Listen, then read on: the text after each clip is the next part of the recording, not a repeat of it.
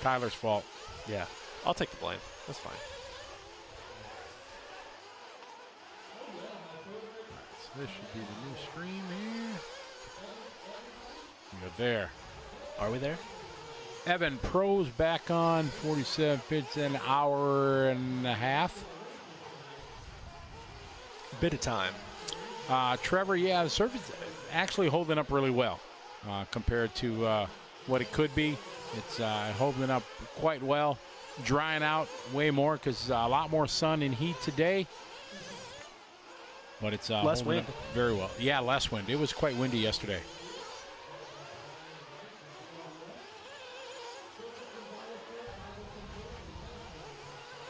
Got it.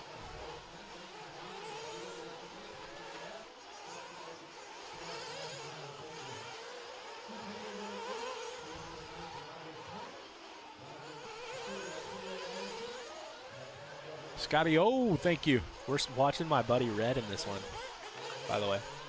All of his sponsors are painted onto his bodies. Really? Yeah. Who's the painter? I have no idea. He just told me, he was like, man, I didn't really like it when the stickers would start to peel and they'd get dirt under them. So I just told my painter to paint them in. Wow, that's pretty detailed. Right? This is the guy I'm talking about with the trailer. This is how we got onto trailers the other day. Oh, this, really? Yeah. You need to hook us up with some trailer pictures. I know. See if I can get Red to send me some. Send me some pics, Red. So sorry about that little pause for the cause there as we had a total power outage. A snafu, if you will. Yeah. Power to the Nitro Pro Broadcast Center. Gone. Checked out, gone. If we'd been running on Nitro Pro fuel, we would have been fine. Boom. There you go. That's the way to work it in. Good thing we're not on wind turbines and solar power in Texas. Good thing we're not on wind turbines and solar power in Texas. Yeah, they're covered in snow right now. Yeah. Half of them. You said like all of just certain cities that are struggling, or All the main ones. yeah? I mean, all the ones that people actually care about.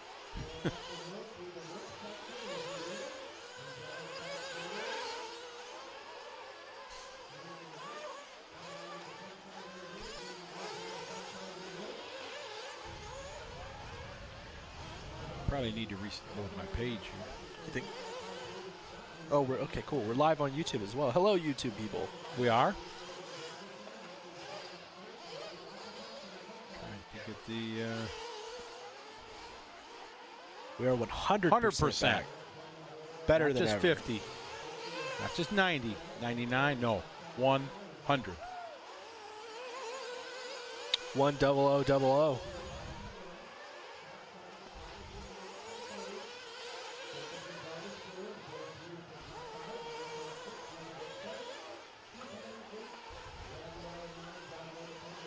All right, everybody's starting to jump back in.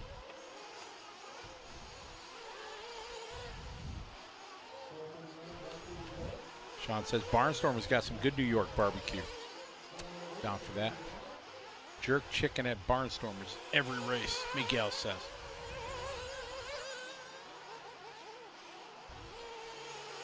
Brandon, nope, just power here.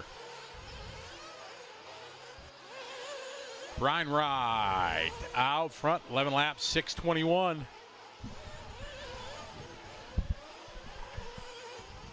One minute to go in this one. This race 47-48 up next, heat 6 of 8.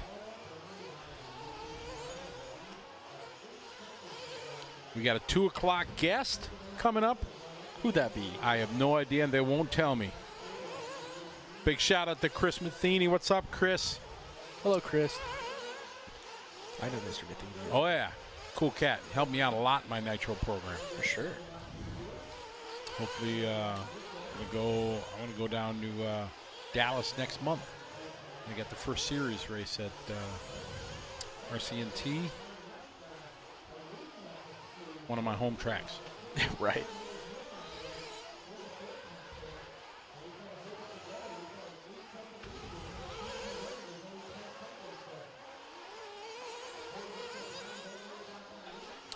It is still Brian Wright leading the way. David in second. David Scott third. Jacob and Justin. Hope you guys are enjoying the coverage here on LiveRC.com. The 22nd running of the Dirt Nitro Challenge. Joey Christensen, Aaron Webb, and his boys did another masterful job here. The boys. Turning the boys, the gang, turning the Thunder Alley Raceway into the home of the 2021 DNC. And it's lived up to the expectation for sure. Always great tracks by Joey, but the qualifying has been intense. So close and so fun to watch and commentate on. Me and this mouse that I'm trying to use right now are about to have words. Big Welding 44444 says Gord Tessman cooks a mean steak. Does he? I have to go check out. When I go interview Ty, I'll go ask him about that. I'll get Gord. Say, Gord, I heard you cook a mean steak. We fit to find out.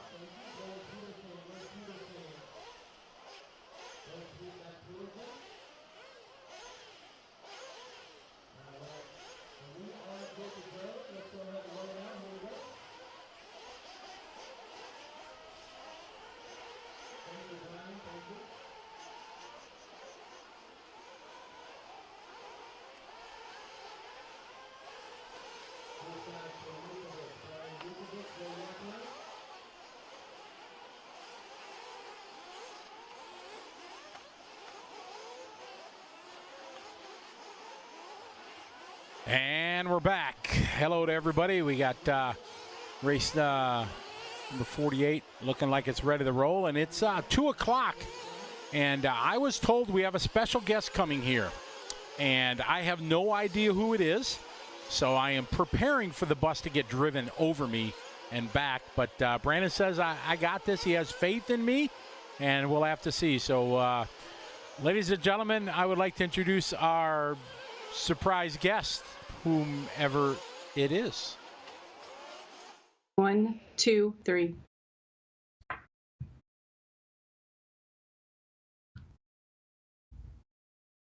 Hello there. How are you? Hello, how are you? I'm doing very well. Are you Scotty or Tyler? I am Scotty. Hi, Scotty. Hi, how are you? I'm good. I'm Cindy Stotts, and I'm the Vice President of Shakey's. I do the marketing for Shakey's.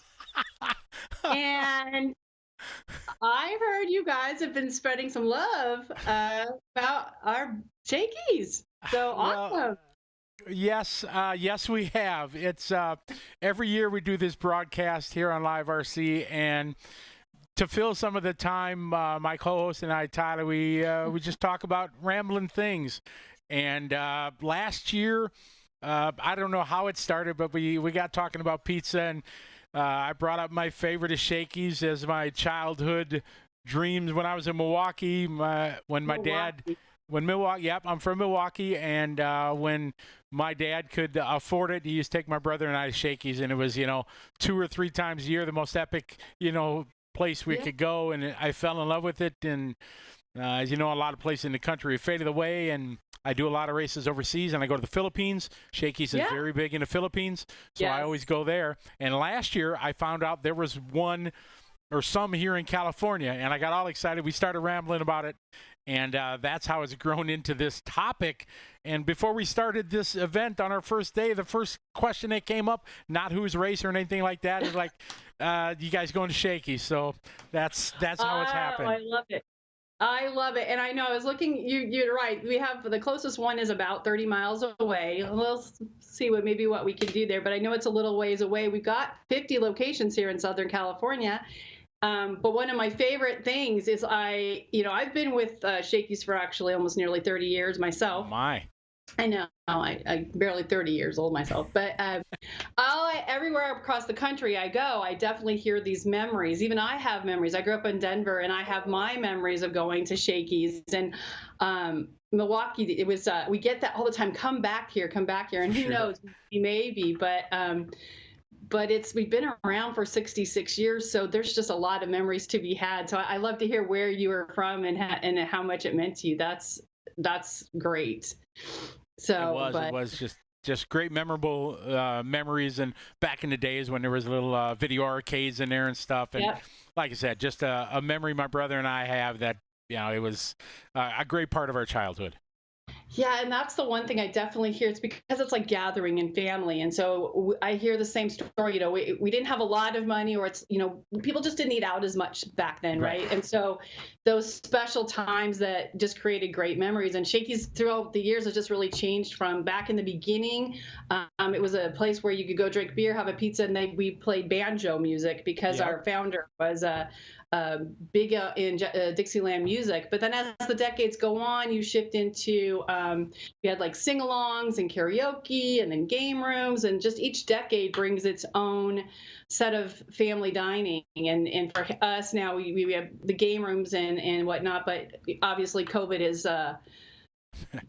provided a very interesting challenges for us as a family gathering place. But fortunately, we take out. But yeah, I love the memories that you have. That's just amazing. As we talked about it, and it always come up, and it's kind of become our official slogan, our official pizza of the broadcast here, because everybody around the world, the people that don't know what Shakey's, they ask what it is, and the people that share in our chat rooms during the live broadcast here, all share in those memories that they had. And there's one here, and it's great.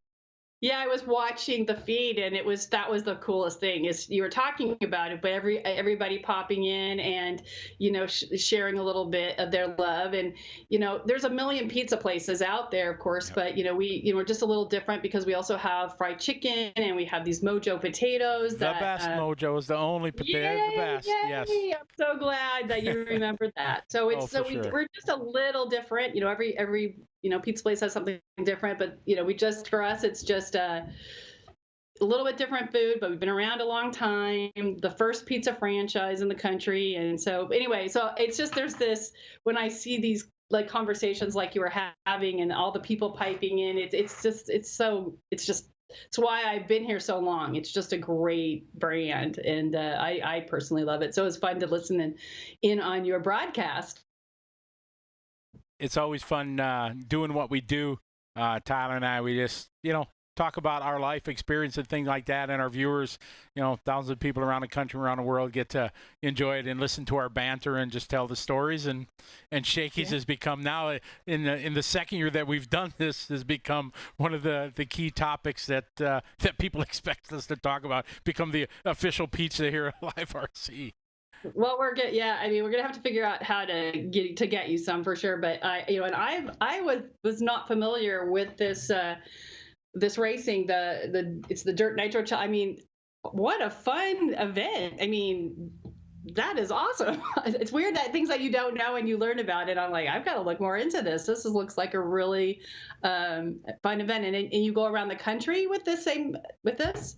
Correct. Yeah. There's many types of RC racing, and on Live RC, we travel around the country and the world to do it. I have a couple races overseas that I do in Asia, and we bring the team and the broadcast over to there to broadcast some of those events and things like that.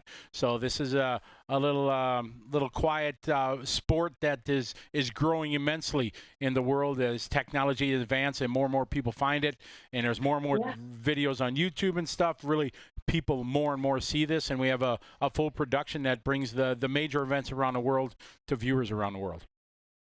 That's incredible. What a fun sport. It looks like just a really fun thing to watch and to participate in, and open to definitely these new things. Who knew? I love it. So, but yeah, and you guys are around for how long are you here in Southern California? We're here through the rest of the weekend. The event, the championship finals are Sunday evening, and then we tear down and move on to the next one. And we got another one coming up next month. So it's but this is. Where do you head next month? Our next one is to Tennessee. We have a big event, very similar to this, but an indoor arena is going to be in Tennessee. So all different places. Well, I'm glad the weather was good for you this time around. You're very lucky to be here in Southern California. So. Absolutely, yeah, we'll take it. Tyler's from Texas, and they're getting stoned in. I'm from Milwaukee, Wisconsin, and we got a couple feet of snow over the last month. So, yeah, we're happy to be enjoying this sunny, nice weather out in California. Well, good, and I'm glad we had some for you to enjoy. That makes it all the better. So, very, very good. Well, thank you very much for chiming in and everything. I'm glad you enjoy what we're doing, and we're definitely Shake a Pizza fan here on Live RC. Oh, well, I definitely saw that. Thank you so much for the love again. I mean, it was amazing to listen to, and good luck to all of you and your travels. And this was awesome. Thanks so much. Well, thank you very much. We appreciate it, and we'll keep supporting the brand because we love it. And it's, like I said, the official pizza here of Live RC Shakers. We appreciate it. Thank you very much for stopping by. We'll love it. Good to talk to you. All right. Thank you very much. All righty. All right. Bye-bye. Well, that was pretty awesome, man. That's pretty cool. That was awesome. To talk to the director of the brand and everything. So, I wish I had the stickers. I would have showed her the stickers.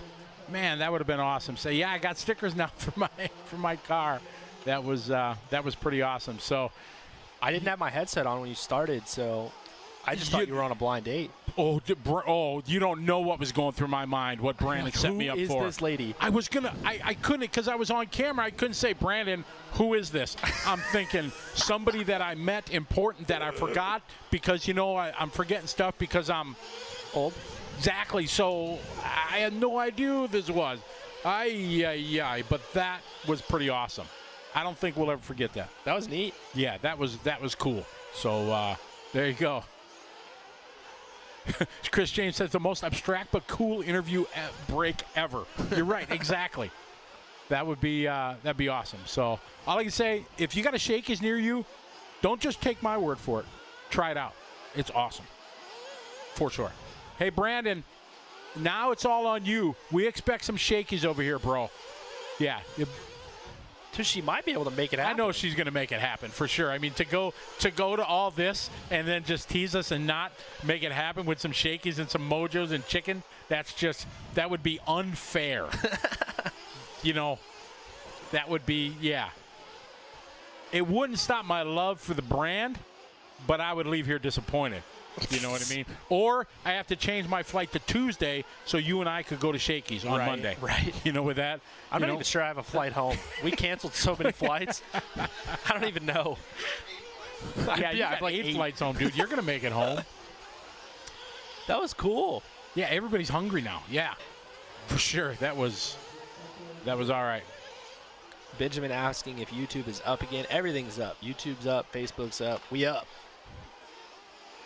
Trevor Williams, the Calderon Club in Milwaukee downtown across from the Hyatt. Is that the Calderon Club you're talking about? Because if it is, I've been there, done that. It's awesome, too. The owner used to race at trackside all the time and everything. We go way back, if that's the same one you're talking about. Yeah, some good chow. whenever we go down and watch an Admirals game or something, we try to go over there and have dinner. I may or may not have posted as like kind of a clickbait thing on my Facebook, my own personal Facebook story, that you were on a blind date live on the broadcast, just to see how many people would watch. Probably got 2. Wow, that was really cool. It was I don't know, frantic. Maybe that's a little strong word. Terror, slight terror. No, I'm just okay. You looked very confused. I know a lot of people, and I'm pretty good with names and stuff like that. And You're faces. like, oh my God, I don't know who this I is. had no. Is Charlie wearing a wig? What is happening? Man, I'm trying to think. And then there was that uncomfortable silence where I didn't know how to begin the conversation, you know what I mean? And because I'm trying to think, it's not like, hi, Julie, who? Yeah. All right. That was cool. Thanks, Brandon, for that. Yeah. I need a break. So tomorrow, for those asking, are the e-buggy and truck mains. Sunday is going to be our nitro buggy mains. We split them up. Sunday.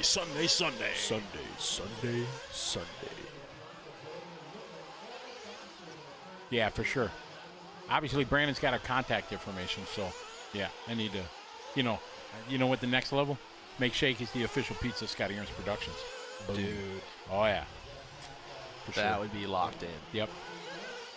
That was pretty awesome. Oh my. I can't wait to hear the story how Brandon reached out. You send a contact email via a company's Facebook page. Nobody's reading that. You get level 1 person, but to escalate it to the director of promotion and marketing, or that was apparently that was like the VP. Yeah, that was like she like knows things and stuff. Yeah, that was pretty awesome. All right, I'm missing some here.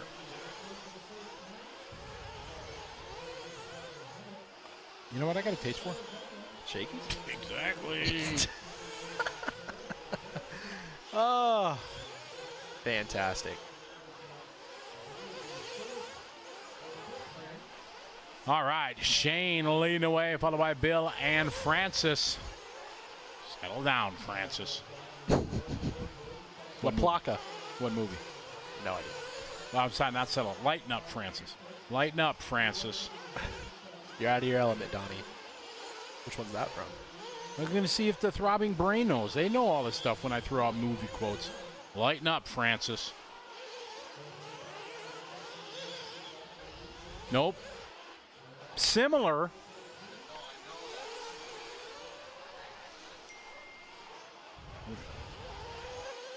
How does the Joker lap work on this one? There is not a Joker lap on this one.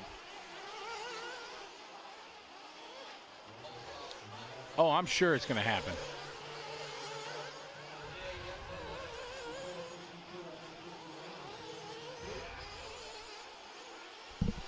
Oh, man, the throbbing. Oh, we got SR. Boom, got it. Justin's got it. Stripes.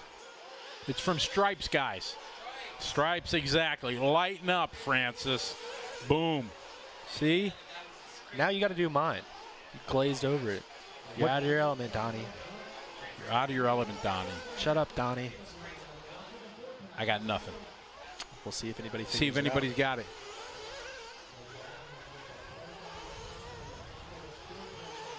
SR with the stripes had it right away. Randy True had it for sure. I like throwing out some old quotes like that. Justin Stevenson got it too. Justin, you had it? Yep. Oh, Ben Skinner, I'm seriously thinking of some relationships with Shakey's for sure. That was pretty awesome. That's not what he's talking about. Oh. He wants you to have a relationship with his Shakey's lady.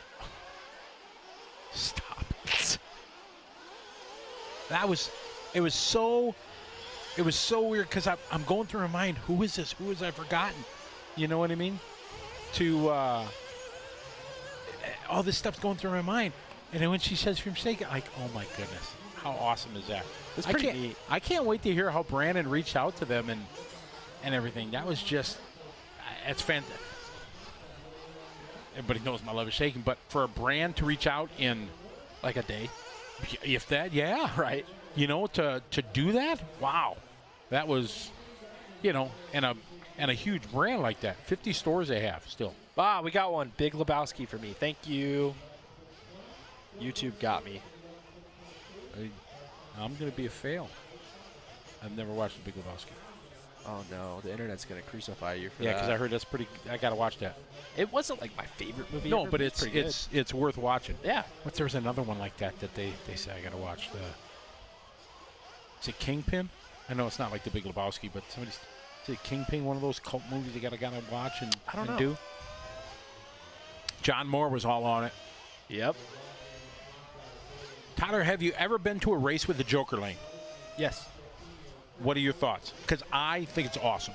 They're really cool. I mean, they're confusing for a lot of guys. Correct, they are, but once they get the gist of it, it's pretty awesome.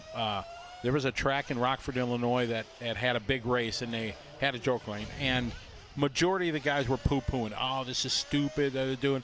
And then once they went and did it, it was awesome. That's pretty cool. Yeah, it's really fun, and We did it at Psycho last year. oh, they had a site. Really? See, I think it's cool. And if it's a really advantage line, it's so much strategy on when to use it, especially in the main. So, You know- like I said, yeah. Like at Psycho, for me, obviously I was in the back of the truck main.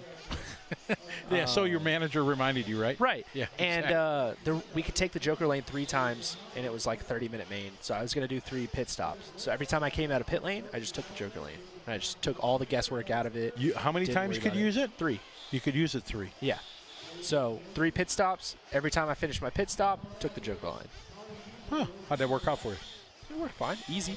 Yeah. Yeah, I didn't forget or anything. A couple of guys, like some guys like it. If you're in the front, it makes a lot of sense to just knock them all out real fast. If you're behind, I think you should wait. Unless you think you can actually get out front, you might as well wait. But yeah, you're saying, there's a lot of strategy to it. Oh, for sure. That particular race, I was able to TQ short course, and and the guys who were second, third, and fourth. I mean, it was pretty close. Right. And I'm like, oh, dude, when do I do it? You know, do I do it at the end? Do I do it at the first lap and everything? And it was 3/4 of a way through the first lap. It wasn't a huge cut, but you cut quite a bit of the track. And up until the tone, I didn't know when I was going to do it. That makes sense. And I had a good start. Right. And I didn't wreck on the first lap, so I took it on the first lap. Right. And most other people followed me through it. And Yeah, which just guys totally- in the back stayed. Yeah, That right. guys in back stayed it or didn't use it, and we were thankfully far enough ahead of them where it didn't really mix up the field too much. I'm a pretty visually aware driver when I drive. I like to drive a lot of other things besides my car. Like I'm staring at all sorts of stuff except for my car. So if I'm in the back, I like to keep it in my pocket because I can generally figure out how far people are in front of me, and then I can use it to my advantage. Tebow is here, running strong, doing well for sure. Yeah, he put in maybe a top 10 run in the first round. Yeah, I think it was pretty. I'm working on that article right now. Pretty well. Actually. He put in a 6 for the round. So not bad. Wayne RC, the pro drivers are up in maybe a little less than an hour. Race Maybe. 59 is the first one, so an hour at least, hour and 15 minutes. Chevelle Scales leading this one here, race number 50, Sportsman Nitro Buggy. Is it Chevelle? Did we Chevelle, divide remember that yesterday? Remember somebody said like the car. Oh, Chevelle, okay. remember that? Yeah.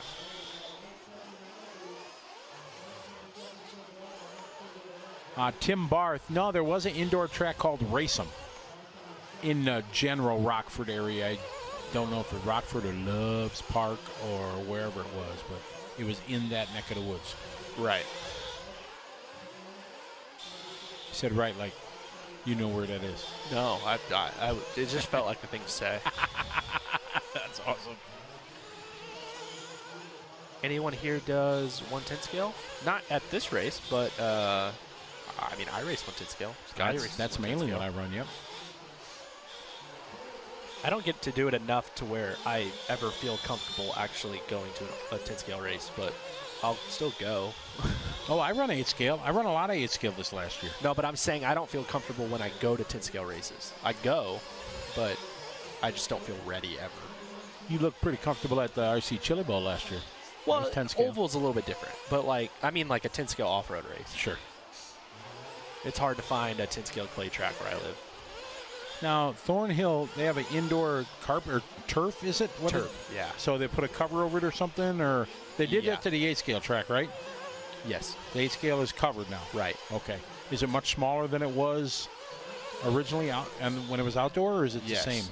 It's smaller. It is? Okay. But I mean, it was massive. Oh, it's ginormous. Yeah. For sure. It's actually a lot more like digestible size now. Okay.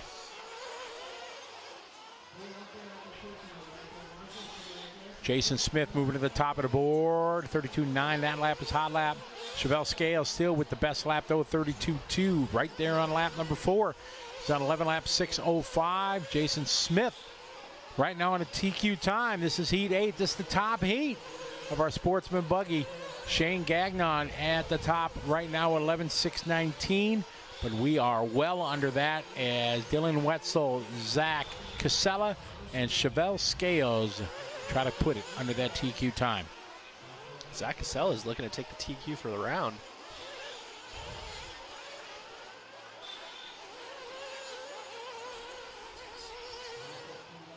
Cool to see Zach out racing. He's raced in Southern California for most of it. I mean, he's still a kid, but most of his childhood. No Pro RC, hello, how are you? Howdy. From my other home track there, Toledo. Mornay saying he does 10 scale on road. I'm going to guess that's touring car. He's down in South Africa. Nice. What's big in South Africa? Is it 8 scale or is it 10 scale? I think 8 scale is. Touring car is big, though. Okay. They big Fallon. They have a series that travels around to the different tracks. At least they did post or pre-COVID here. Edward Seal from Manila, Philippines. Hello, how are you?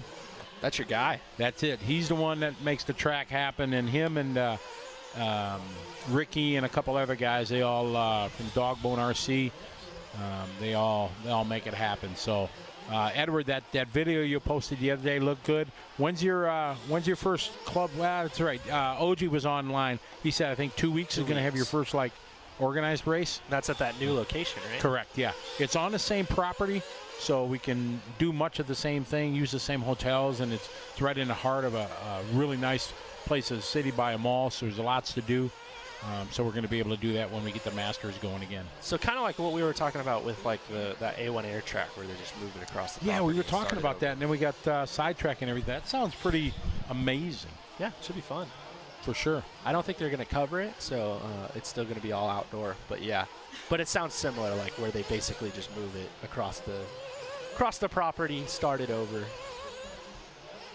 First week of March, Edward said. Awesome. New Zealand. Have we had New Zealand? Yes, we have New Zealand on the list. We have 40 nations have chimed in so far. You were worried about getting to 50. Yeah, and 10 more, and then South we still Brazil. got. I think we got Brazil.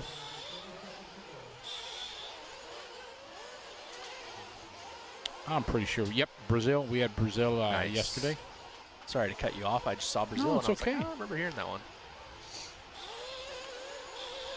So Zach still holding on to a potential TQ for the round, and he has stretched it out a little bit extra. He is over 3 seconds ahead of Peyton. Joel Johnson just sent me a message here. He's got some new paint to rock. Gary Kai's old school. He's got some orange and black. You know Gary Kai's? Oh, long time, legendary guy in our hobby.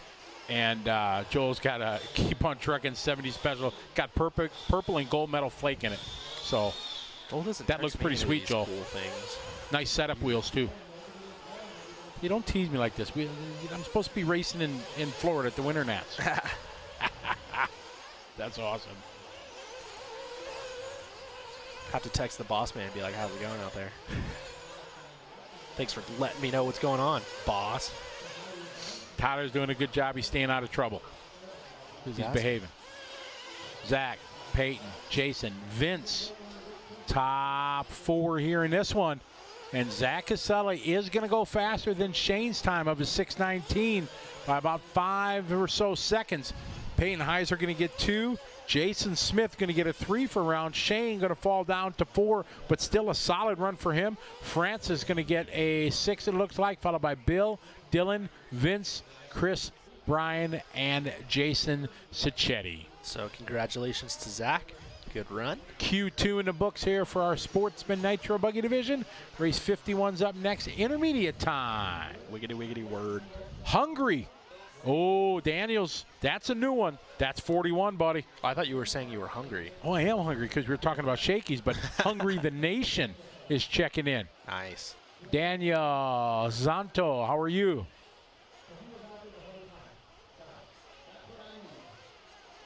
Well, that's fun. 41.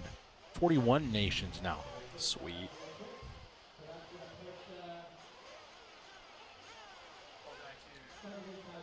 I was in Hungary once doing a race. Really? Yep. It was pretty awesome. What kind of race? It was on-road. What do you think you're actually going to do for lunch? You still haven't eaten yet. No, I have no idea. And it's 2 o'clock. It's 2:30. 2:20. Maybe I can go get some Shakey's.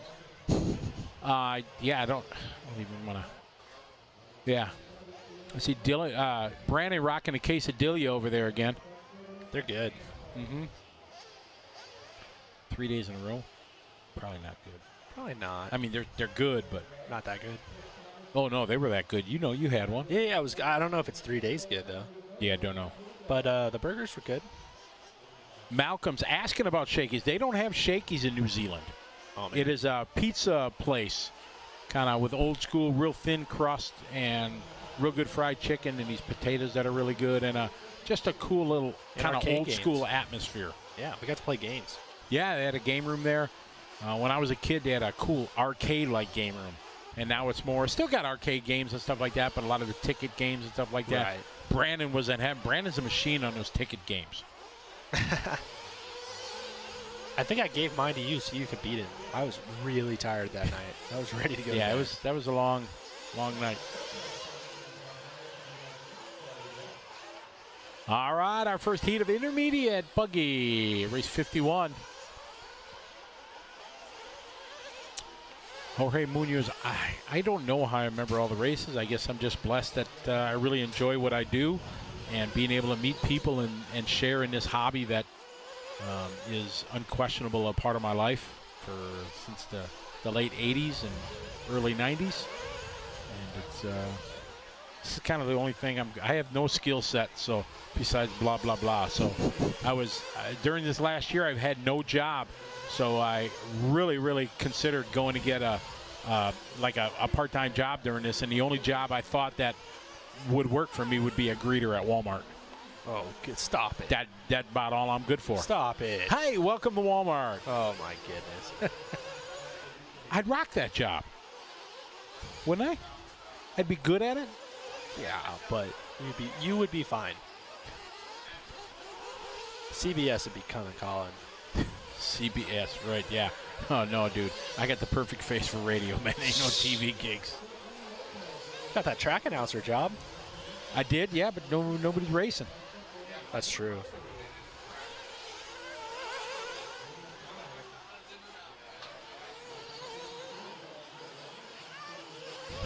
Chris James, if Live RC does a recap video, the last scene has to be you leaving Shakey's with sad ending music from the Incredible Hulk. That's awesome. What's it's gonna go badly that I don't know the name. That's of right. It's The the Breakfast Brain Club, Helper. right? Oh, So Breakfast Club. like yeah. the ending scene from the Breakfast Club. Exactly, when he's walking away, yep. Yep. Be another one. Awesome movie. Yeah. One of my favorites. When I was in the Navy and we were out at sea in the Indian Ocean and Persian Gulf, we used to watch that every single day at lunchtime. Really? Yep. Back when we didn't have VHSs or anything like that. It was laser discs. Oh, no. We had a laser disc player. Do you know what a laser disc is? Yes. Yes. Wow. Very good. Well, my dad works in home audio and Okay. car audio. So That's yeah. what we had. We had a laser disc, and we watched the laser disc of that. And then every night, after the kind of working hours, we were still out at sea and everything. we'd play Monopoly. We'd set up over our gyro compasses a board and then put the board. And not a table. But no, there was compasses. no table. No, there was no table. You're in your workspace on a ship. Nothing is made for, at least back then, So- convenience or comfort or anything like that. Was your ship just big enough to where like you wouldn't knock your Monopoly pieces off? Yeah, we were on a big enough. We were on a supply ship, about a little 420 people that Wow, were on it. okay. So it was big enough where, yeah, we get rough seas. It was rough, but normally not. But if you're chilling, you could play Monopoly. Correct. Yeah. Exactly right. And you would slowly feel. You could kind of feel the slow waves, but nothing that was crazy. Unless you were all the way up in the forecastle, way in the front of the ship, then you would feel the waves. All right, guys, I'm about to put the DNC broadcast bingo cards up on the liverc.com All right. site. So every time we talk about that, we bring that up. You hit the bingo.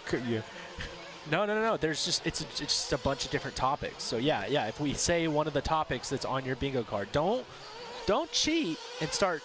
Because there's like 9 of these cards. So don't cheat and try to do all 9. Like pick one. And once you get a bingo, let us know. Maybe you'll get a prize. Maybe you won't. We haven't really worked it out with the boss man. We want to give somebody a prize. We should get Liver C shirt or something like that. Or, Yeah, something. Yeah, exactly. Maybe bonus slap for a little bit. I was going to say that. You and I will do that. We'll put in part of our pay to do that. You mean all of our pay? Yeah, I didn't want to say that. I didn't want to make Brandon look bad, but I was trying to be a team player. So. Yeah, that's our pay for the weekend. Exactly. We can't even get shakies. Yeah, we're trying. Although I can't wait to hear the story how you hooked that up. So. Yeah, right? I want to know. Yeah, and he hasn't told me. He's too busy over there with his quesadilla eating in front of us, but, Messed up. Yeah. It's not good to throw the boss under the bus, is it? The bus under the boss? Yeah, but he set me up big time. He did, yeah. Oh, And you to put somebody up there terrified. that I had no clue. I can't. Yeah, I need to see what my face was at the start when she popped up on you the should have screen. seen mine. I was like, is this Scotty's sister? Who is this? That one's going to live in infamy because he set me up. It was a great interview. I mean, that was cool. fantastic. I mean, as soon as I found out who she was, I was like, oh my God, this is beyond awesome to have, and it's always been the case in our industry. Our goal is always to try to get outside corporations interested in our hobby. Extrinsic sponsors. It's so hard.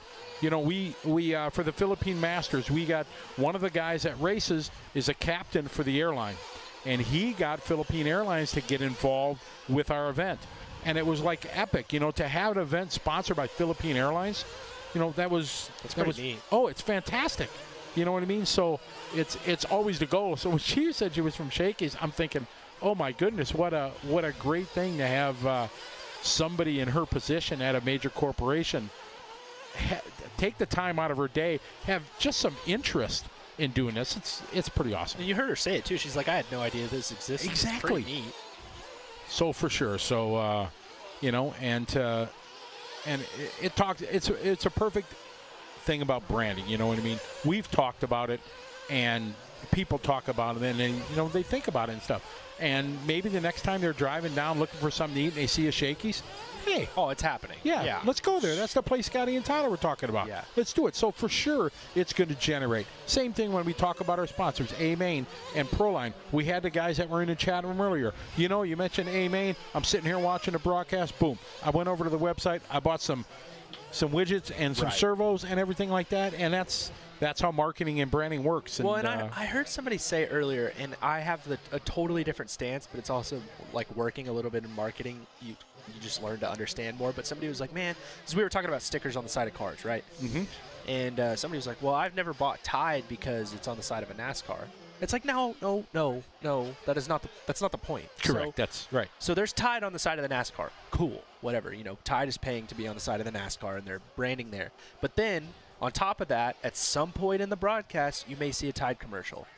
And then, knowing what your demographic is, they know what else you might watch on TV. So whatever your sitcom is, the commercial for that sitcom is going to be a Tide commercial. And then eventually, throughout the day or throughout the week, you're going to hear Tide enough times that when you go to the grocery store and you're looking for, whatever it is, whether it's your toilet paper or your regular towels, you're not even going to think about it.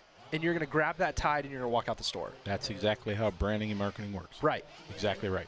They don't expect you to, oh, Derek Cope, who used to drive the Tide car, he won. Boom. I'm going to go buy Tide. Sure. Right. It helps. It happens for sure. You know what I mean? Yeah, Dale Earnhardt Jr., was sponsored by Budweiser. Right. A lot of his fans started drinking Budweiser. No doubt about it. Yeah. You know what I mean? That happens. Doubt it. But they were also sponsoring the series. They had their commercials. And it's the same like with A-Main Hobbies at this event. They're our title sponsor. But on top of that, they have a bunch of new drivers. They've got, CJ Jellin, who had a good run. Spencer Heckert, who had good runs yesterday. Tanner Denny. Those are their drivers. Right. So on top of that, you're seeing those guys. They're running ProTech products. Then we've got the A-Main commercials and all of that. And at the end of the day, we're going to buy stuff from A-Main. Absolutely. And, it also, I think there's a big segment of our audience that appreciates and sees the bigger picture that without them, we wouldn't be here putting on this broadcast. Yeah, you know for what sure. I mean? And they appreciate the money and the effort that these companies that sponsor these events, and they appreciate that effort. Not everybody does. I understand that, but there's enough, people that do. And I always talk about it in my drivers' meetings. Line up the banners around the track and everything like that. And it might not be your brand or whatever, but these companies believe in the direct racing support sponsorship. And without the companies that put the dollars and send the teams, these events couldn't happen, or broadcasts like this couldn't happen. Right. Edward from the Philippines says, next Philippine Masters, we will get Shakey's as one of our sponsors. Boom. Boom. There you go. Love to see it. Yeah, exactly. You said there's one over there, right? Oh, yeah, there's numerous ones, yes. Nice. For sure. It's very, very popular. All the big Western franchises are there, and some that you normally wouldn't see, like here in America, like I mentioned it, Kenny Rogers Roasters. It's a chicken franchise. Kenny Rogers. Yeah. Never hear of it in America, but it's huge over there. Yeah, it's interesting. It sounds like maybe some of these chains that maybe didn't quite catch on here in the States, they brought one to the Philippines and they're like, this is rad. We want more. For sure. There's lots of them for sure. That's pretty cool. Yeah. Jorge said, I miss drivers' meetings. That's how much I miss racing. Oh, my goodness. Wow, there you go. That's got to be the winning comment of the week. You know what I mean? So far, yeah. I miss racing so much, I even miss the drivers' meetings. That's pretty good. Somebody's saying, OMG, is this a sport? Some people call it a sport. Some people call it a hobby. Some people are making money. Some people are doing it for fun. Jeremy Quartz, one of the great champions we've had in our industry, he says, RC is totally a lifestyle, great family sport, without question. Yes, sir. There's no doubt about it. Hey, Miklos, how are you? Good to have you online. I didn't see your post from earlier. Good to have you, friend from Europe that's raced with us a bunch. Ryan Bauer says, Scotty, do you remember Seinfeld episode with Kenny Rogers Roasters? I can say no because I am in that 1%. It wasn't really in Seinfeld. No. See, that was before my time, so I get a pass. I've seen a couple episodes. I've seen a few, but I've never been in so much. But I actually, this is just coincidence. I was actually thinking about downloading, the seasons of episodes and trying to, because everybody says it's just hilarious. Yeah, for sure. My youngest daughter was getting into Friends recently, starting enjoying all the Friends.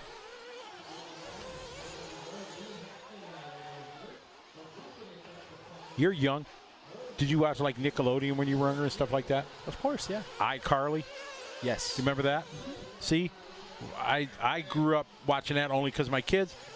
I was in the house the other day, and my youngest got iCarly playing, Right, and, yeah. And, she's older now. Well, she's about your age. And, I'm like, iCarly, what, you're flashing back to your younger days? Like, yeah. Yeah, for She's sure. like, Dad, you remember this? I said, of course I do. How many times did I sit and watch it? She says, what's her name? I said, it's Carly. And she said, what do you do? She runs the internet TV show thing. Yeah. So she was shocked that I knew that. All those years. You hadn't been watching it in exactly. the I was sitting in it, but I wasn't paying attention to the 10 years or whatever they were doing that. That was a fairly wholesome It was really. But I mean, that era of childhood television was fairly wholesome Right. for the most part. Even Hannah Montana, before she went on. Yeah, for sure. Yeah. There were a lot of shows in that era. So she would have. Your daughter's a little bit older than me, so she. When were you born? 97. Yeah, no, same age. Really? Yeah. Not Sarah. Oh, my okay. youngest daughter. Okay, Narissa. okay, Yeah. okay. I didn't know you had another daughter. I do. Huh. Zero interest in RC. Zero. I mean, that's fair. But she grew up still around the hobby, obviously, because we had to shop and everything like that. And I was looking for a new. I was going to get a truck. Okay. I was going to get a new truck, and I was looking at colors and everything, and my favorite color is red, because they didn't really have a red one, so they had a blue one, Right. like awesome looking blue. And I had it up on my laptop, and I called her over, and she looked. She immediately said, "Tamiya blue." Oh my goodness. I mean, I didn't say, "What do you think?" And she said, "Oh, that's Tamiya blue." Yeah. And I'm like, exactly. That was awesome. There's some things that That's just, like, what I got. I got the blue. even if you're not into it, like if you grow up around it, there's certain things that permeate, and that color is one of them. Oh, the Tamiya blue, yeah. I put it up Jason, there with Rhonda Drinks, that new pink. The pink. That's yeah. kind of that same deep. Oh, that's pretty awesome. Jason saying it's funny. Our 20-year-old started watching Friends recently. Friends, still relevant in my generation. So being 23, like I like Friends. It's a good show. I was gonna start downloading that too and watching those. So, are you number one again? I'm number one again. Woohoo! She wants to. She keeps saying, "I would love to come in here and talk to you guys," but if I keep getting flipped off, I don't think it's gonna happen. We got race 52 on the track. Excuse me. Race 2 of 8 of our intermediate nitro buggy. Lee Hackney. Lee's run pretty strong so far into Q1. Looking good here in Q2. Ken, followed by Ronnie, Travis, Daniel, Jordan, Isaiah, Bob, Aaron, Mark, and Russ. Russ having a long lap there. Hopefully it was just a miss lap, but I don't know. Hard to tell.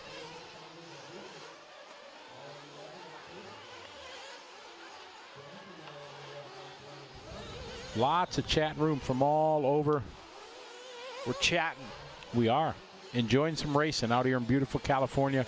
LiveRC.com coverage of the 22nd running of the DNC Dirt Nitro Challenge presented by Amian Hobbies and Proline.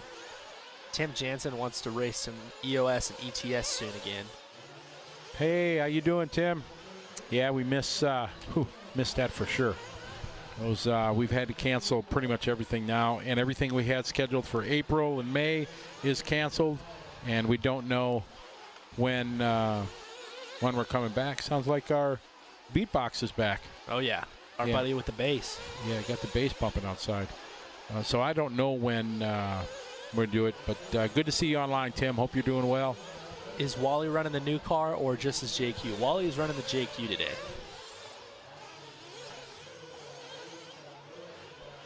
The Mayako is not ready yet. Be interesting to find out how that all. I watched the video and everything like that. It's very interesting to see, and it's cool to see that their customer service seems to be a focus. But wondering, the whole structure of the company and everything. It sounds like the distribution is kind of well thought out and everything. But right, it's going to be interesting how the whole structure is planned out for that. I think Brent from Beach RC is supposed to be here. He said so. Look forward to chatting with him and seeing. And as soon as I get a chance, I'm going to go talk to Wally Builds over there. Yeah, he said to just stop by and say hi. I'll do that. Learn a little bit about it.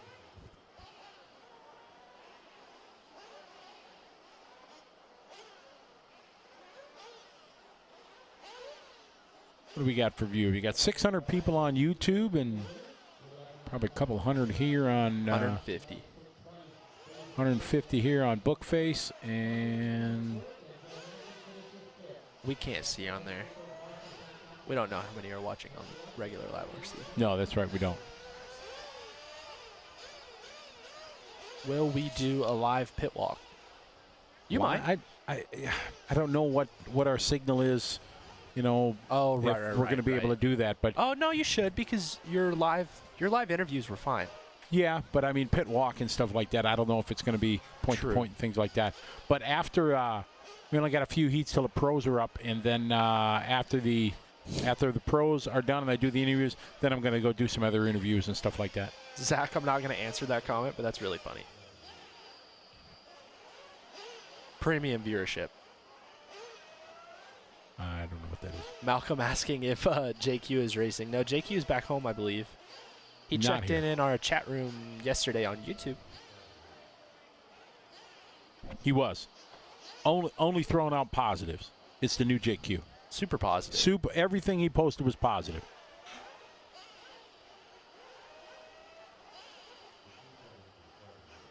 Pit walk, pit walk, pit walk. Yes, we're gonna. We'll get out and do some checking. Talk to the ladies and gentlemen out there.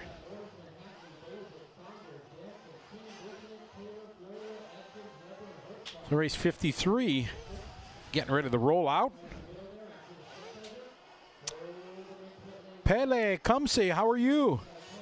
Good to have you. I'm sure you are jonesing to do some racing. He ran at our race in the Philippines at the RCGP there, and yeah, had a good time and ran well. And he ran in RC2, right? Yeah, Yeah. dominated. Pele's a good driver. Yeah, for sure. So hope you're doing well, and hope we'll all get back to racing soon. Hope you can come back to the Philippines next year with, or maybe later this year. I don't know. Whenever Edward says we're good to go, we got to work around the rainy season always for the Philippine Masters. So we always try to do it Aprilish, May, somewhere around there, when it's less chance of rain. Right, yeah. Tyler wants to come over there, Edward, with us next year. I wouldn't mind going to the Philippines. That'd be For fun. sure. I want to race though. I don't want to. If I'm going there, I want to race. Oh yeah, we'll go for the race for sure. Then we stay up after a couple of days and do some sightseeing. You know, they have some beautiful, like crystal clear water. You can swim with the stingrays and the killer whales and all that stuff that you're so afraid about. You missed that completely, as I was saying. You were just. I know. I caught it at the end. You didn't even get it. I was reading the chat. Yeah, there's no killer whales and stingrays, but it's awesome. Some of the best beaches you'll ever see. Do I sound like a fan of the Philippines? Yes, yeah. I kind of am. So I could work for their tourism board because it's that awesome.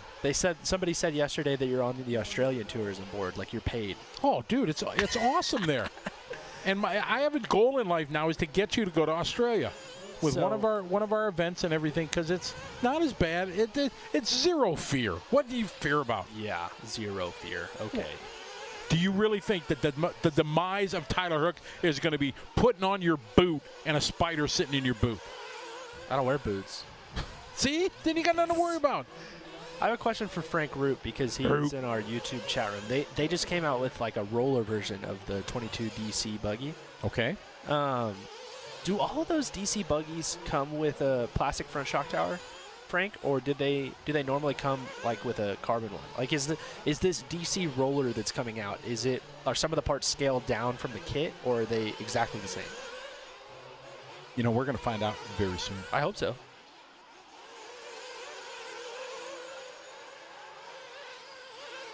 Edward says he'd love to see you there. Sweet. Yep. I want to get an Asian buggy series going too. Yeah, you talked about that. Yeah, I got Danny Choi in Korea. 8-scale buggies big time in Korea. So, and I want to do a race there. We have a driver over in Asia who, it's a father and son. They come to a lot of the worlds. I can't remember their names at the moment. Not Negrano, but Jason.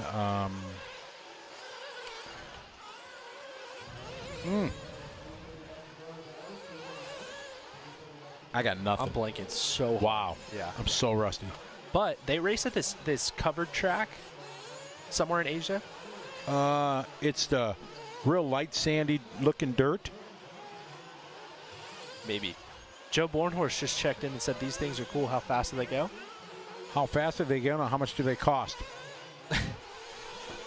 Are they nitro or electric?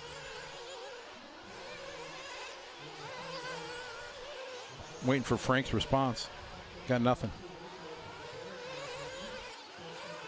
Awesome that'd be if you're working at an RC company and you can kind of watch this during the race while you're working and everything, and it's like you can't get in trouble because it's your job. you're checking on the team and everything like that, and checking the chat room, see what the customers are saying. So you can't get in trouble. You probably get zero productivity done. Jorge, yes, they are techno drivers.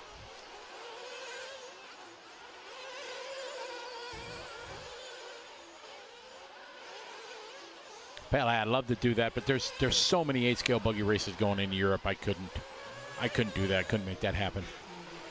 Yeah, Edward, Jason, Nagura, yeah, that's who I think it is, yeah. And that might be, I don't know if he's one of your drivers, but that might be him. And then there's the... Who is it? Jason Naguro, I think he's from... No, not them. No, okay. Good guess, but...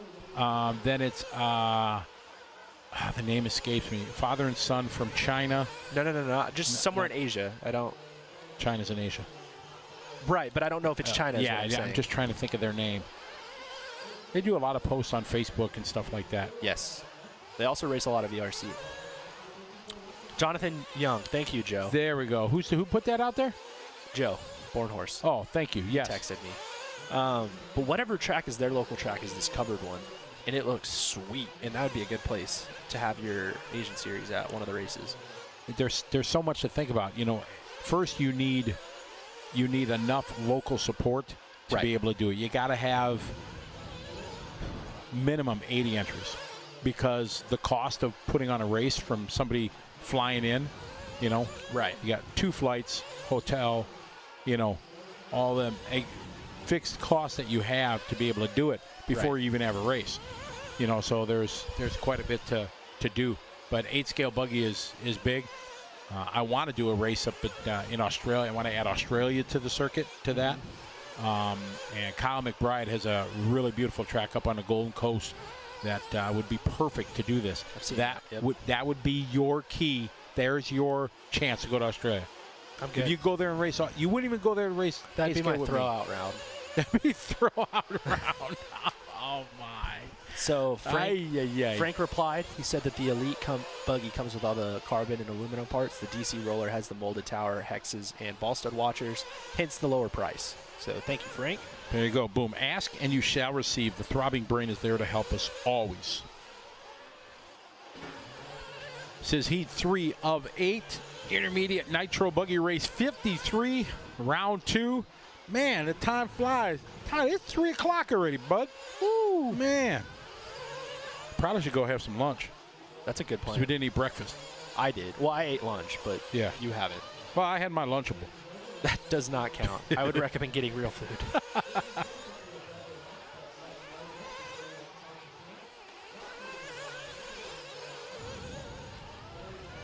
David Wheeler, hello, how are you? Tim Smith, Australia, 23-hour plane. It ain't that far. If you're from California, it's only like 15 hours. Direct.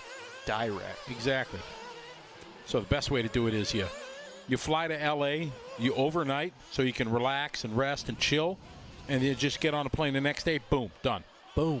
Instead of making it a full 24-hour trip, to do it, because then you're wrecked. Yeah. But, yeah, that's the way I like to do it.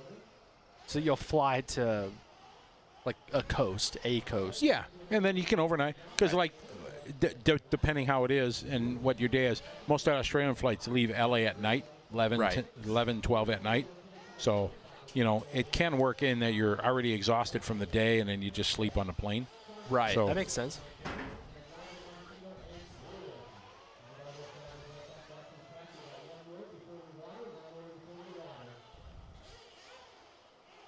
That's the link. Awesome.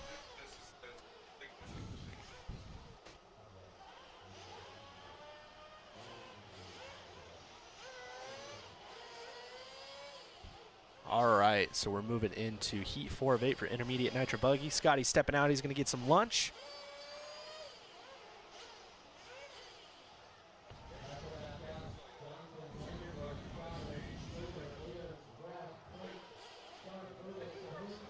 Oh, wow. So they're talking about how this interview came about, and it sounds like Brandon figured out what the parent company of Shakey's was, and he called them, and they were able to get a hold of the powers that be at Shakey's, and boom, figured it out. So right now, Joseph Johnson, the provisional TQ and intermediate Nitro Buggy for round 2 of qualifying. He had an 11.6 flat.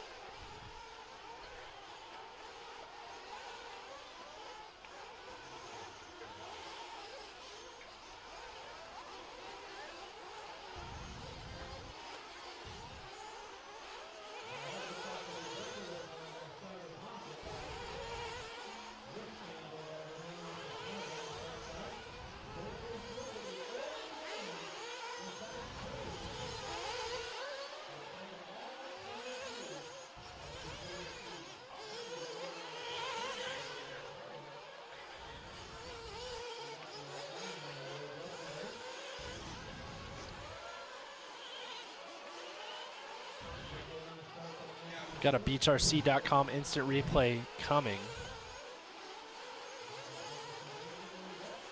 Oh my goodness. Car about impaled itself.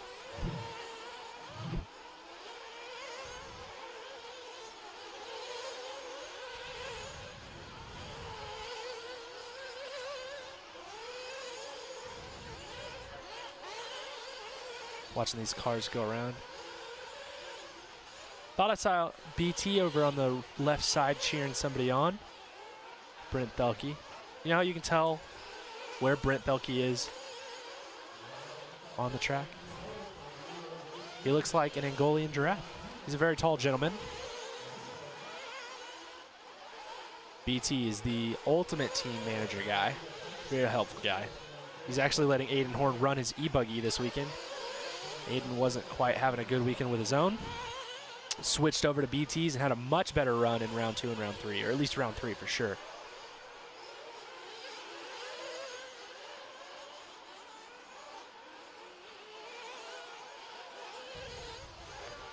Ryan Lutt's also very giraffe-like. He is not here, though. He is at home.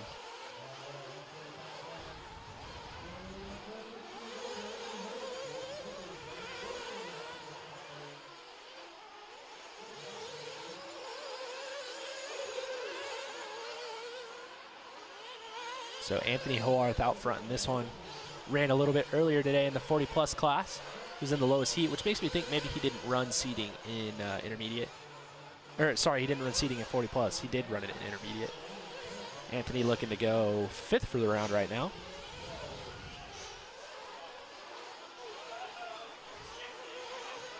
Got a Beach RC instant replay.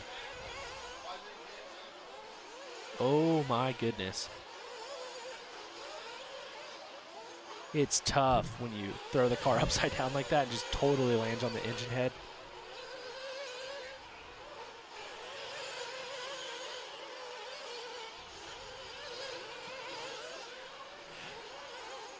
Joe Bornhorst gave me a word of the day, and he only gave me 3 minutes to say it, and I don't think any of you noticed, but I got it in there, so he's bringing me my money.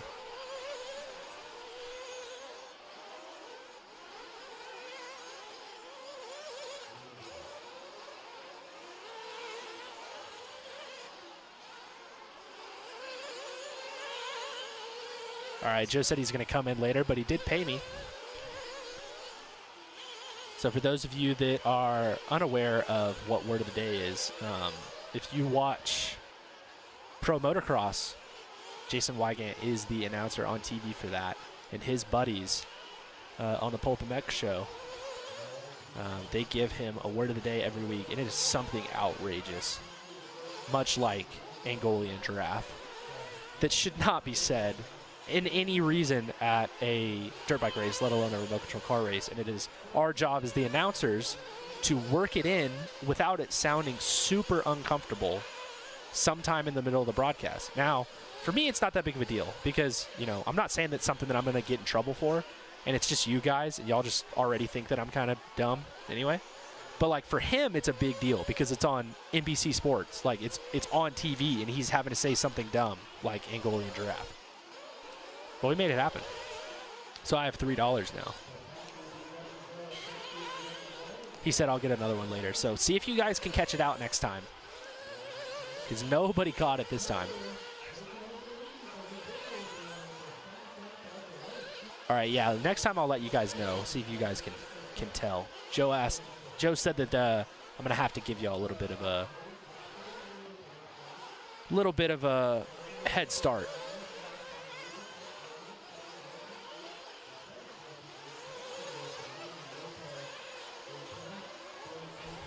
Winston saying that the track looks great. Surface looks the same as yesterday. It's not. I mean, yes, the surface is the same. Grip level's about the same, but it is not as flat as yesterday for sure. These guys are definitely battling the track. There we go. Pulp Nation. You guys know what I'm talking about. Maverick Riggs caught it. Thank you, guys. You know what I'm talking about. So we're watching Jay Smoker right now, and I'm sure a lot of you guys are confused because you're like, why is there something hanging from his car?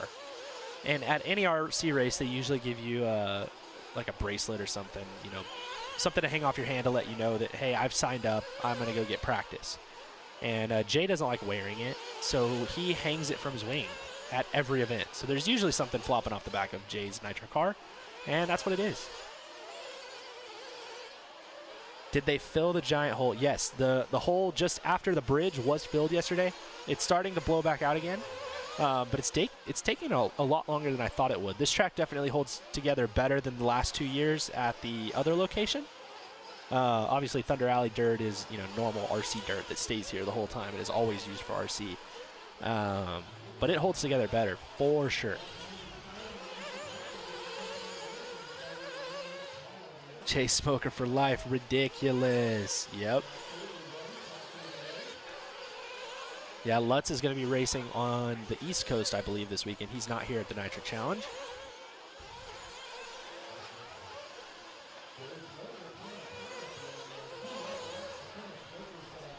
So Shelby Parker, the leader in this one, looking to go 5th overall for the round.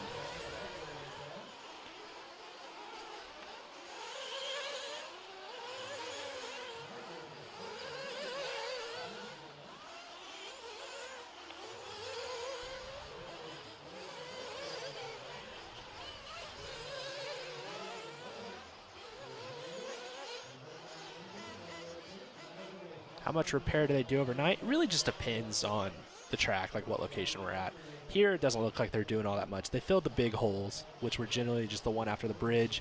And tonight, they'll probably fix some of the right side. I don't know if you guys noticed in Pro, but those guys are going so quick through the right side section onto the front straightaway that they're catching some of the uneven spots on the second roller coming onto the straightaway and crashing. So some of the guys asked if they would at least check it out tonight. So no way of knowing if they're actually going to fix anything, but it was at least talked about. And somebody asking, are there any Europeans drivers here that are not allowed to race? They're totally allowed to. Right now, they just can't get to the United States. It's way too difficult to get out of, you know, whichever country they're in and come to the States, or they're just totally not allowed via travel restrictions. But any other normal year, we'd have quite a few guys. Elliot Boots checked in earlier. We had David Ronafok in on a Skype call. And I'm sure we'll talk to a couple of the other guys. Right now it's getting late over there, so maybe we'll talk to them tomorrow. But yeah, normally they would be here.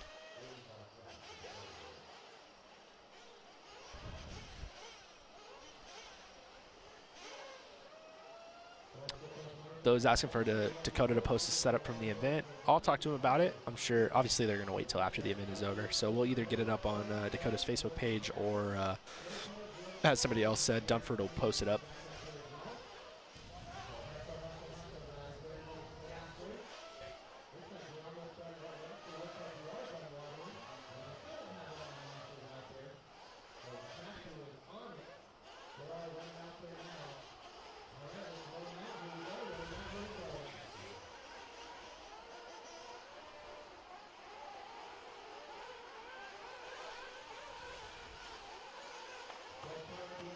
Where is Mayfield? So Mayfield's going to be in the pro class, so he'll be up a little bit later.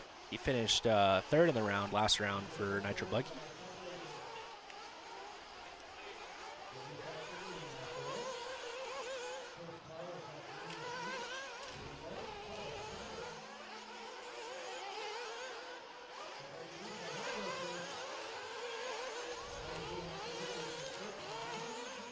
How many hours a day is there racing? At this one, started at 8 a.m. We finished at 10 p.m. last night, so 14 hours yesterday. I think we might get done by like 8:30 or 9 today, so that'll be 13 hours today.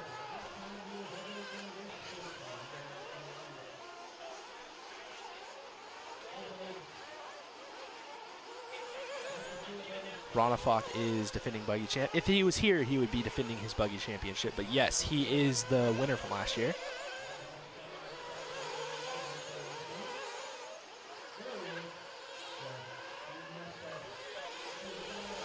Ryan saying that's a long day, man. Yeah, it is a long weekend for sure.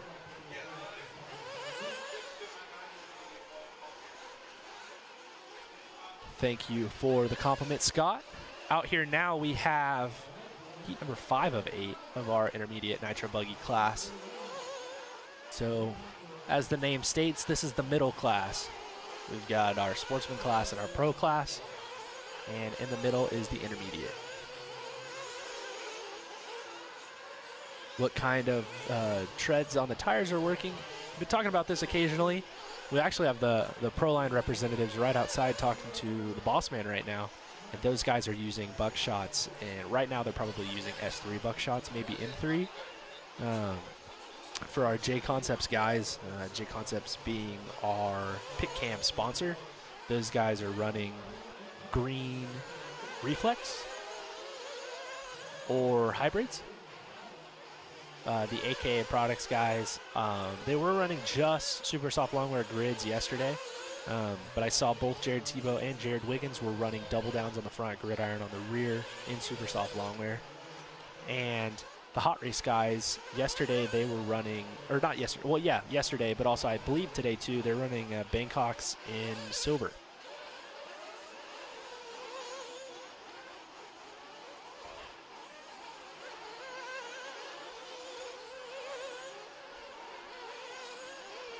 What's my favorite race to commentate over? Probably this one. But I did get to commentate a 200 millimeter Nitro Worlds. That was 2017, maybe 2018. I can't remember, but it was in Miami, and I did that with Mike Garrison, and that was a lot of fun.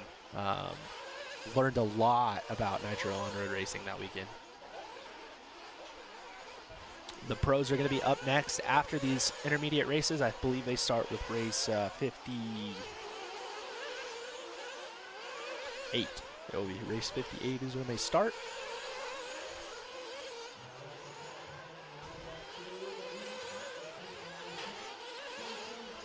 How's Cav doing?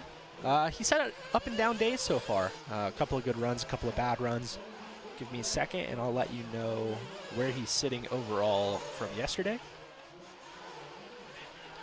See how the Cavalieri is doing.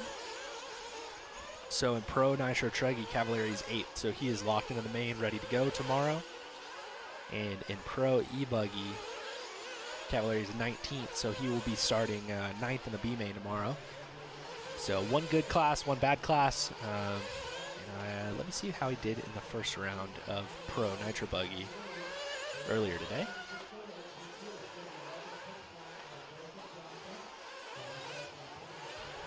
So Pro Nitro Buggy, this first round, he went 17th for the round. So looking to maybe improve on that a little bit. See how it goes a little bit later on. White compound, not silver. Sorry, Daniel. Chavez with hot race. White compound, not silver. I looked at the dot earlier on Ty's tires and I just misjudged it. My bad.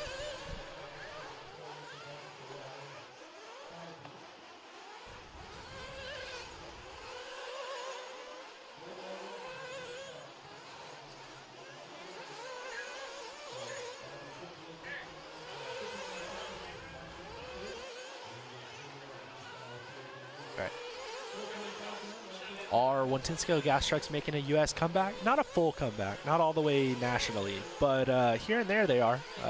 Some of my buddies in Oklahoma love racing the gas trucks, and they're buying some of those new conversions.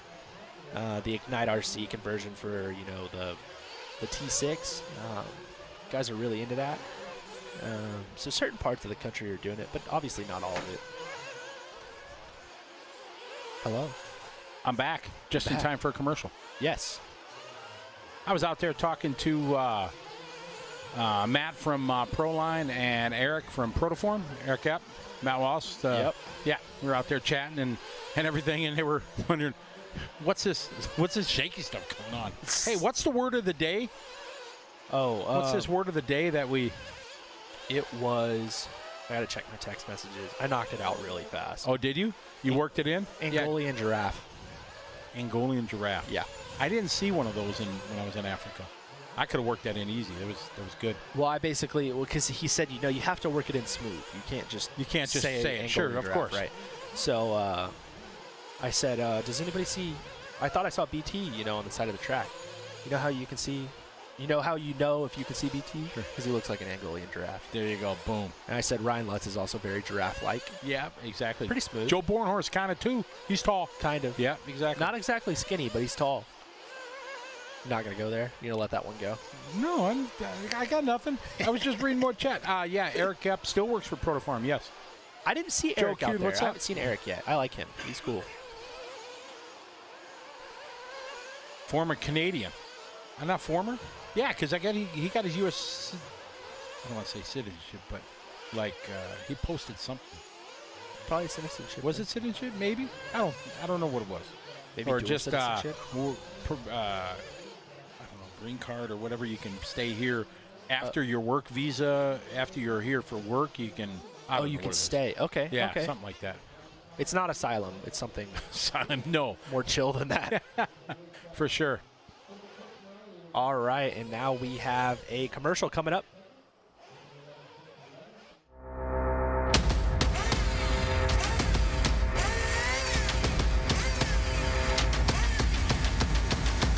Guess what? I'm back.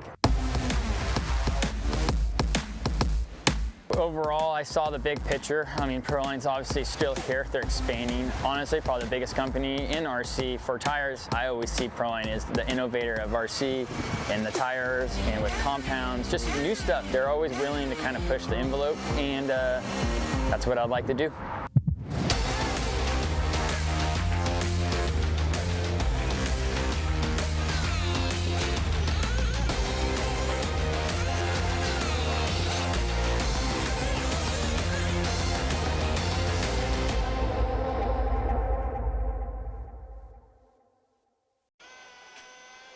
All right, and that was Ryan Cavallari, We're back.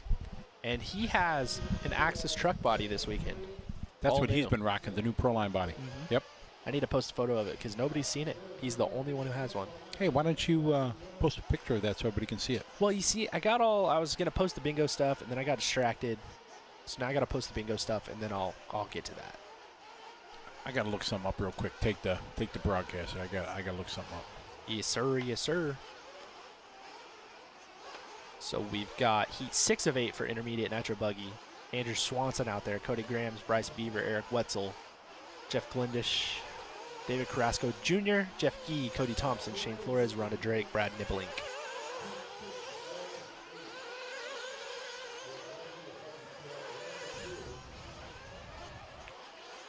I believe that there is some recreational smoking outside somewhere around. They're definitely. Wow. It's a little thick.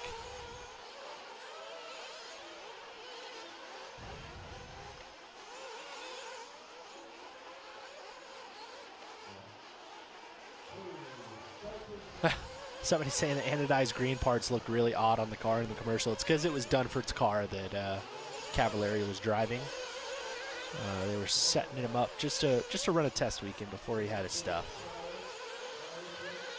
A big shout out, Privet, to RC Goshen from Russia. Privet, that's hello in Russian. Nice. That's cool. I tried to say more, but I couldn't do that. I learned some Russian from watching Hunt for Red October. Interesting. They had a bunch of Russian in there. Right. But I couldn't remember it now. That was a great movie. Hunt for Red October. I've heard of it, haven't seen it. Oh, man. That's a good one. Sean Connery, Alec Baldwin. Not a big Alec Baldwin fan, but it was a military deal, Right. so that's kind of in may my have seen wheelhouse. it. That's a really good one. I would have to go back and see. Crimson Tide with Denzel Washington, Gene Hackman. Seen that one? That's another good submarine movie. Yeah, really good.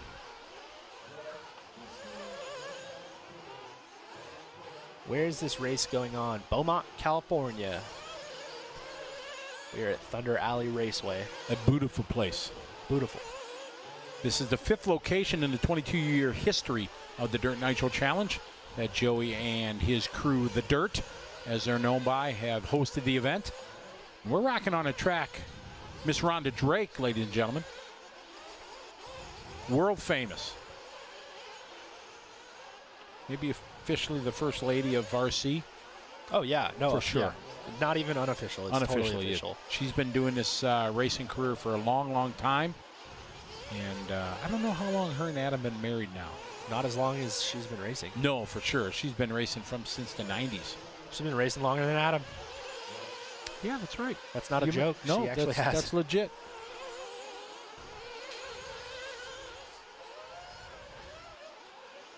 We got Andrew Swanson out there, I heard. Yeah. Andrew, longtime on-road racer. See if we can pick up Andrew on the track. He's about halfway through the track. And we continue to follow Rhonda. Good friend of Ryan Cavallari. Yeah, for sure. I think he's actually probably a bit of the reason why Ryan is at TLR. See here as we pick up. Boom, there he is. The first one, I think, down the line might have been Andrew. It's going to be a TLR car for sure.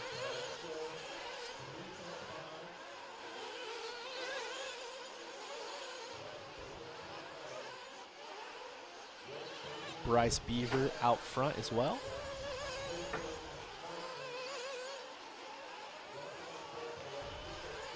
I think this is Andrew. We'll see. It's looking pretty locked down. Survey says winner, winner, correct. chicken dinner. And Andrew Swanson. Ask and you shall receive. Look how dusty it's getting up on the bridge. Have they been doing the same watering and everything every 3 races and such? Yes, sir. Whoa. Oh, nice double. Money. I want to know what it looks like it's on its front of this car. It almost looks like its air filter's falling off. Hopefully not, but.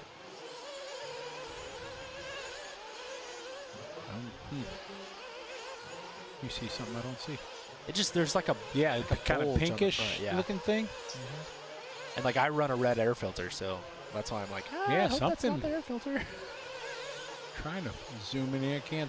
It's Can't not make as it out. it's not as fuel pull because his fuel pull's yellow. I can see that. Huh. It may just be like the front of the top of his body. Like Maybe it may the just be it paint painted. or something? Yeah, I don't know. Thanks for zooming in, cameraman, because that was nice. We tried to figure it out. Yeah. TNR fuels. Oh, okay. We grabbed that bridge cam real quick as Swanson came underneath.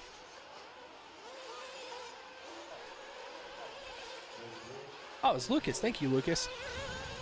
Lucas are up there in the tower, braving the sun and the wind and the cold.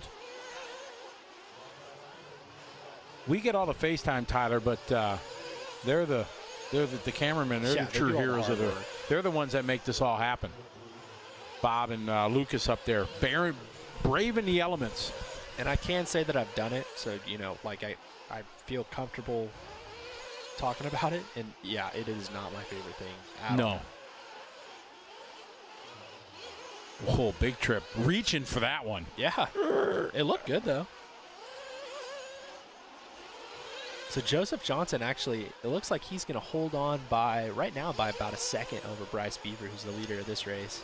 Andrew Swanson looking good though. He's running second in the race and he's trying to go third overall, right in front of Rhonda Drake.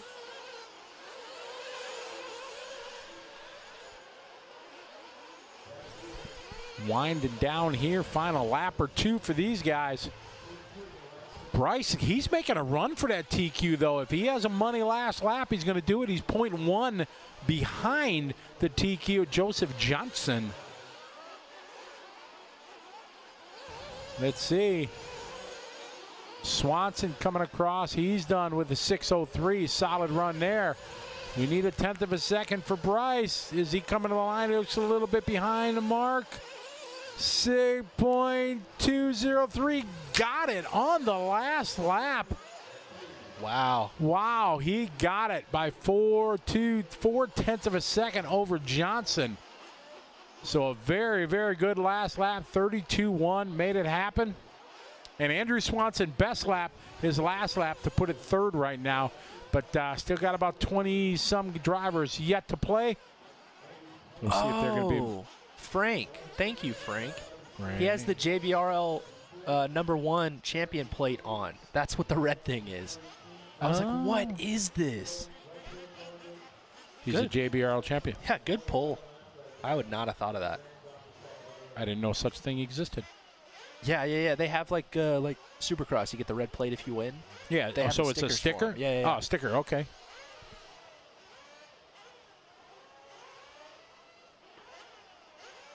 Very interesting.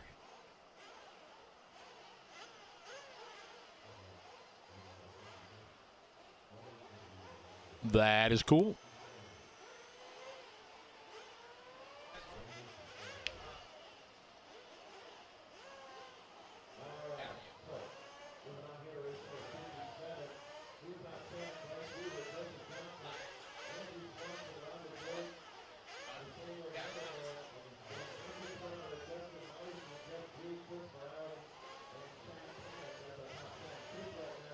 Next up, Heat 7 of 8. Brendan LaRoe, Nick Watlett, Jack Rock, Walker Spinrad, Spin Daddy, Ashton Abdul, Chris Boyce, Jonathan Schultz, Taylor Wonders, Don Vinkmolder, Nacho, and Dylan Bartlett. Donnie V taking the TQ last round.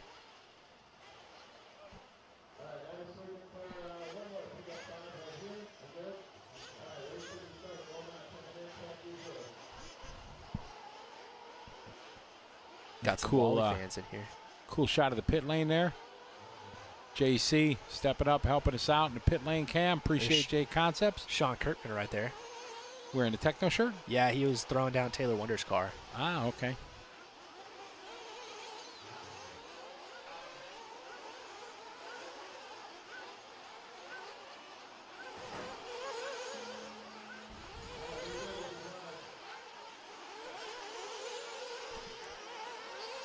All right, here we go. 57 is underway.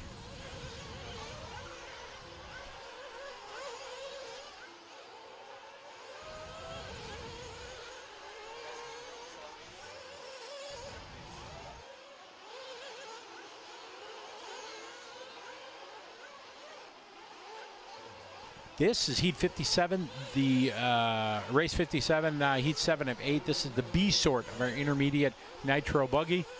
Current TQ Bryce Beaver did a 6 flat, so we're going to have to see 12 laps to be able to make this happen.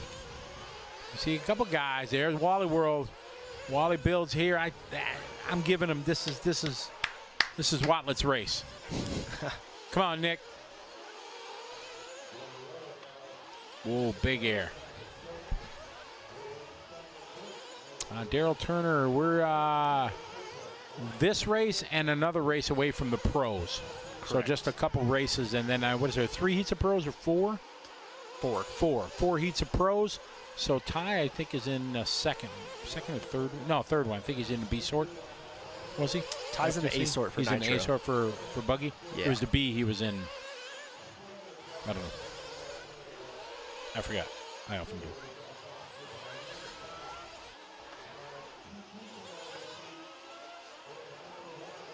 Chad, yes, in one more race. So we got 5, 6, 7, 8, 9, 10, about 10 minutes, and it will be hitting the pros, maybe 12 minutes, depending how it goes.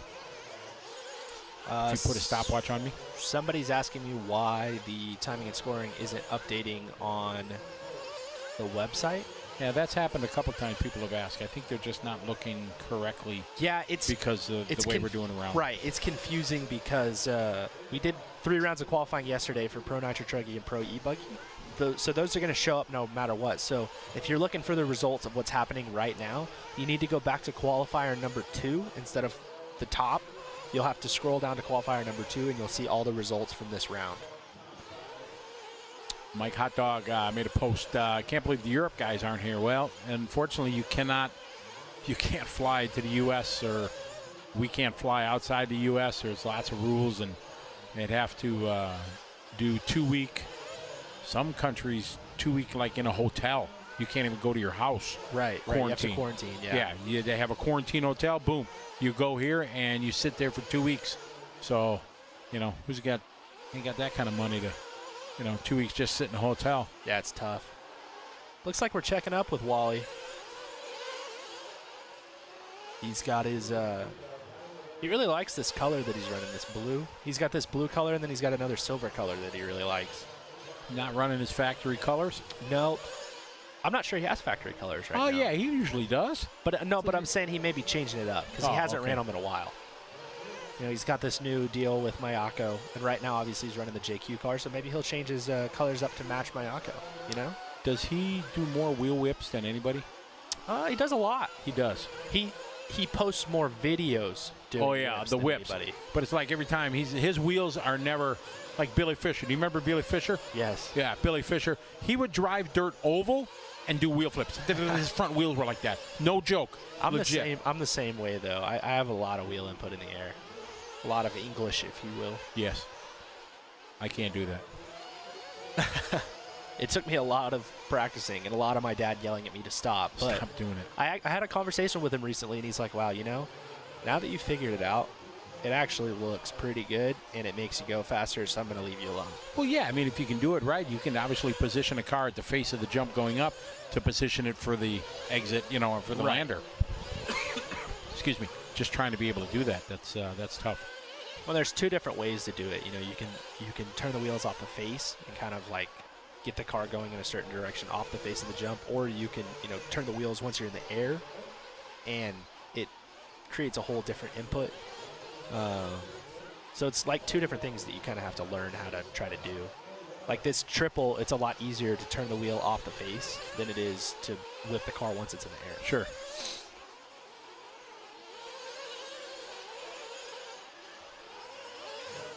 Mikey Hot Dog, we are anxiously waiting from a word from ROAR, our U.S. Organization, and from IFMAR, the World Organization, on what they're doing with the Worlds. It's unknown. There's lots of rumors. Everybody thinks everything's canceled, but until we get official answer, we don't know. Right. And it makes it very, very tough because you lost 3 Worlds last year, and there's supposed to be 2 or 3 this year, and just, you know, we have no idea. There needs to be something pretty definite, and so organizations and racetracks and clubs and racers and teams can all figure out what to do. Right. What are we going to do? Are we going to cancel them, or are we going to make them up? What's the plan? Yeah. Is everything, 2020 was washed, so now all 2020 are this year, all this year and next year, and the whole calendar has to be changed for the next 10 years or more.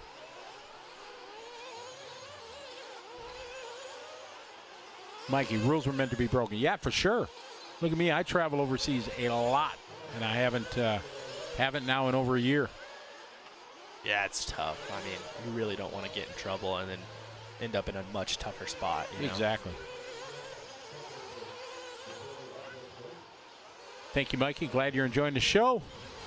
Tyler and I sure enjoy bringing it to you.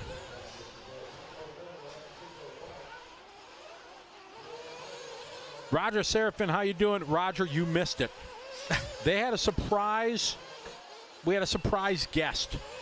Brandon says to me, Scotty, got a 2 o'clock interview. Well, who is it? She's like, secret. I said, don't throw me under the bus. I need to know who I'm walking into the interview with. You don't. You'll be fine. All of a sudden, boom, 2 o'clock, this random lady appears on the interview, and they want to come in studio to do this. Yeah, you can post a link. I look like a deer in headlights because there's this lady, I have no idea who she is. And I didn't see the background because as an interview, you're supposed to look at the camera, not at the monitor. Now I see there was a Shakey's background behind it. It was the vice president of Shakey's. The president, I found out, was on vacation. Otherwise, Brandon would have had the president on. But he got the vice president of Shakey's Corporation online with us.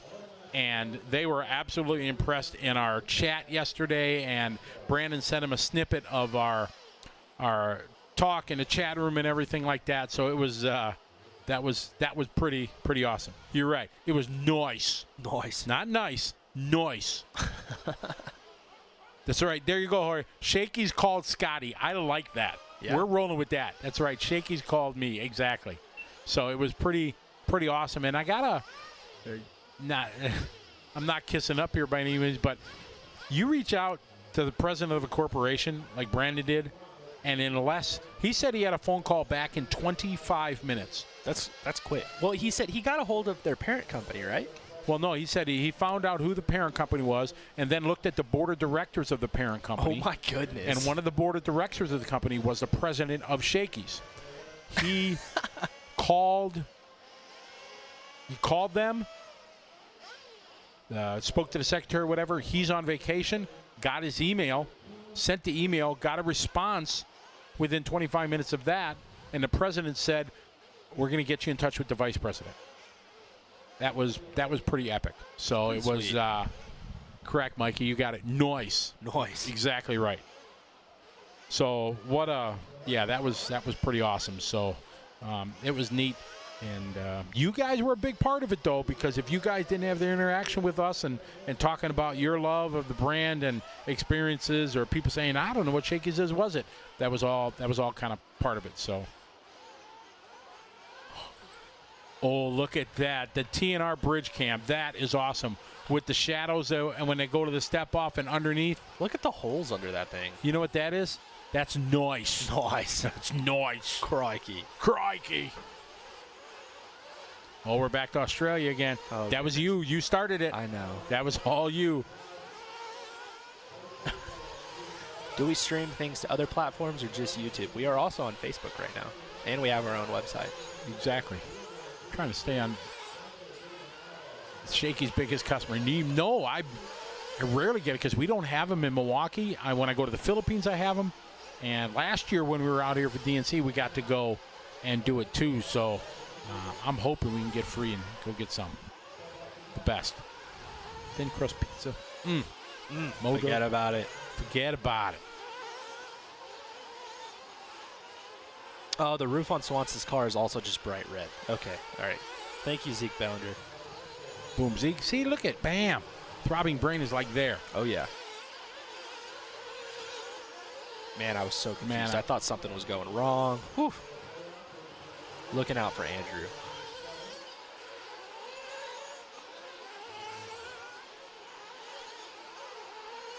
Guess what's up on liverc.com right now? I don't know. Bingo cards. Bingo cards. All right, so here are the rules. Official rules. Official rules of bingo card. I got to see these. Well, no, I can't see them right because is it?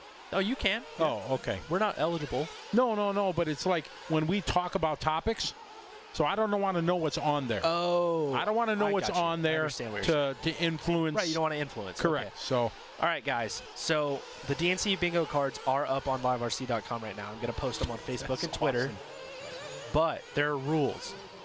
It starts now. You cannot pull bingo references from this morning. You can't start, we went black for a little while, and all of our feeds stopped, so you can go find those. So don't go back and start cheating.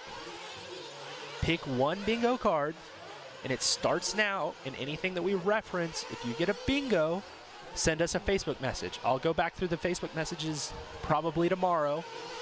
And the first one who got it correct, and I don't feel like they cheated, will get a free month of Bonus Lab, courtesy of me and Scotty. Brandon doesn't know about this, but we'll just pay for it. We're doing it. We'll figure it out. We're giving up our paychecks to do that, and our full paycheck for the weekend. We're giving up our full paychecks. As Brandon was walking out of the Nitro Pro Broadcast Center. I'm out. And I'm going to put the link in YouTube, too, so you guys can get the bingo cards also. Just pick one, though, guys. Come on. Dylan Hartson, yes. As soon as the pro's done and I get the interviews done, Lucas and I are going to go out there and we're going to do some track walks. Tyler's going to take command of the Nitro Pro Broadcast Center. He will have the con. You know what it means to have the con? No. Tyler, you have the con. I don't know what that That's is. Navy terms. Oh, okay. When a captain would leave the bridge, whoever was the officer on deck or something like that, he would say, Tyler, you have the con. Like meaning control? You have the controls. Okay. Correct. You are the chief. You are the captain of the boat there, the ship, when I'm... Yeah. I am the captain now. Yeah. Captain, my captain. What movie? Don't say it. No idea. Captain, my captain. There's another movie reference. Boom. They just happen. I don't think of them. They just... Somebody will get that in a throbbing brain. You guys out there, you got it.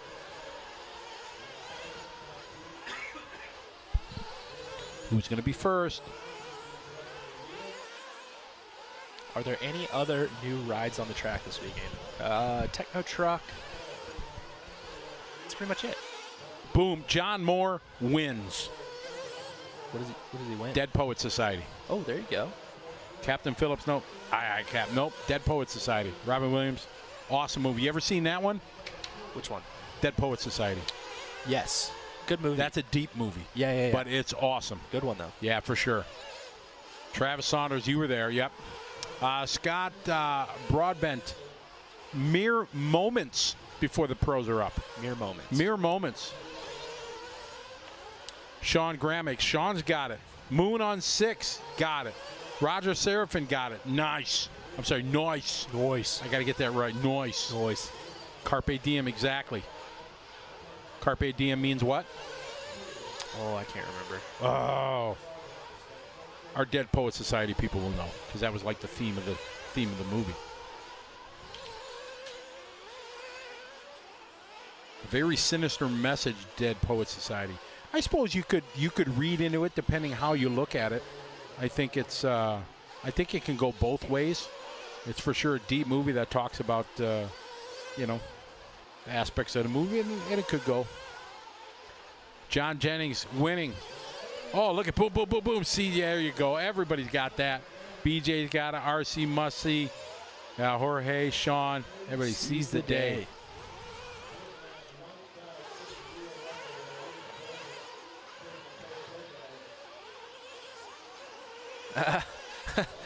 Elliot's not showing love to the Techno Truggy right now. Not? No. Not a fan? It may have something to do with the body that I know nothing about. What body? Exactly. I don't know what you're talking about. I know what you're talking about. I got nothing. Oh, man. This race 58. You know what that means? You know what's up next? Bro. There you go. Exactly. My man.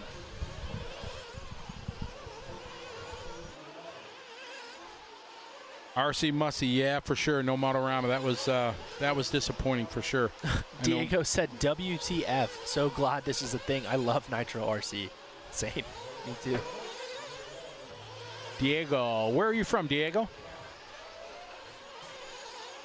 Like to see new names, kind of learn where you're from, like we've learned many. Oh, there's my, yeah. The YouTube thing just popped up. That was pretty funny. Wasn't the part of the Dead Poet Society one of the I don't have the actual quote, but part of it was like, if you're gonna do something, like, do it. Like, yeah, for sure. I mean, I think a lot of that was, it's been a long time since I've seen it, but yeah, don't be afraid to follow your desires, your dreams, and no matter what people tell you, if you have a passion for it, still go after it. But that can be looked at both ways. Don't forsake things that are good and right to do something that maybe not. There's a million ways you could read into it. This is way too deep for a liverc.com broadcast of the DNC presented by A Main Hobbies and Proline. Right. Like I worked that in just bam. I do. Yeah. But yeah, it's a good movie, but it is deep. You know what it's not too deep for? Frankie to go second and Watlet to hang on to TQ. What? Sure. Wow. Wait. So that was the end of it. So Nick Watlet is the TQ. That's what we did. Yeah. Wasn't he like 20th the first round? Yeah. You know what it was? What? We talked about him and watched his car for the first 3 minutes. There you go. And that's what it was. As soon as we, because he was in the background still, as soon as we panned away from his car and went to somebody else, he bobbled. He flipped over in the top corner and flipped back on his wheels. Still TQ'd. It was because of us. That was it. Ken Griffith, no, this is not a replay. We are live. Live coming to you from Beaumont, California at Thunder Alley Raceway, the 22nd running of the Dirt Nitro Challenge, presented here on liverc.com by A Main Hobbies and Proline. My name is Scotty Ernst. I'm here with my tag team partner, Tyler Hooks. And we hope you're enjoying the broadcast. We're sure having a good time talking about all things RC and all things not RC, movies, food, words of the day, all kinds of stuff. I'm going to tell you about this brutal group chat that I'm in. Oh, I can't tell you who's in it because okay. No, for sure. But we were talking about, they were like, why are they talking about a pizza place on this thing? One of our guys had just chimed in. They're like, okay. What is Shakey's? What are they talking about? And one of my buddies chimed in and said it was all they talked about yesterday. Occasionally they chime in on a race, like occasionally. That is brutal. Or occasionally they would talk about how Joe Bornhorst was the BQ after winning seeding. just roasted the guy.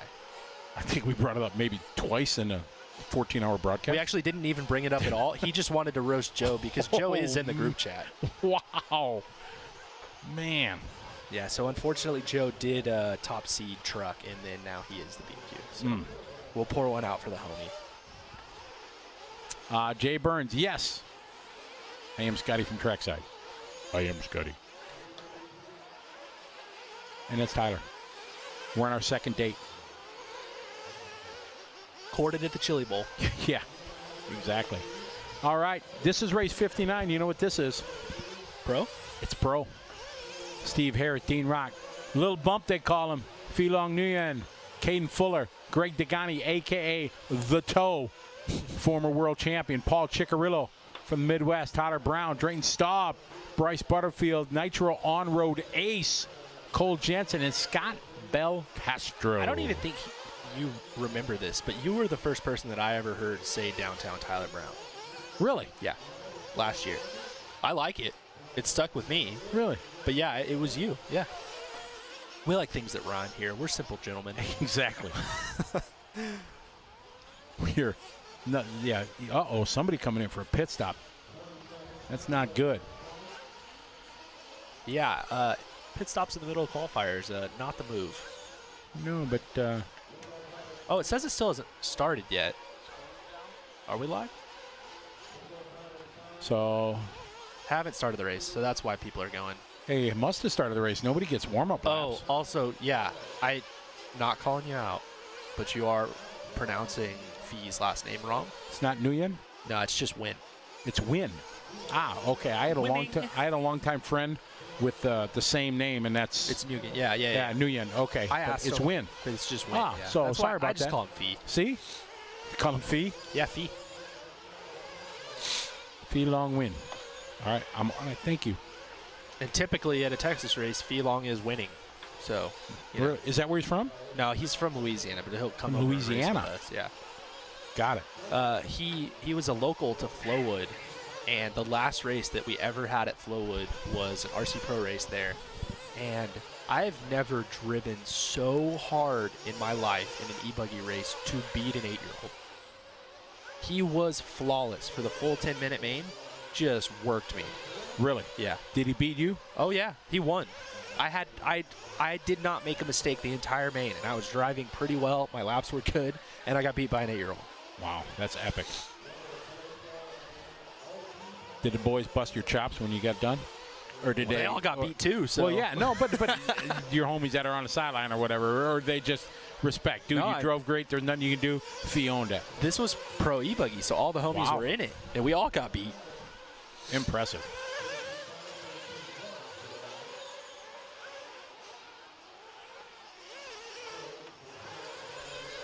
Your leader right now, Drayton Staub, former 10-scale epic ace. Still a 10-scale epic. Oh, ace. for sure. You're right. Yeah, you can't. You're right. You can't take that away. You can still pick up a 10-scale car in school and so many people. But yeah, now stepping up into the 8-scale. Is Degani still a JQ ace? Yes, Degani is still JQ.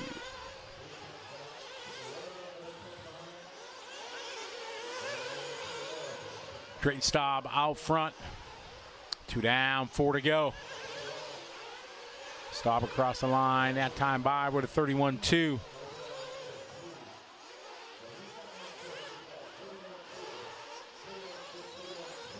Big whip. Drayton's car looks much better today than it did Wednesday. That it did, for sure. Ooh, nice. That was nice of the car behind him. Kind of give him space, give it up. Wow, the track, you can see it now with the way that the sun's forming. The track is way bumpy. Yeah, you can see now, yeah, absolutely. With the way the sun is kind of coming in from the side, you can see all the ruts and huge crevasse in a couple places. Somebody right here, earlier, Rob? and I missed it, and I'm sorry that I didn't answer your question earlier. Somebody was asking about how do you drive in shadows. There's not really, there's no technique to it. You Point it and hope it comes out. Yeah, kind of just hope for the best. Garrett Smith, Mike Trury, just running Nitro Buggy this weekend. Any buggy, just running buggies. Just Buggy, yeah. Yeah. He's running Mugen. Yep.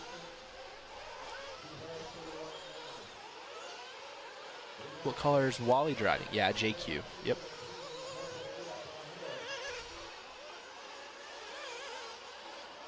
catching up with Steve Harris, our second place driver in the Agama.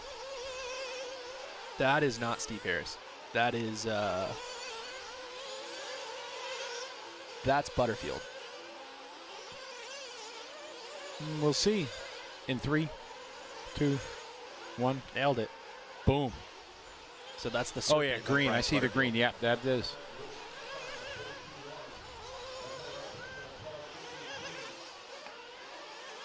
Bryce Butterfield, a Nitro ace, like I said, big time. Runs Nitro on-road.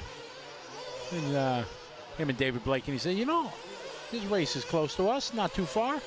Let's play in the dirt. We run for a brand that makes a Nitro buggy car.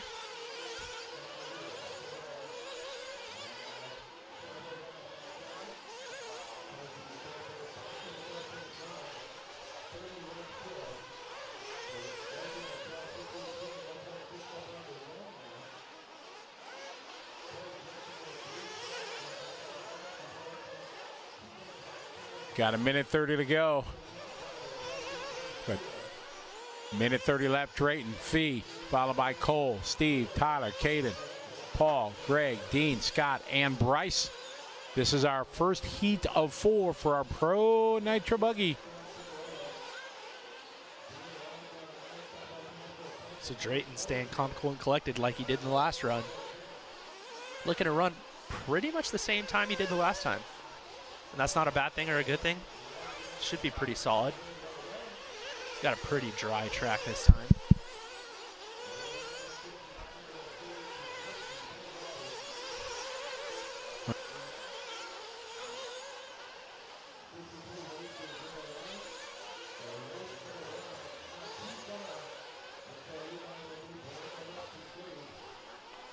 Right.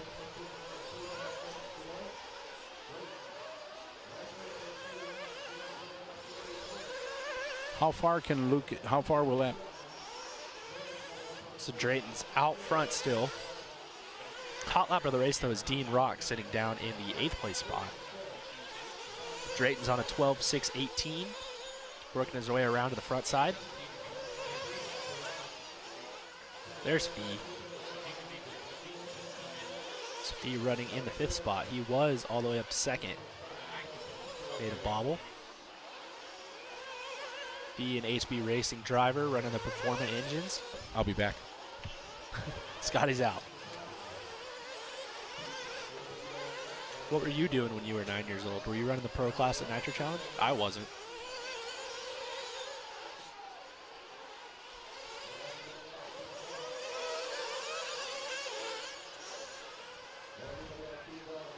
So Fee coming around with 32.9. Drayton coming around this last time by with the hot lap of the race with a 30.7. He's still on a 12.6.18, trying to drop his pace down just a little bit, see how many spots he can get by the end of the race. I want to say he took a 10 or 11 for the last round.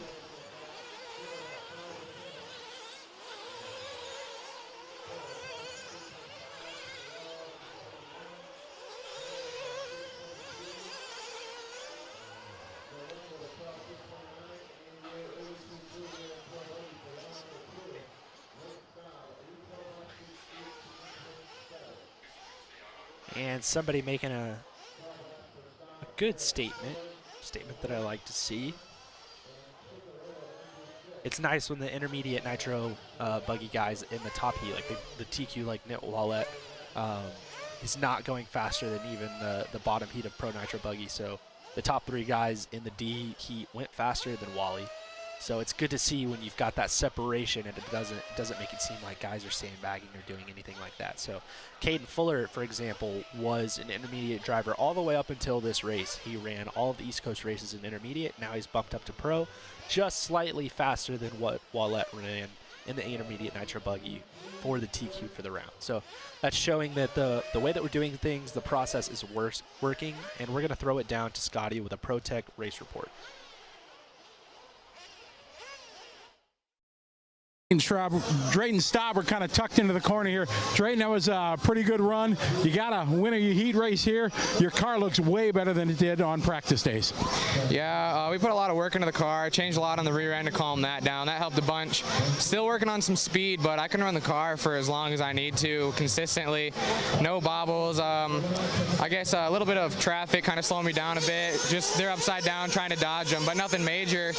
Car is really easy to drive. Just got to work on some speed. I think that could just be the driving and me trying to do 10 scale line still, but I'm working on that.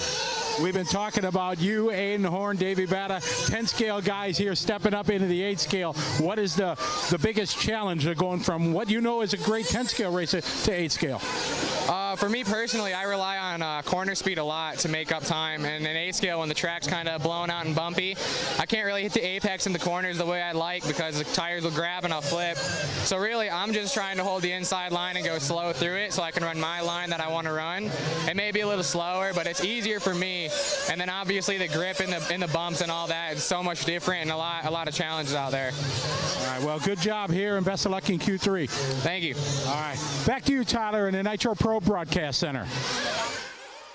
All right, so that was Drayton Staub, team associated, aka driver running the OS engines. He takes the D Heat provisional TQ. Maybe a little nervous in that interview. Drayton didn't look super comfortable, but the car did look good on the track. And he did say something that we talked about in the last run where, you know, we were talking about the washboard section, how he was going slow, keeping the inside line. And he pretty much confirmed that there. So Drayton not feeling super comfortable running normal 8 scale lines, so he's kind of doing his own thing. And it is nice to see that it's kind of working out for him. So next up is going to be our C Heat of Pro Nitro Buggy.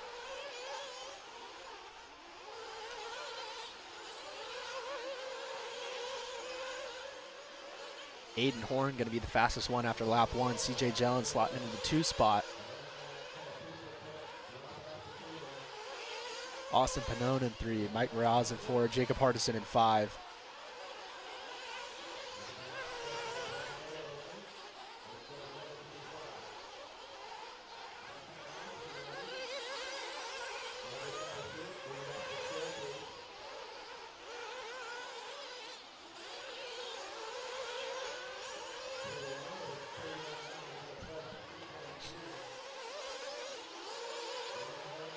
All right, so we're about 2 minutes into this one. Everybody's got almost 3 laps, so CJ Jellin out front. Aiden Horn in second. Looks like we're catching up with Jellin, who had, oh no, he had a good run in the first round. Oh, you could kind of see him panic when he went off the track, but he fixed it really quick. Didn't lose entirely too much time, but it's probably going to give Aiden Horn the lead. None of these guys going faster than Drayton right now, so Drayton looking to hold on for a quick run. These guys trying to take advantage of not having water. This heat had water the last round. Not the best. Not the best way to get a fast run when you get the water round. So this guy's trying to take advantage of it. And I believe Drayton's run is going to get water the next round, so he was trying to take advantage of not having it for the last time. So Aiden going to slot back to the lead. Aiden was another one who was struggling, but starting to get it figured out today. Drayton laid down a 12.618. That's a solid run right now. That's ahead of this C group. CJ Jellin now about 2 seconds just off the pace set by Drayton. Mike Morales, Aiden Horn, Jacob Hardison, Austin Pannone, Sean Kirkman, Colin Herzig, Ryan Pavitas, Zach Gastel, Chuck Hicks, and Anthony Westergaard. Anthony wearing a lot of hats here. He's helping out with the Proline team and everything like that, trying to race. That's always a challenge for sure. Got 2.5 minutes left to go. This is heat number 2 of 4, race 60 of our 1.8 Pro Nitro Buggy. We hello to everybody from around the world watching the liverc.com broadcast of the 2021 Dirt Nitro Challenge presented by A-Main Hobbies and Proline. As the sun is starting to go down, you see more and more shadows coming along the track. Definitely gives you the look of the holes and stuff that's starting to wear.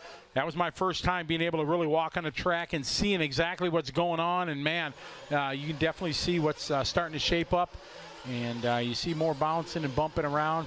Still some good paces though. CJ still out front, 12.619. just now 0.3 of a second off TQ time.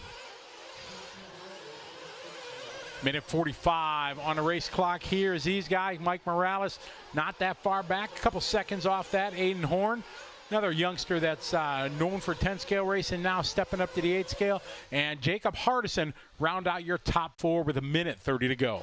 Minute 30 to go. So Jacob Hardison crashed on the first lap of the last round. Having a little bit better run this time by. So Aiden Horn out front. He's got Jacob right behind him on the track. Aiden not out front, my bad. He is in third.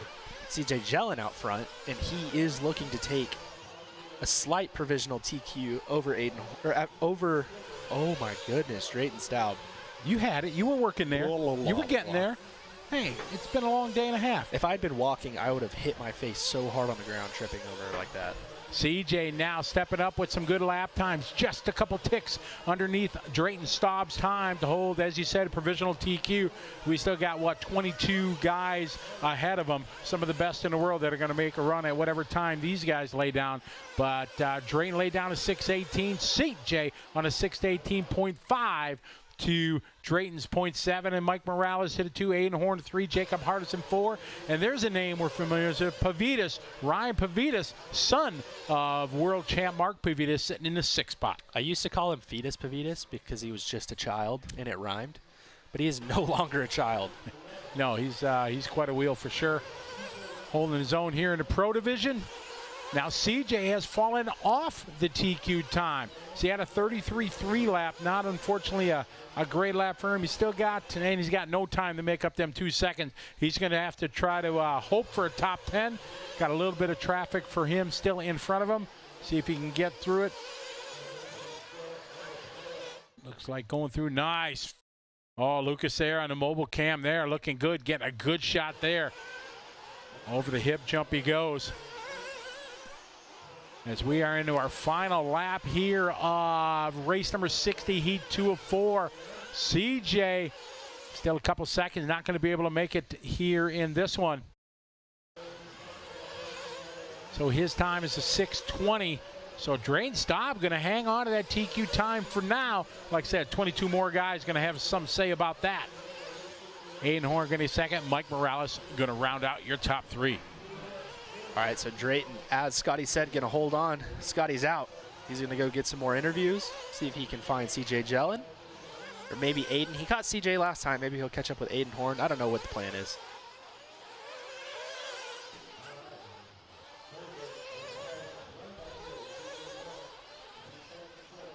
Is the Drake here somewhere? Is he driving or just pitman? The Drake is racing. He's running 40-plus buggy today and pro buggy.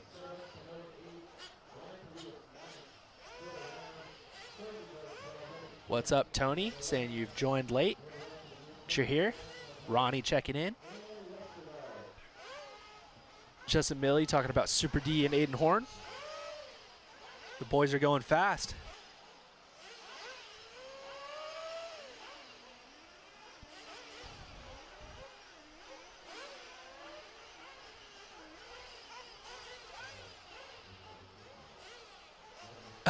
Mr. Robinson not wanting us to read his comments.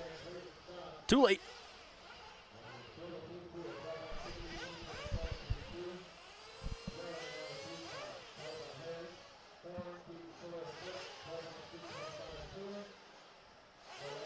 Danny Smith talking about hammer time. Danny Smith, the hammer. What spring and shock setup has been working so far? Man, you're going to have to ask the guys personally. Not everybody's running the same spring and shock package on every car.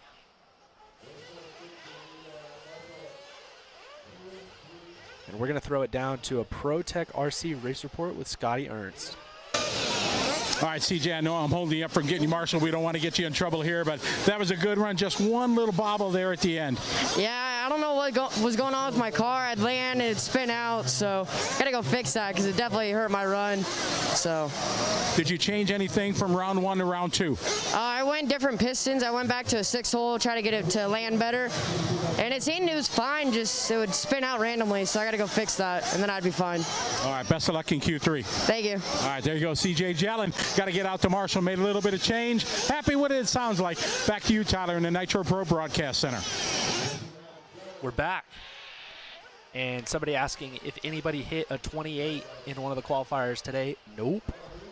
They hit it yesterday in e-buggy, but that's what we were talking about earlier, which is why I'm assuming this person was asking, and they have not, and I don't think that they will.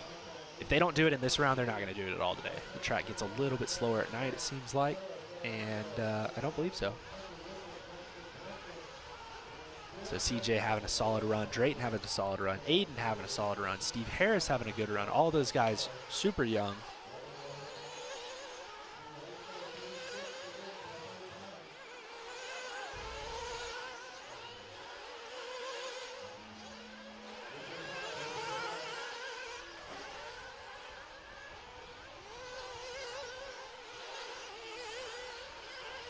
All right, so this is the B heat now.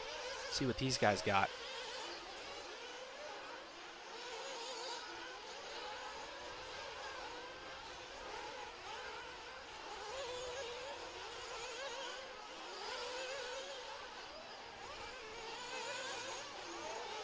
Joey Fisher saying it's beautiful to see a world champion in the low B sort. Just shows how stacked it is. How many fast guys there are in 8 scale now. You don't have a good seating time, even if you are a world champion, you're going to end up in the B. Hi. Hi. I'm back. Nice. Could you hear CJ enough with the mask when his mask on? Yeah, okay. we heard fine. Yeah. All right, so who's going to be leading this first one? Tyler looks like Seth. Ooh, Spencer comes out. Tater hasn't crossed, or Trury hasn't crossed. Ooh, good lap for Trury, opening lap. 31.6 puts him 3. Spencer, Seth, Mike, Camden, Jackson, Kyle, Carlos, Dylan, Mason, Tater, and Jeremiah. Jermaine. I said it like that because I knew you were going to correct me. Oh, I'm sorry. Because remember I screwed it up yesterday? Yeah. Poor Jermaine. All right, this is a 6-minute qualifier, Q2 here. Heat number 3 of 4 of our Nitro Pro Buggy race number 61, 22nd running of the Dirt Nitro Challenge here on liverc.com, presented by A-Man Hobbies and Proline. Pick up Kyle Turner here, up and under the bridge he goes. A really nice line there, coming to the step off.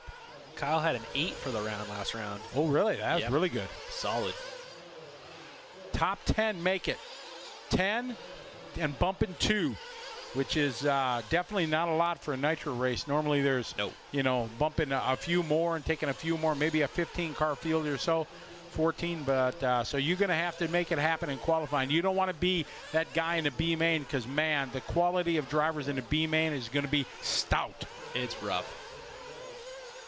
So Spencer Rivkin out front on a 12.617. Man, it's a water run this time, which I was talking about while you were gone. And that's going to play a big factor for these guys because he's the only one going faster than Drayton Stout and CJ Jellin. Elliot Boots said I look like the Terminator wearing his sunglasses. I think he looks sweet. I don't think that that's like him dogging you. I think that's a compliment. Well, then, thanks, Elliot. Spencer moving to the top of the board. He's got a hot lap on his opening lap, 31.1. You and I were talking about that. We never do our hot lap on our opening lap, right? No. No, I never do. I normally do a hot lap like everybody else after you crash. Right. But that's what I'm saying. They were running, CJ was running low 30s in the last race, and it's just wet out there, and it starts off slow. And following Spencer Rivkin here down the front section. If we go back to the previous qualifier, he had an epic run going and then lost it on the final bump. Yeah. No. Final bump on coming at the finish line.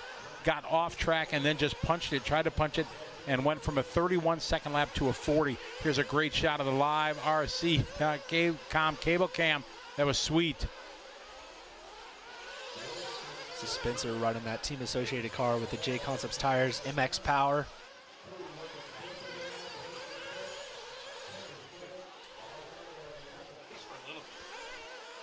Spencer out front. He is on a TQ time, but look at that. Only 2 seconds under Drayton's time. Right. That just shows what kind of run Drayton. And I bumped into on the way back, and he was looking all dejected. I said, "Hey, CJ didn't beat your time." "Yeah, but these guys are going to lay it down." I said, "Just be happy. You got a good run in." That's again where a 10-scale racer doesn't think about water runs. Yeah, because the track's pretty consistent and race after race in a 10 scale. But Spencer, 30.5, new hot lap there. But see, this is what we're talking about though. We're halfway through the run, the track starts to dry out a little bit again, and their lap times just drop dramatically. They did that time. Spencer, Mike, Jackson, Kyle Turner doing his best. We talked about numerous times lap 7 has been the hot lap for many drivers. Yeah. And we just saw it again on lap 7. 1, 2, 3, 4, 5 guys did their fast lap on lap 7. There's the man, Mike Truey. Mike Truey, long-time racer, multi-time champion, been around the block more than once, helping out the Mugen. Just running buggy, he says. I got this. Just going to run one, helping out the rest of the boys in the Mugen team.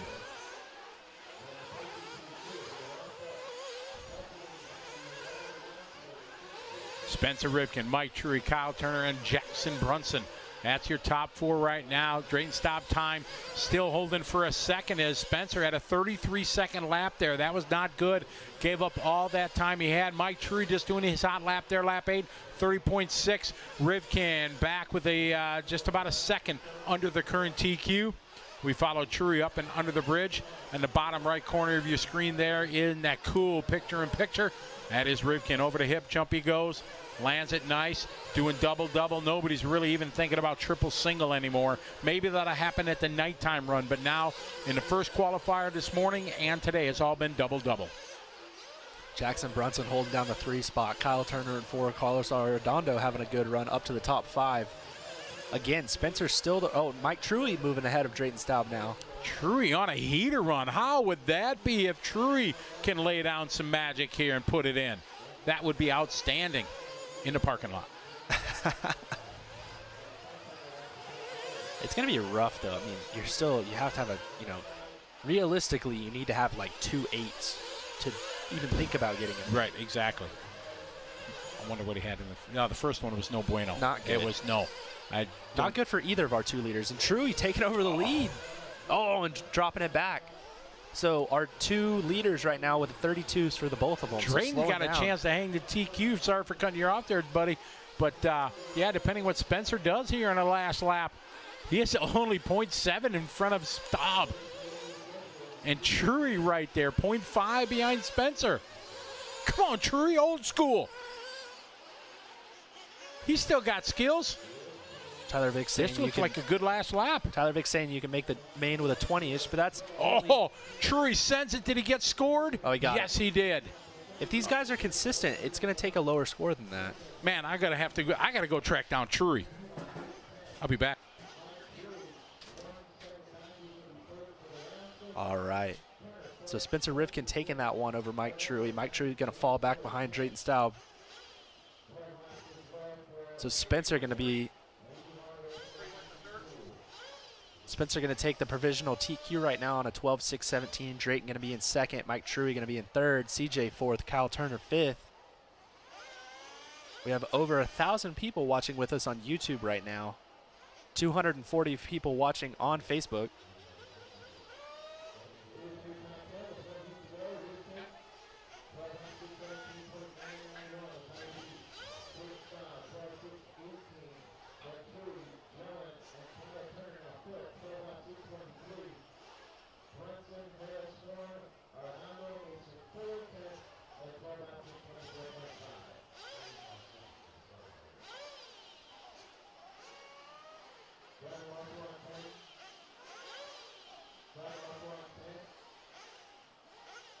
Mike Loeb saying, how can you not root for Truey?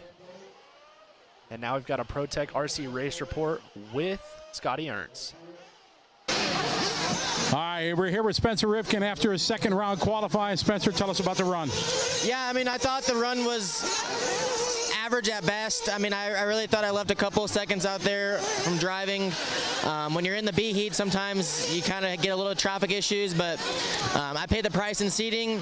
I actually was pretty pumped that my teammate Drayton and Jackson did very good. So I think that as a team, I think we're working our way up, and we'll see the guys in the A heat, see how they do. Did you change anything from Q1 to Q2? Quick. Just a quick mental update, kind of revise the run and just drive a little bit smoother and calmer. All right, man. Keep it going. Yeah, thanks. All right, Spencer Rivkin, back to you, Tyler, in the Nitro Pro Broadcast Center. So Spencer Rivkin basically saying all it took was an attitude adjustment. Nothing really more than that. All right, so everybody getting on the clock, waiting on Ty Tessman. There he comes across the line. Oh, Ty not starting off great. There he comes. TNR Fuels bridge cam.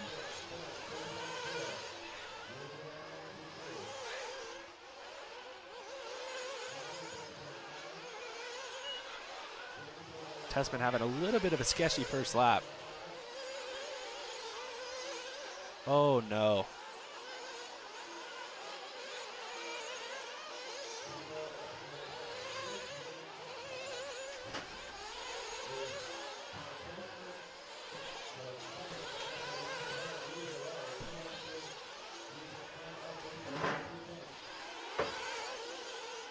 All right, so we're 1:15 in, and Scotty is back. I'm getting my fitness today. Barry Pettit checking in. Barry Pettit. Oh, man, there's a name I haven't seen in a long time. How you guys doing? All right, so pretty much everybody getting 2 laps in, and Dakota Finn, surprise, surprise, out front. Ryan Mayfield in second, Jared Tebow third, Tanner Denny fourth, and Jared Wiggins in fifth. Bornhorst having a good start to this one here. First couple laps, Cavalieri, Jones, Drake, Ogden, and Tessman. Tessman with a 33-second first lap. Man, tough one as we follow these guys around, coming around, completing their 3rd lap. So Dakota Finn right behind Mayfield on this one. See how these two work together. They are 1 and 2 on the clock, so they're not exactly going to let each other go.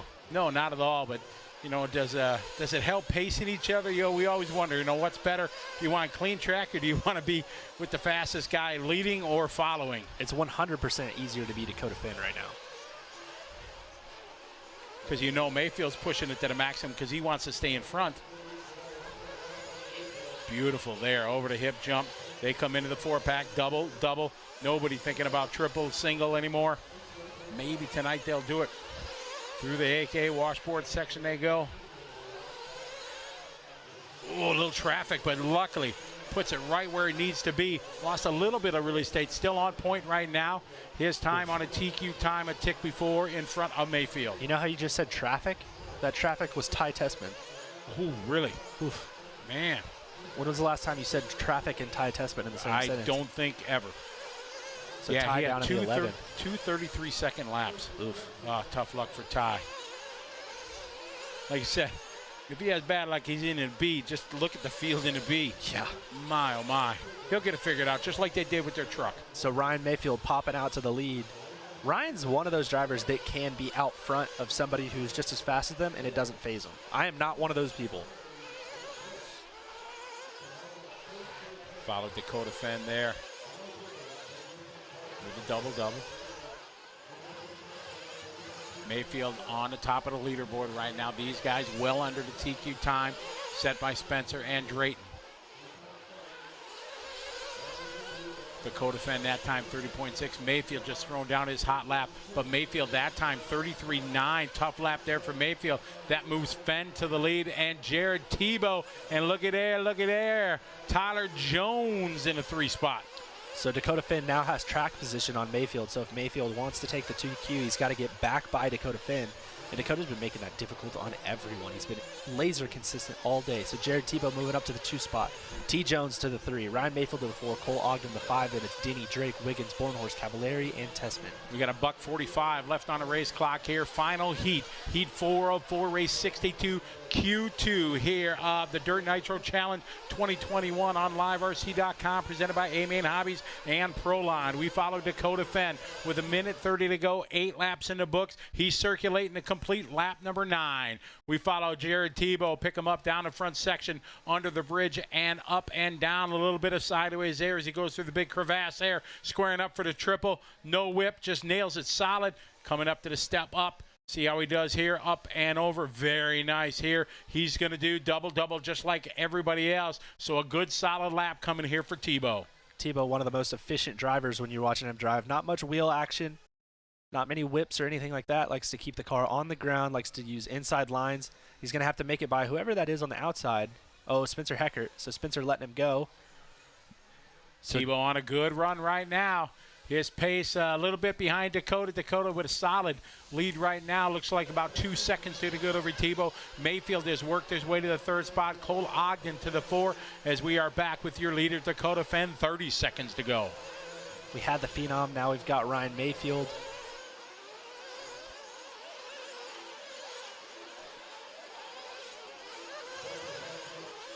So there's Ryan Mayfield coming into the backside. He's worked himself back up to 3rd place right now.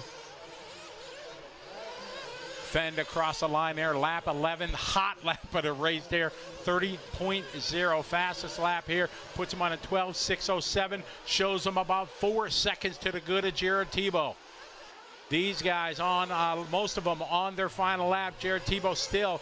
Tebow's been leaving the pit lane about the latest, so he's about the last one to run till the end.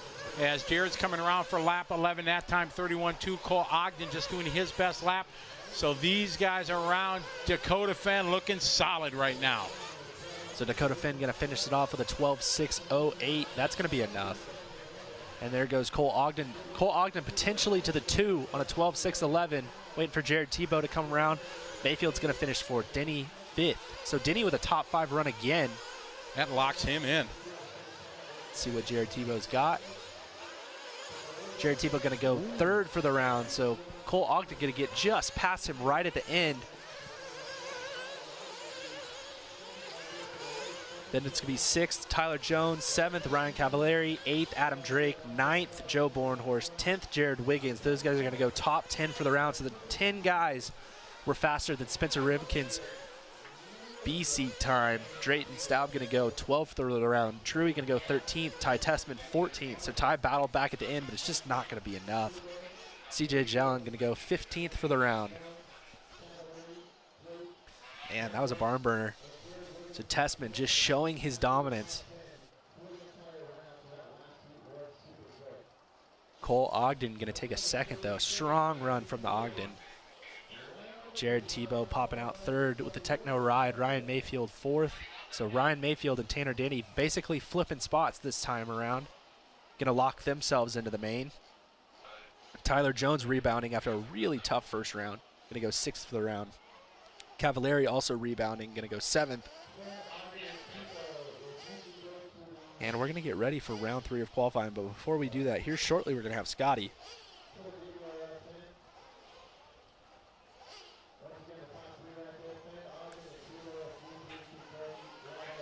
Somebody in the chat room talking about how Tessman's making them upset. Imagine actually being him and being upset.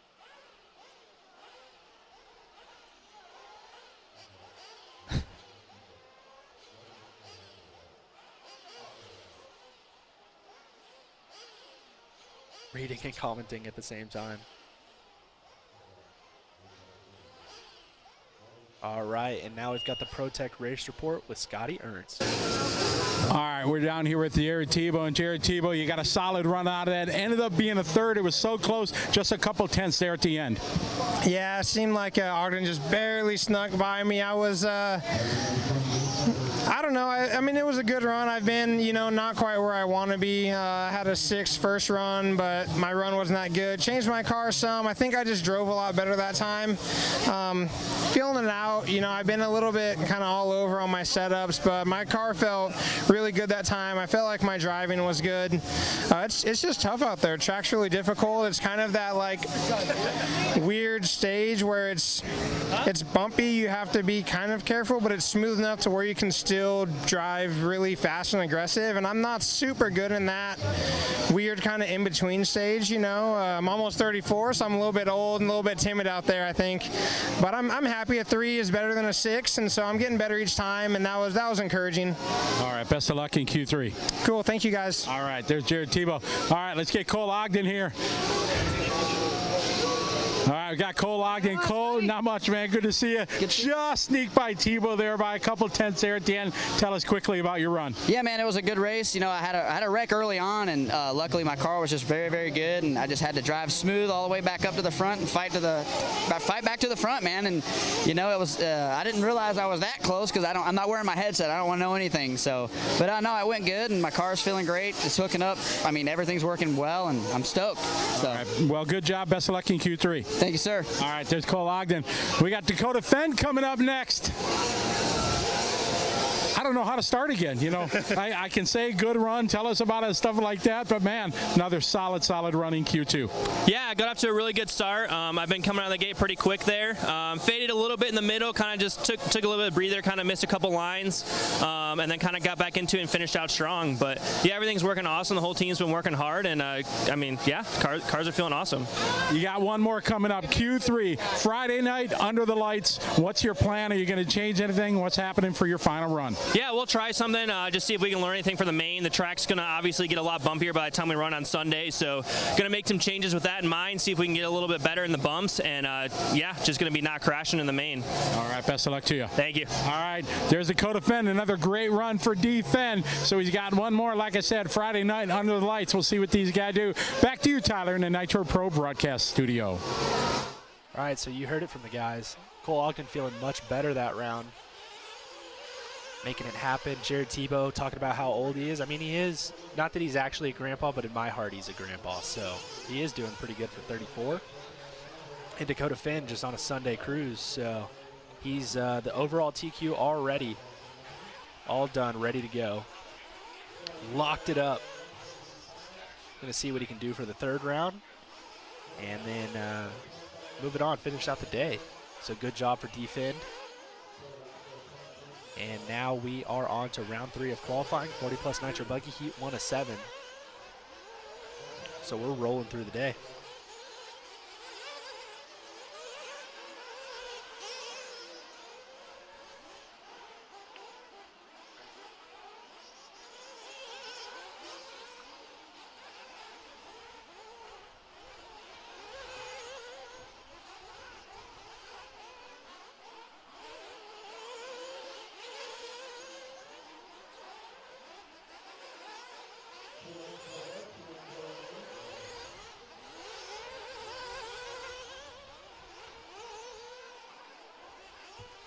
All right, so like I was saying earlier, I don't think Anthony Hoarth seated in 40 plus Nitro Buggy. He's down in the lowest heat, but he's been consistently up at the top.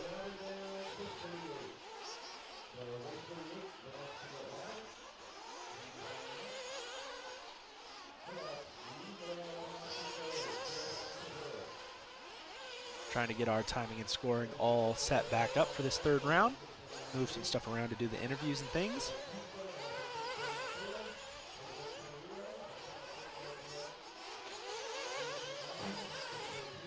So give me about 30 seconds and maybe a minute.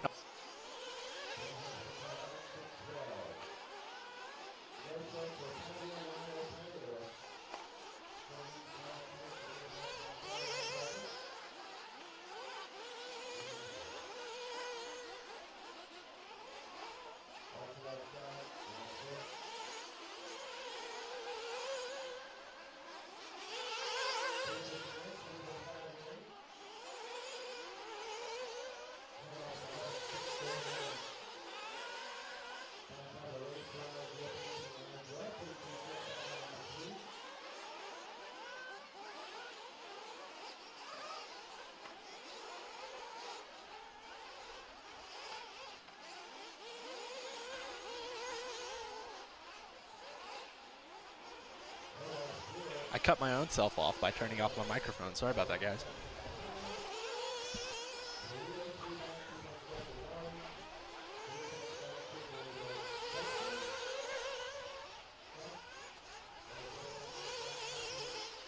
All right, guys, as always, big thank you to A-Main Hobbies, our title sponsor, for this one. Quite a few A-Main drivers doing well. And Proline Racing, big thank you to them as well. They've already got some drivers locked into the A-Main, all ready to go for Saturday and Sunday. Looks like Tanner Denny's going to qualify pretty well. He'll be in the A-Main, one of those Proline Racing drivers. Right, yeah, he's locked into the A-Main. Ryan Cavallari having a rebound run. Ended up either 6th or 7th for that last round as well. So another one of those Proline Racing drivers.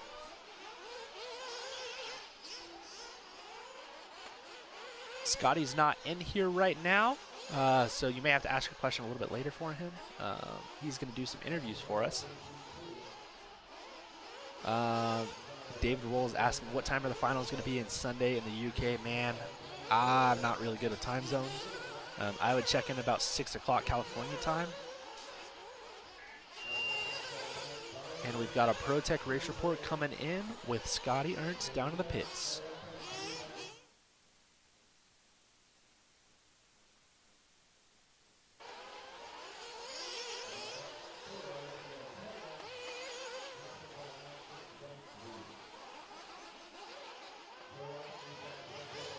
Back to the racing action here for a second. We'll throw it back down to Scotty in just a minute.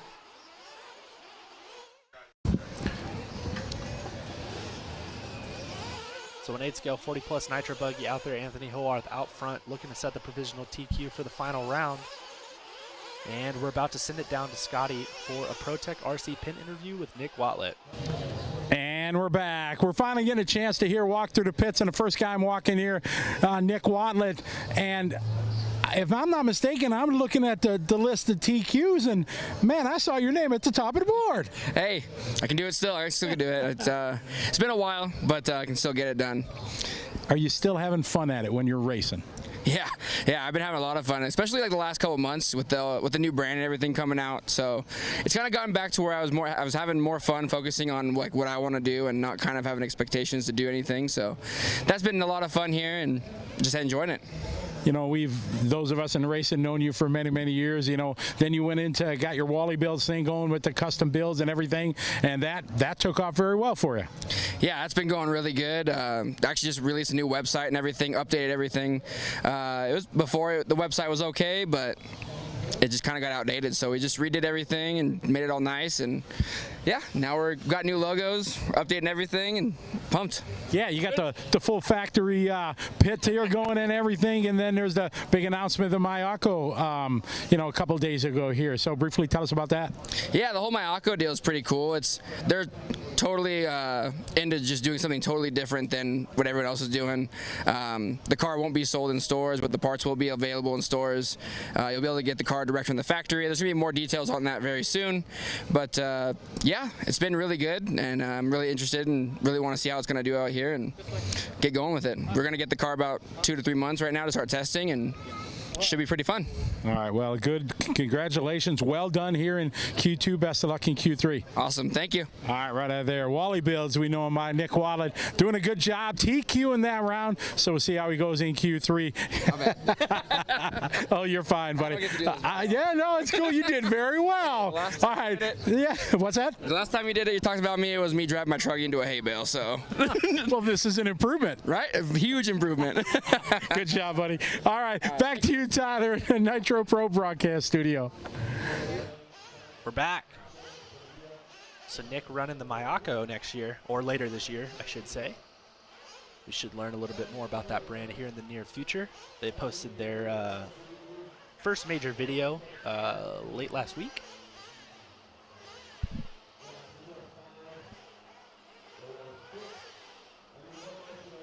And we've got another ProTech RC race report with Scotty Ernst right now. As we continue our rambling here through the pits, we come across two guys that this event would not be possible. You've heard me throughout the week talk about 22 years of the Dirt Nitro Challenge, and these are the two guys that are a big part of it. We're going to start with Mr. The Dirt himself, Joey Christensen. Joey, we talked before, but just another fantastic job by you and your crew. Thanks, man. Yeah, it's been a fun time to do it with not being sure if we're going to race or not, with the crazy year, so we're just excited to be out here and put this thing on, and we're so happy all these people came to race, and great weather, great racing. We're happy. 22 years. When you look back at that, all the 5 tracks that you've been on in the history of this, the weather conditions that you and Aaron and the crew have had to fight, what really sticks out in those 22 years?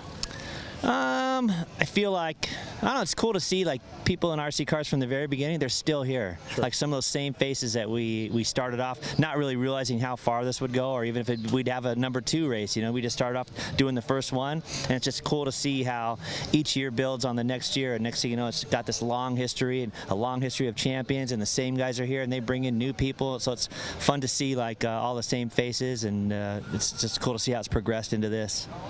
You got a great team that along, with the ace behind you here that we'll talk to in a minute. But that has to just be the best of friendships you've built here in your business and your passion for building tracks and putting on events. Yeah, I mean, you can't do it by yourself, and you can only go so far by yourself. But it's cool to have not only best friends, but people that have like really know good work ethic and know how to do a lot of things. Like I feel super blessed that like Aaron, his business card says expert, and people go, expert in what? And he's like, what do you need? Like he can do like so many things, and it's cool to bring on people like Jimmy Babcock and Live RC guys and Kenny Brosh and Aaron and everybody coming together to help make this event what it is. Yeah, you can't do it alone. So we have a great team, and I still feel super blessed to have that. Yeah, a good team is important, and obviously I have a close bond with Jimmy and Kenny. Being we're in the same business, and seeing Kenny do this. I talked to him earlier. It's like 18 years for Kenny to do this, and you can see the pride. He says, "Oh, Jimmy is kind of this and that." I'm like, "No, everybody you talk to, that Kenny, this is yours. You're the rare D. You're the announcer. The dirt. You're synonymous for this, and you can see the pride that he has being involved for so many years." Absolutely, yeah. I did a little analogy where I drew like a human body, and how all of my team plays a certain part. It's so funny, like Kenny's kind of the heart of the thing. Like he knows the backgrounds and the stories of the people, and he's got a lot of passion for it. And Jimmy's kind of like the brain that keeps the things all going well. Aaron's like the smiley face and the hands that just can welcome you and do whatever you need. I'm like the feet that run around and get everything organized. And like everybody plays. Brandon's the guy that's the visual and makes it all happen. Like we all play this part of this big machine. Like a human body is kind of was my analogy, that all together it's the big DNC machine that work, and it's cool that they all play a good part. We talked about it earlier off camera when we first got here, that this year you were able to kind of take like a breath on Tuesday.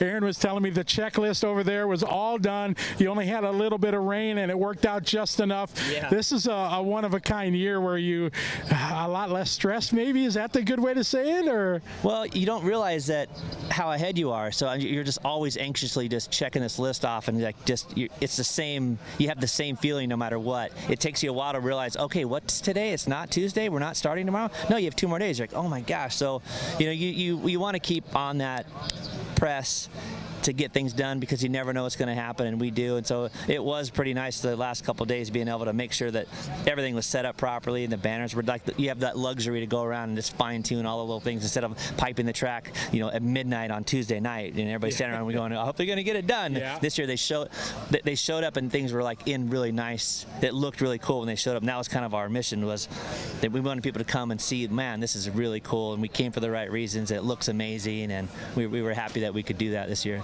Well, you should be very proud of what you did. I'm going to jump over here and talk to, as they say on the business card, the expert, Aaron Webb here. Aaron, you've been working with him since the beginning. You know what I mean? You guys are Bonnie and Clyde and peanut butter and jelly. You just go together for sure. Yep. You can see in the work that you do, the pride that you have in making all this possible also. It's easy to trust and have faith in somebody who's been so successful and wise about everything that he's done when it comes to every part of this whole 22-year history of this event.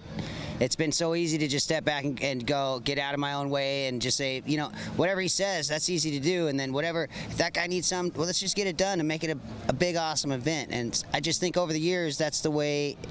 It's kind of like the Nordstrom, we're happy everybody's here. We're here to cater for you. We want you to have a great time, whatever it takes. Let's do it and have a great time and see who wins. When did your friendship with Joey begin? Was it just RC related, or was it before that? That's actually a great story. I was 18 years old, moved out of the house up to Utah to snowboard, and I had like $70 to my name, and I had my first month's rent, and it was like the 100-year snowstorm that night, and I walked all over on a Sunday in Utah to find a job, and the last place I went to was an office supply store that I thought I would never see a girl at, and I walked right up to Joe, and I was like, oh man, I need a job. I don't care if there's any girls here or not, but do you got a job? And he said, you from California? And I said, yeah, I just got here yesterday. And he goes, I'll tell the manager I know you. And I got a job the next day. We've been best friends ever since. I'll be darned. So it was long before the racing. It was something that he just would call me out as friends and say, hey, I'm doing this big thing this weekend. Come on out. And then his dad was so cool. He'd have an extra car for me. We'd race and we'd have some fun. And in the end, I just was like, you know what? Whatever it takes to help you out, make this thing awesome, let's do it. Well, it's an awesome story, and you are a key part of the success of the race, and it's a pleasure coming here every time and being part of this event. Well done again. Oh, man, thanks. I always love seeing you, Scotty, and all the live RC guys and everybody that's involved. It's just real heartwarming to once a year you get this full fulfillment of energy. It's good, positive energy. It makes it really fun.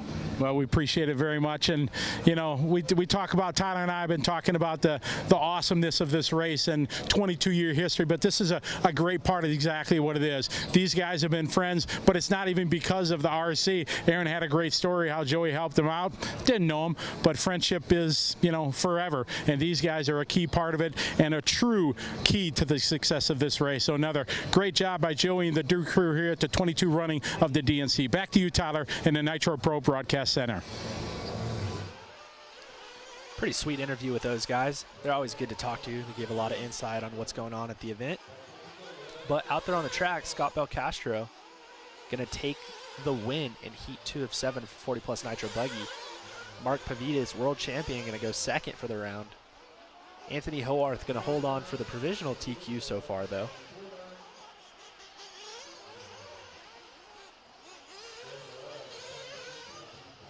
Joe Kimball is trying to find the results. Glad you found them, man. We've had a bunch of people get confused about that, so don't take it personally or anything like that. It happens. Still have a cartoon drawing that Joey drew you at the RCX show in Anaheim back in the day. That's pretty cool, Roger. At my home track, they do. Joey comes down and does a bunch of races there, and he always leaves drawings, and we just leave them. He'll do them on dry race boards, and they just stay there forever. Do horseshoe games, and Joey will do like custom, like full custom setups to show who played who and everything, and the brackets. And he does all the cool calligraphy stuff on there, and it always looks really sweet. Joey's a great artist. And we're back down to Scotty with another ProTech RC race report. All right, we're over here in S-Works pit with Spencer Heckert, and Spencer, Q1 and Q2 didn't go as hoped and everything, but that's part of the challenge of the Nitro Challenge, isn't it? Oh yeah, it's the Dirt Nitro Challenge, not the Dirt Nitro Easy. So yeah, that's a good way to put it for sure. Oh yeah, yep, for sure. Yeah, I had a first couple rounds that were pretty tough for me, so hopefully we'll do a little better in round 3. Gotta hopefully make it out with the bump game. So. Yeah, the bumping is going to be, and it's going to be tough though, yeah. And to be in the C with, because there's a lot of talented guys here. I see Dad over there wrenching on the car for you. He's a big part of this, isn't he? Oh yeah, for sure. I got an outside chance. If I get a top 5 run, I might be able to make the main still, but it's looking pretty rough right now. No, not if. When you get a top 5 run, right? Got to get a top 5 run. We're gonna get a top 5 run and put it in the show. So. All right, there you go. Positive thinking. Yep, right. For sure. How old are you now? I'm 18. 18. So. When did we first meet? When you were like 12 or 11, something like that? It's probably somewhere around there, probably 10 or 11 at Trackside, I bet it was. Yeah, a long time ago. Well, best of luck in Q3. Thank you, I appreciate it. Right on. Always a smile in the Heckert pits. So he had some tough luck in Q1 and 2, but hopefully he'll get it done in Q3. We'll find out. Back to you, Tyler, in the Nitro Pro Broadcast Center. Spencer Heckert, the man. Big Spencer Heckert fan over here. We're homies. Good friend of mine. Really good interview too. He doesn't exactly talk very fast, doesn't talk very loud, but he'll tell you what you want to hear. And he's right. This is not the Nitro Easy by any means.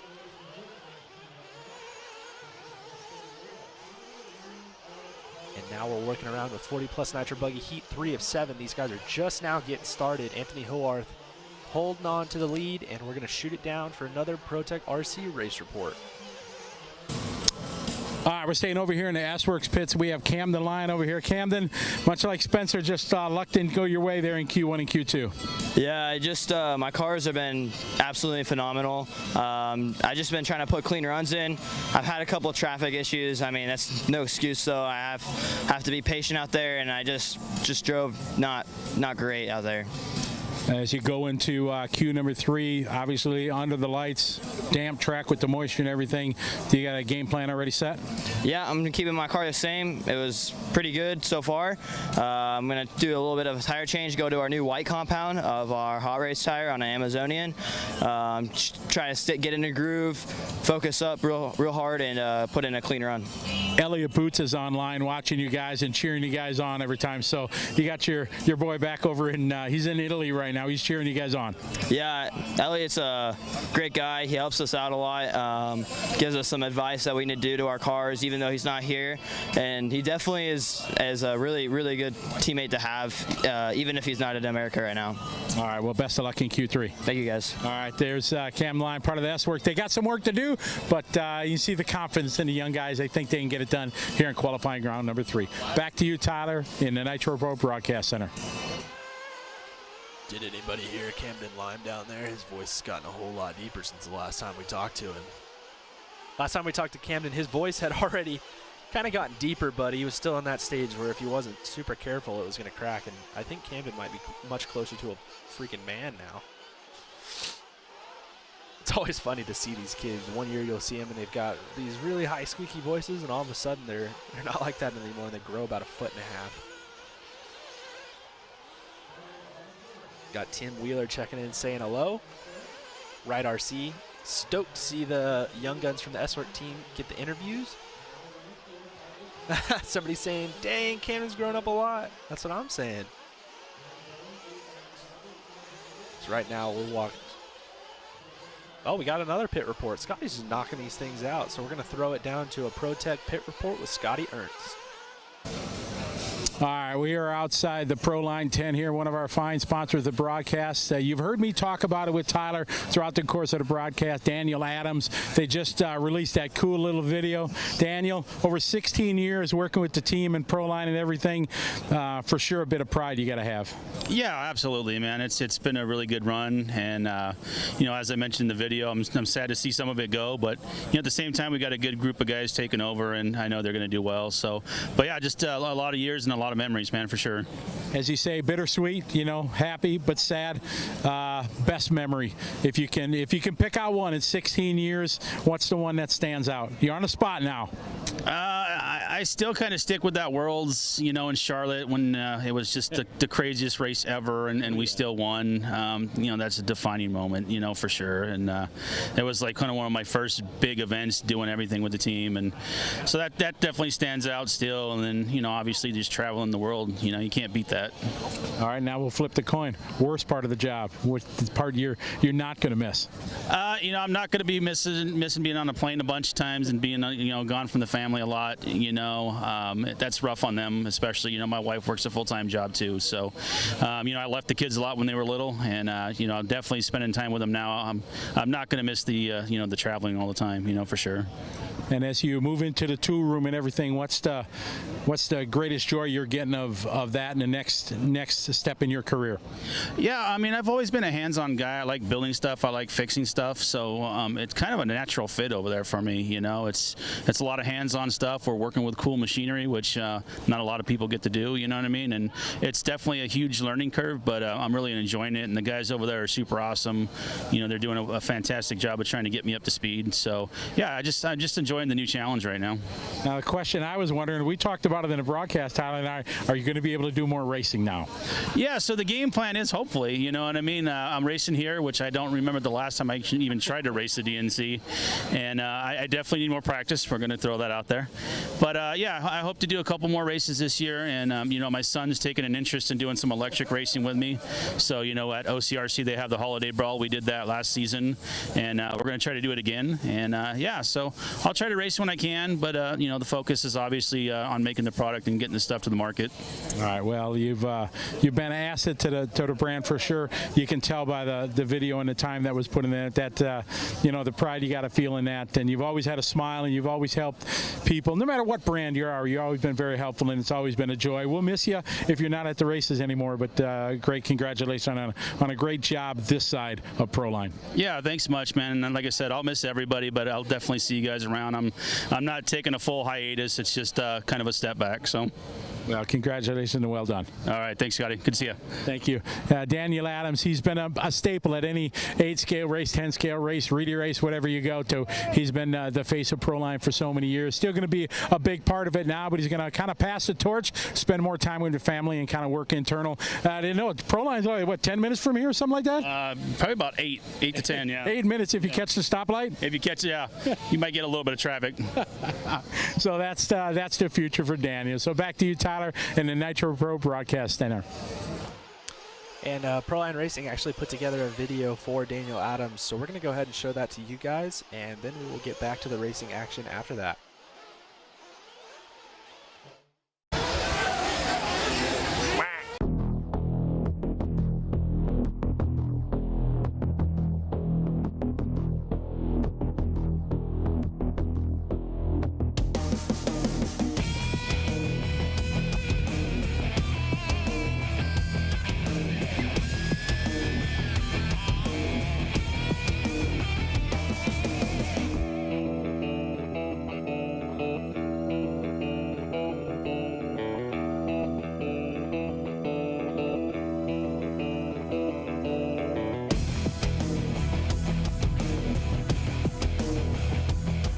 For 15 years, Daniel Adams has been involved with Proline Racing.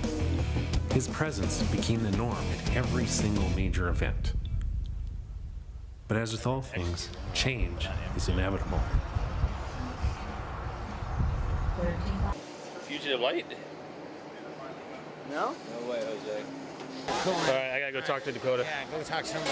After 13 years, my wife and kids want to see me more, you know, and that's not possible if I'm gone every weekend. But Proline's been a great company to me, and you know, I'll do whatever I have to do to make sure that they're happy at the end of it. You know what I mean? So I'm definitely not gonna. I'm not one to abandon ship or leave anybody high and dry. So that's never gonna happen, you know. So, but we'll see what the future holds. You know, I don't know yet. So. While this past year has seen many changes at Proline Racing, one thing remains the same. Their products are manufactured at their Southern California headquarters. Perfect.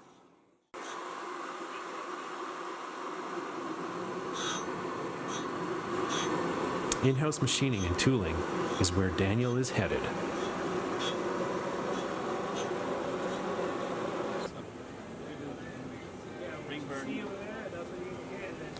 Let's find out what some of his fondest memories are with the racing team over the years. Oh, man, that's a tough one. There's been a lot of them. You know, I think back to, you know, probably the Worlds in Charlotte. That was, 2008. We got a ton of rain. You know, the hardware store sold out of rubber boots and duct tape and WD-40. And, I mean, it just rained like crazy, you know, and everybody was just scrambling around trying to get their cars running. And it was a pretty crazy race, man. And you know, Hara ended up winning, which was awesome, you know. And but yeah, that's one of the memorable ones, just because of how much chaos was kind of going on at the time. And I mean, obviously there's a ton of them, but that one kind of sticks in my mind as like one of the first big events that I did with Scott Hughes and stuff. And yeah, it was just a crazy event, man. Speaking of big, what's the biggest win that you've ever been part of? You know, obviously there's a lot of wins that we've had as a team. I think, you know, probably the Worlds when Ty won in Italy for us was a big win. Obviously, you know, we didn't know what to expect going over there. You know, we had the new fuel stick. We had new tires. We had so much new stuff. And you know, obviously it's a track that a surface that was almost like stucco, man. It's like not something, you know, we're used to running on. And they were actually like patching it like it was stucco, you know. So, yeah, just, I mean, obviously being in Italy too was super awesome, you know what I mean? Like we stayed right basically on the water, and you know, just Ty getting that win and just the way everybody worked together to get all the stuff done and make it happen was pretty memorable for sure. What's the most races you've done in a single year? Oh gosh, man. I gotta say maybe 40 plus. I don't know. But I mean, you gotta figure I've got, you know, like the local JBRL. There's, you know, races that guys hire me to do for them for race directing. And then obviously there's our nationals and the Reedy race and everything in between. So probably I'd say at least 40, or if not a few more than that. So what's how's your life changed since moving from team management? How's your life changed since moving away from team management? I mean, as far as life-wise, I'm home more often now, you know, so we're working on a 4-10 schedule, so I have every Friday off, you know, unless I get, you know, have to come in for a special project or there's an event coming up that I need to help, you know, prepare for or something like that. But no, it's been good, man. It's you know, after spending so many years of traveling and you know, working with a team and just preparing for race after race after race, it's been a nice change of pace, man. It's you know, obviously a huge learning curve over here, but so far it's been awesome, man. So do you miss it at all? Yeah, I mean, obviously, you know, with COVID hitting, you know, almost all of our events got canceled last year, you know, so it kind of made the transition a little easier just because there wasn't any racing going on for the most part, and we weren't really traveling, you know, and I'm gonna miss it, you know what I mean? Obviously, hanging out with a lot of the guys, especially like you, and you know, and just you know, making memories, you know what I mean? But you know, I'm blessed that I was able to do it for as long as I was able to do it, and I was able to travel to so many cool places and see so many things that a lot of people might never get the chance to see. So I don't take any of it for granted, for sure. How crazy was that travel? It just depends, man. Like some of it gets crazy. You know what I mean? Like when we went to Argentina a few times, like, I mean, traveling there is sketchy at best, just trying to get through customs, you know. And there was a point when we went to the warm-up race that, you know, all of us were stuck in customs for like 8 hours before they would release us just to leave the airport. You know what I mean? So you just never know what you're going to get, especially going overseas, you know. And you know, obviously you get those sketchy flights, you know what I mean, and bad weather and you know, delays and you just dig through all of it, you know what I mean. And then you know, don't ever take a taxi cab in Argentina. They're sketchy too. So noted. So what's the future of the race team now that you're moving out of it? Yeah, so the future is, you know, I'm still staying on as kind of like a consultant, you know what I mean. I'm still going to be working with the team here. Obviously, a lot of these guys I've had to deal with, you know, for like the last 15 years, 16 years, you know, so they still value all my input, you know what I mean. And you know, Thomas Tran is kind of now taking over as the head team manager, and he's going to kind of be able to work with those guys. And then obviously, you know, we've got a bunch of regional reps now that are going to help as well. So they'll kind of be able to kind of monitor everybody's activity more and kind of help them in those regions.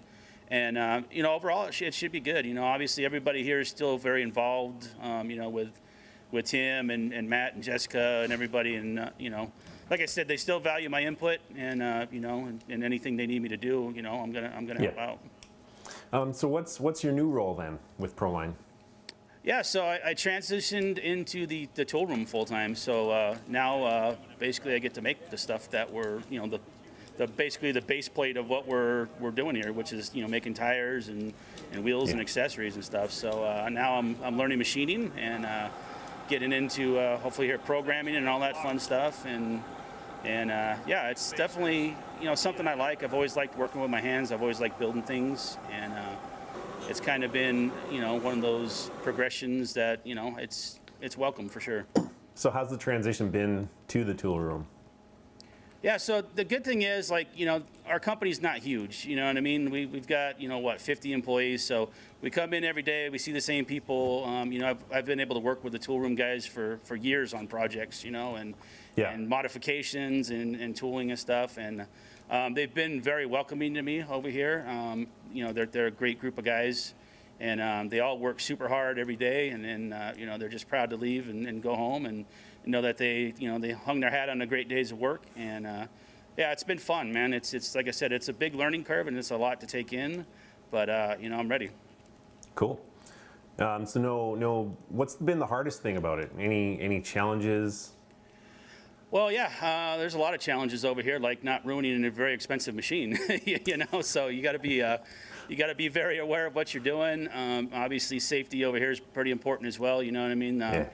I think we've all seen horror stories and seen stuff that happens in machine shops and in shop class. In shop class, yeah, you know what I mean. So like we've all experienced it in some way, shape, or form, and so yeah, the biggest challenge is, you know, obviously not, you know, you're trying not to mess anything up. You know what I mean? Trying to go home safe every day, but you know, it's a lot to take in too. You know, there's a lot to learn. You know, with the programming and the numbers but it's going to be good. You know what I mean? It's just it's a learning curve. You know what I mean? And you know, at 41 years old, I never thought I'd take another whole learning curve, but you know, it's going to happen. So. And reboots happen all over the place. Exactly. So what cool products has Proline got coming out?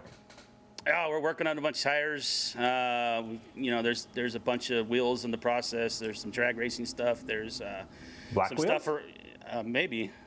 Well, we already have black wheels. We already made black wheels for you. You pushed so hard, we just had to do it. So we've already got that. But yeah, there's some cool stuff in the pipeline for 8 scale, something that's never been done before. So that's going to be awesome once we get that finalized, and it's coming very quickly. We've been working hard on that, and you know, just everyday grind, man. We're always trying to make new stuff and keep the product fresh for sure. Yeah. So will we see Daniel Adams at the racetrack? Yeah, I mean, absolutely. You know, I'm still going to race when I can. You know, we just finished off the Holiday Brawl at OCRC back in December. I'm going to race Nitro Challenge this year with e-buggy. So yeah, you know, this year for Nitro Challenge, I'm going as kind of like more of a a consultant and just to kind of help you know, train the new crew that's going to kind of be taking over. Yeah. You know, obviously I did I did Chris Nelson's race for TNR Fuels in January. So you know, and SoCal Nitro Raceways hired me to do all their events this year. You know, obviously 702, I do their King of Carpet. So yeah. I'm definitely going to be around, you know what I mean? And I want to do Holiday Brawl again. Me and my son race that. And that's a great event. And, you know, Surf City's my baby, so I want to go back to Surf City. So yeah, and then hopefully Silver State. You know, I'm trying to make a bid to get over there to Silver State again. So I'll be floating around. It just won't be my full-time gig anymore. And I'll be there to help and kind of offer some advice and all that stuff. So. Awesome. Well, thanks for your time, Daniel. I hope you have a great day. Man. Yeah, thanks for everything, and we'll see you guys soon. Hey, Daniel and Dustin here. Just want to thank you for everything over the last few years working together. You're an awesome team manager and even better human being, so thank you for everything. It's been great. Good luck with the new adventure of Proline. Hey, Daniel. Just wanted to take a minute and say thank you for all the support over the years. Whether it was at the races or not, you were always great to work with, and you were an awesome team manager. So I just wanted to wish you best of luck in the future, best of luck in the new position, and yeah, thanks again. What's up, Daniel? Just want to say thank you for all your hard work over the years. It was always a pleasure working with you. Awesome to have you as a team manager and all your support at all the events. You were always one of the first ones at the track, one of the last ones to leave, always there to lend a helping hand, and it was greatly appreciated. I wish you all the best in the future, moving forward in your new position, and hope to see you at the races. Hey Daniel, thanks for all the hard work over the years. We had a lot of great wins in national championships and a world championship. I appreciate all the hard work and good luck wherever you end up. Hey Daniel, just want to say thanks for everything. You were always there willing to lend a helping hand. Just really a great influence on the hobby in general, and I want to wish you the best of luck in the future, and I hope to see you at the races doing some racing finally.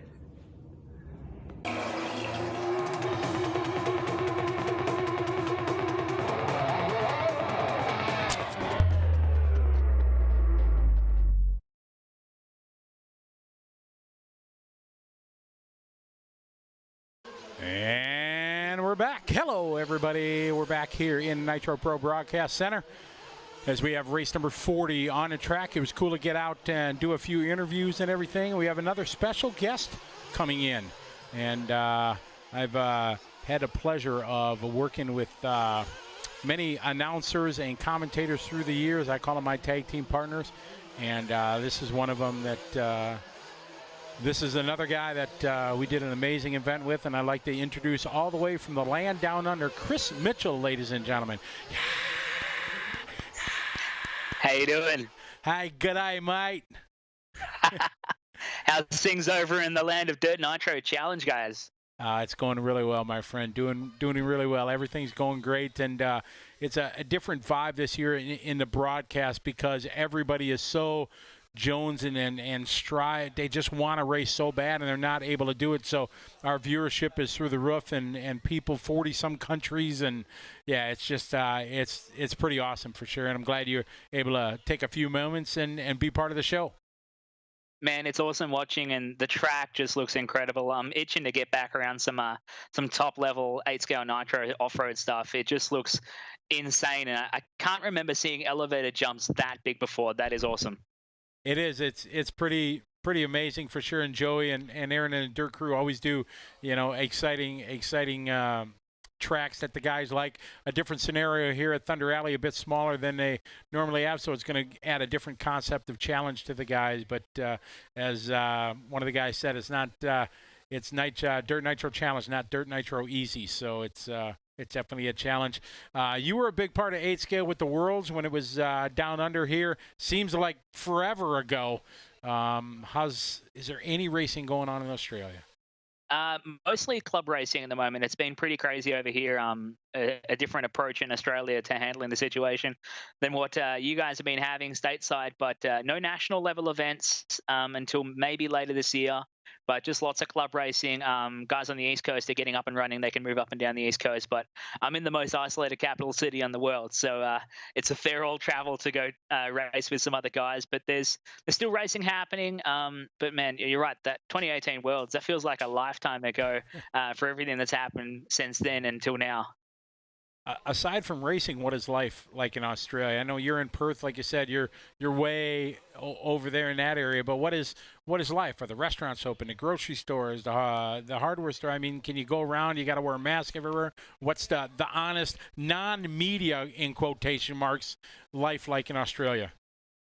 In Australia, we've been okay.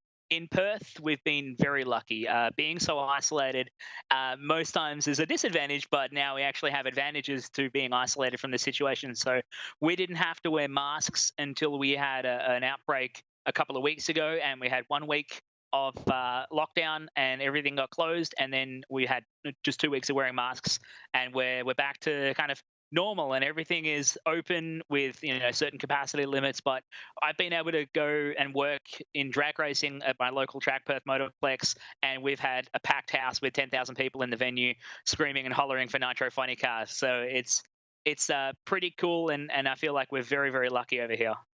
I was going to get into that. You're, we know you from the RC side, but since then you've gotten into a lot of go-karts, drag racing, and all kind of burnout shows and all that fun stuff you do in your other side of your life.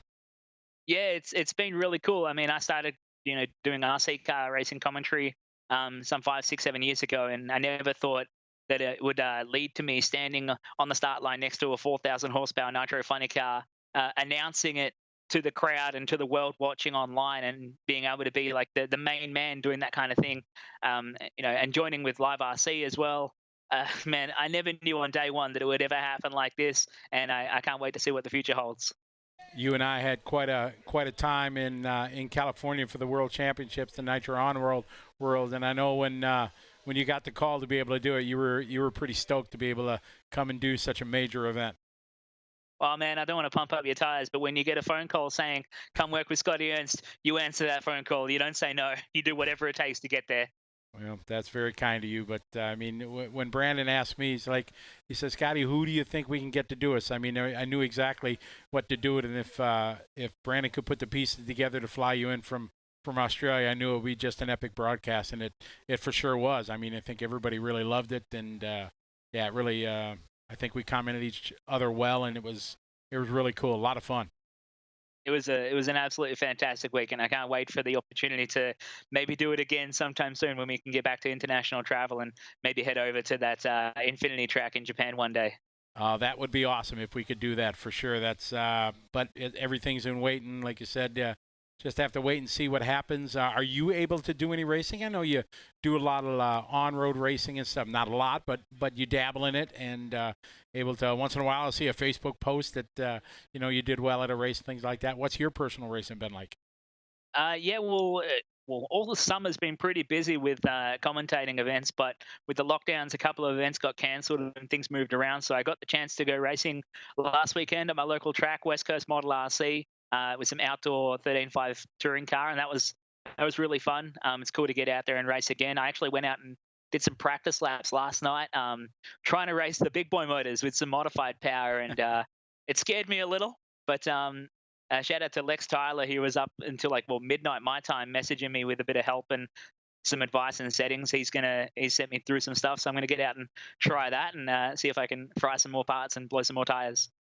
Well, that's pretty awesome. Is on-road still popular there, or what is the most popular form of RC that you feel in Australia? For a long time, leading up to the Worlds, the most popular was eighth Nitro off-road, of course. But as that happens, things go up and down with the approach of big events. So I feel like eighth Nitro has probably taken a backward step, which is fine. Electric off-road is still the most popular all around Australia, but there's some really cool on-road stuff happening, especially on the East Coast. And I'm really keen, when we get the chance to go back over there and run with some of the guys on some of the awesome tracks they have there. But I think electric off-road is the most popular and the most accessible for most people, and we have some really wonderful outdoor tracks here in Australia that are so easy to get going with a great bunch of people and good atmospheres. It's the way to go. I know you got obviously Kyle McBride down there, and you got a couple beautiful tracks and things like that, and those guys must be just itching to get out to the international races and stuff like that. We've had Elliot Boots and David Ronafalk and some others have been following along, and they're, man, the international guys, they want to be here. They want to get back to racing. Yeah, it's like unprecedented. We kind of go back in time where international travel, which just wasn't really a thing, but now there's all these events and things that are catered for that.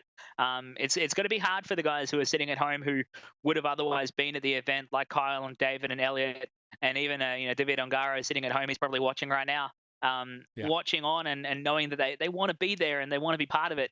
And I think, everyone there, you've got an incredible entry list for the Dirt Nitro Challenge, even without international arrivals. But I think when things can come back and we can go traveling again, we're going to see an explosion of race entries, and we're going to set records like never before. Well, I agree for sure, and we can get that vibe from our online viewers that have watched. And, there's so many people that are just making the comments that they want to get back to racing and things like that. So when you're not commentating, just kind of wrap this up. What takes up your time when you're not doing the drag racing or go-karts or RC announcing or racing? What's a big thing that fills your day? Big thing, whenever I'm not doing anything else that's not work or racing, spending time hanging out with my girl and my dogs. I'm sitting on the couch at the moment. My girl's sitting on the other end of the couch. She's playing with that dog. So I got one of our little boys, Max. Hey, Max, come here. Hey, come on. Don't do this now. Don't be shy. No, he's not going to jump up. Exactly. Here we go. This is my boy Max. He's he loves me at the moment. He's hanging out, and they just chill out. If we sit on the couch, they just want to sit here and chill with us. So I try and spend as much time as I can being idle and relaxing. Otherwise, things get a bit burnt out, and you kind of lose it. And now he wants to lick my face. Thanks, buddy. Thanks. I appreciate it. Dogs are definitely part of the family for sure, no question. No matter where you are in the world, they're man's best friend. But Chris, we want to thank you for taking a few minutes to join us here on our broadcast. Great to know you're doing well and getting a lot of commentary done. We had a great time together, whether we're announcing or racing or just hanging out together at events. I miss doing that and look forward to the next time that you and I can tag team and make some people happy and join a broadcast. I'm sure we'll do it again sometime soon. Thank you, everyone. Thank you, Love RC, for having me on this morning, or for me this morning, for the Dirt Nitro Challenge. It's really cool. Well, great to have you here, and I wish you the best of luck, and hope to see you sooner than later, my friend. Thank you. All right, be good. All right, this is Chris Mitchell from Perth, Australia. He is a great commentator. I love the Australian accent. You guys just you gotta love that. He's a cool cat, nice guy, has a passion for racing, involved in other form of motorsports, like you said, drag racing and go-karts and all that kind of stuff. So good to see him. Have a chat with him as he's chilling down in Australia, enjoying listening to the DNC and chilling out with his family, his dogs, having good times. All right, we're back to racing here. Race number 41, 40 plus, heat 6 of 7. Rhonda Drake, top of the heap right now. She's out front. Ryan Dunford, followed by Jeff Keefe. They've been going at it back and forth here through the rounds. We're into Q3. See the sun going down. Still a little bit of shadows on the racetrack. It will be probably for another 30 minutes or so, but most of the track covered in out of the sun. Now it's going to stay damp, still got some water on it, but the moisture going to come out of the track, and it's going to change it again on the way that the surface is. Some of the guys we had a chat with said they're going to make some changes, some are not. So it's going to be very interesting to see what happens as Ryan Dunford leading the way. Jeff Key is second, Ever Lobo's third, followed by Bryce Beaver, Rhonda Drake, Jim Audi, Dennis Wilson, Big Sean, followed by Miguel Perez, Shane Simmons, Jeff Ewing. That is the rundown right now in race number 41, 3 minutes to go.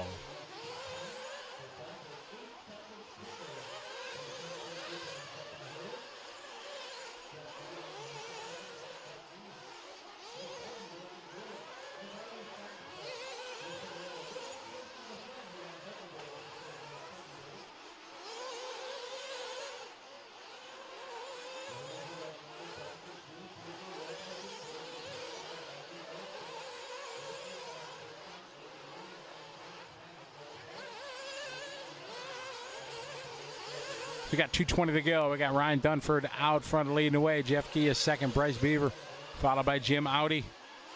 As we got race number 41 on the racetrack. And got to our first, second in-studio guest coming in here, Nitro Pro Broadcast Center. We got Mr. Joe Bornhorst with it. Hey, Joe. Hey, how's it going? I'm doing well. How are you? Oh, up and down a little bit. That's kind of part of the Nitro Challenge, isn't it? Yeah, it's a tough race. A lot of competition. We're all pretty close, but trying my best and see if I can make a little something happen here in the last round. Get myself a little bit higher there. I have a 10 and a 9 right now, so I'm technically sitting in right now, but I'm not. I don't think that's going to make it, so I gotta step it up a little bit here tonight.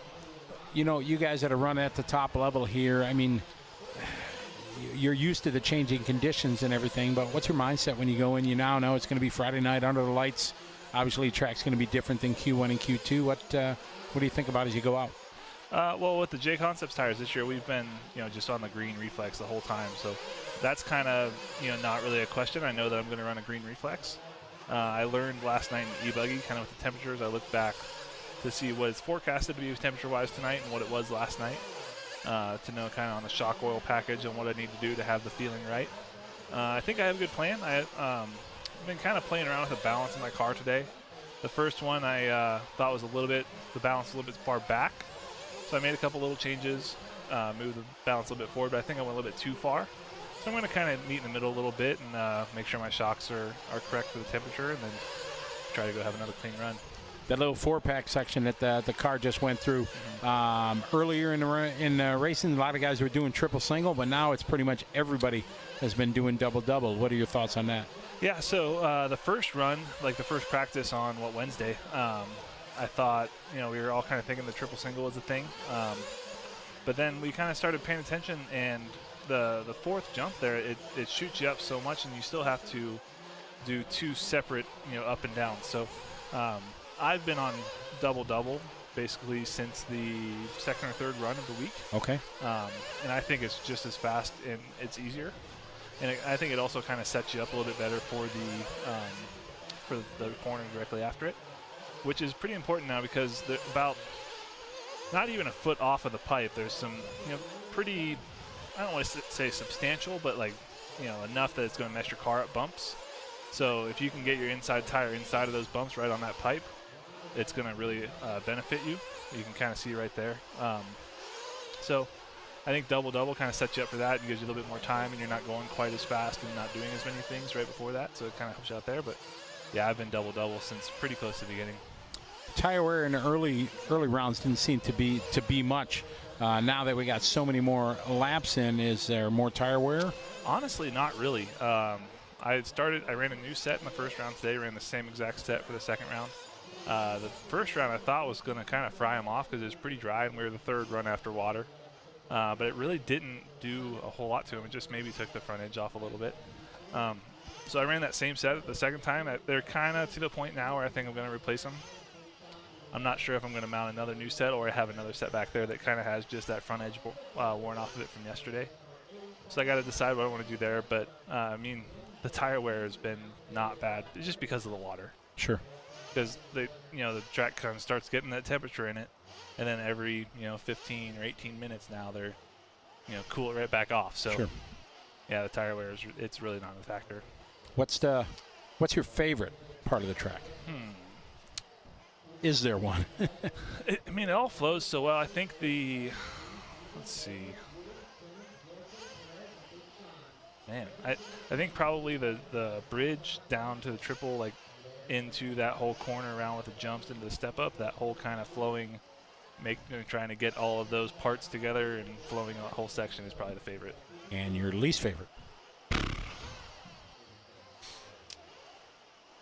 I personally don't like step ups. I think the flow is cool, but we've had some problems with it this weekend. They keep on kind of refacing it, and in that last run it was okay, but we've had some problems with it this weekend to where we just don't get enough pop off of it, and then we kind of clip it, and there's really not a whole lot you can do there, but it's okay right now. I'm not a huge fan of the whoops.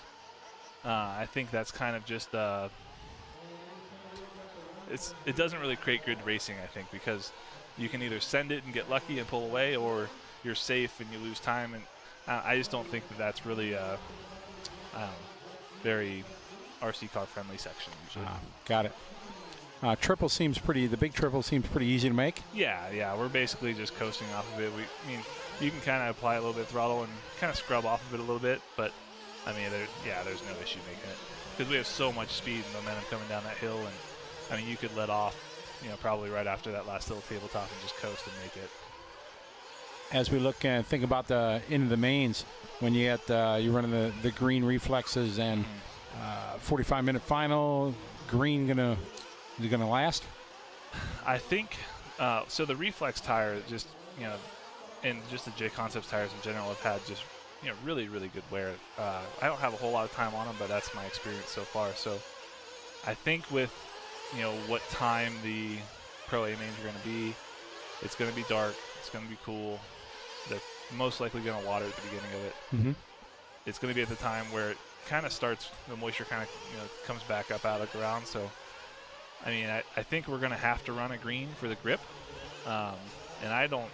At that time, there's really no wear, so I don't think that a green will be a problem. Very interesting to know. As we got race number 42 on the track, this is our top heat. Paul Ciccarillo at the top of the board on lap 1 now. Saxton and Drake moving up. This is the best start Richard Saxton's had throughout the day. It's race number 42. We're racing to race 62 today. How many classes is Chicky racing this weekend? A lot, right? At least 5. I say at least 5. Because he's probably doing, what, 40 plus? 40 plus. And, so he's 40 plus truck, e-buggy, 40 plus nitro buggy. Right. Pro nitro buggy. Yep. 40 plus nitro buggy. Yeah. Yeah. I say 5 classes because he's running truck too. Yeah. I don't know if he's running 2 nitro trucks. Is there a 40 plus nitro truck too? Yeah. Yeah. Yep. So I would imagine. Damn, he might be 6. He might be 6. He might be. Yeah. Yeah. I wouldn't put it past him. Yeah. 3 buggies and 2 boys. No, he's a machine. Oh yeah. Yeah, for sure. That guy likes RC cars. He does, for sure. He is passionate about it, loves it, and he's just. I'm really local to him, so we get to run together a lot during the summer and go practice and stuff. And there's nobody. You go to a race that's got open practice. Nobody in the world practices more than Paul Ciccarillo. This is the way Jared Wiggins. You think Wiggins gets more at an open? You think so? Jared Wiggins in general drives an RC car more than anyone in the world. Oh yeah, because he's practicing like every day. Practicing racing. I mean, he's trying to do more races this year than what there is weeks. I think, so what, 52 weeks in a year. I think he was at like 48 races last year. Well, he's got me trumped. I think I did 40 last year. Killing it. Wow. I mean, look at the results. Yeah, for sure. He's doing awesome. No doubt. That's all about it, for sure. Anybody in our chat room have a question for Joe Bornhorst? Let's talk about the race a little bit, huh? Oh, we can. Adam out front. That's such a benefit for him, being able to run this 40-plus class and be able to test out a little bit. Some of the people online were busting their chops and saying he should do, but... Hey, if he's still at our pace at 40 years old, yeah. I mean, if I was 40 years old, I'd be doing it. For sure. You got to give him props for being able to do it, for sure, because he's still, I think he's that guy, too. That you could put him in the argument for running an RC car. Oh, yeah, for sure. Absolutely. At this place, too. I mean, he's... What, probably 5 minutes away from here, I think? Oh, I didn't know where they live. Yeah, I think they're like 5 minutes from here. No kidding. Wow. So, yeah, they've got some laps around here for sure.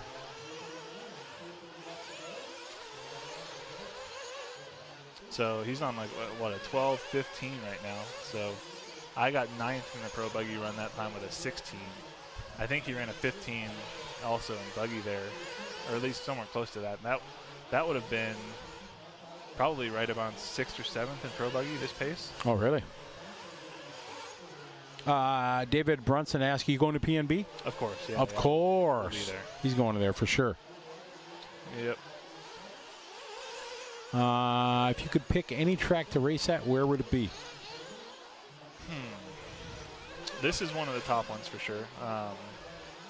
I kind of missed the Fear Farm. That was always pretty fun to go, once or maybe twice a year, depending if there was another race we went to.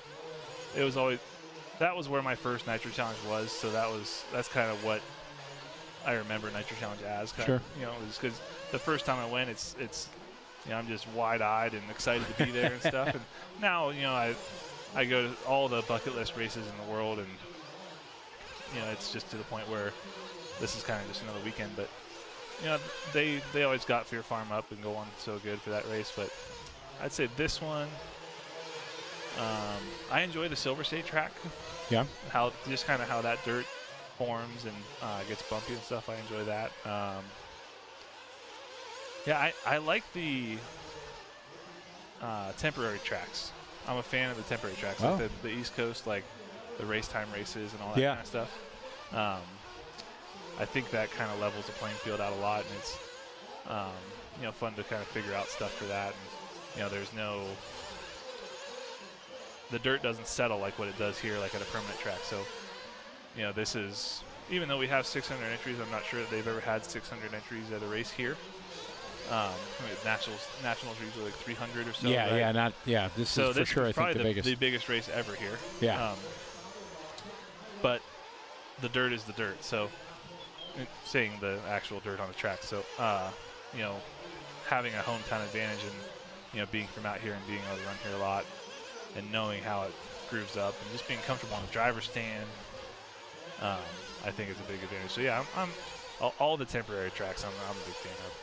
Just like there, you mentioned that kicker there. It just reached out and just caught him just enough. He saved it 2 laps before that, but that time it bit him. And I don't know, Saxton was quite a bit back, so Adam's going to maintain. He went faster. He got down to a 6:14. Got a 32. He had a 32nd lap. Lost not too much time that time. He had a 30.2. That's a quick lap. For sure. Adam Drake still able to get it done for sure. This is probably nice to be able to go out and drive, and he probably doesn't have a whole lot of pressure right now. No, so for sure not. This is like club racing to him almost, right? So, I think put any of us in a club race, we're going to go faster than what we do in a high pressure situation. Yeah, absolutely. It's so hard, but sure. With that step up, it feels like you can hit it in the same spot over and over and over again, and it's going to shoot you 3 different ways. So it's almost jumps out and scares you whenever it happens because it just happens so fast. What places in the world would you like to go that you haven't been? I would really like to go to Japan. You have a problem in Japan because you're huge. It's not a tall society there. Yeah. So it's. I would like to go see it. One of my favorite places in the world. Yeah. Absolutely. They're so kind and so organized. Everything is so respectful, and it's just, absolutely one of the places to go and see. And it's awesome. You could drop your wallet on the ground at 2:00 in the morning, and somebody will pick it up and they'll run you down and say, "Hey, you dropped your wallet." Yeah. And you don't speak any Japanese. They don't speak any English. They'll try to help you to find somebody that does, to get you to the right train. It's awesome. Definitely a good choice. It is a wonderful place. I would really enjoy that. I've only been to Europe once. I went to the Neo Buggy race back in 2015. So I'd like to go. Either, if that kind of comes back someday, I'd like to maybe do that race. It didn't go well, so I'd like to redeem myself there. Or just do a couple, just of the, just European races. I think that having that kind of style would be pretty fun someday. But got to get through this pandemic first. Yeah, for sure. Alex Thurston asking how often, on average, top guys use a new engine? So I have a couple different engines in rotation. I always have a practice engine, so any of my running at home, I kind of just have like a beater engine that I run that I just kind of pinch over and over and over again. It doesn't really, whenever you're just by yourself practicing burning laps, it doesn't have to be perfect. Right. So, it has probably 12 to 15 gallons on it or something. Wow. It's old. So I always, kind of beat on that thing. I have, right now I have one race engine that's just like, pretty new and perfect. I usually will have one race engine a year, and then I'll kind of rotate that into a practice engine the following year, have a new race engine. Sometimes I go longer, like my truck engine that I'm racing this weekend, I think was new for the warm-up for the Nationals at Thornhill, which was in 2019. Wow. Because after I won Silver State, I shelved that truck. Okay. And then I had to break in a new engine. I was thinking about it. I'm pretty sure that's the same engine that's in my truck right now. Oh, wow. So, but we don't race truck a whole lot. Sure. So, you put maybe 3 gallons or 4 gallons on truck a year because you don't practice truck at home. You just kind of race it at the races. So. Do you break in your engines yourself? So at Techno, we have the block line of engines, and our team manager, Matt Walter, has a EBIS machine. So he does all of the oil break-in, and then, so he'll do all that and give us the oil broken engines, and all of, after that is all myself. So okay.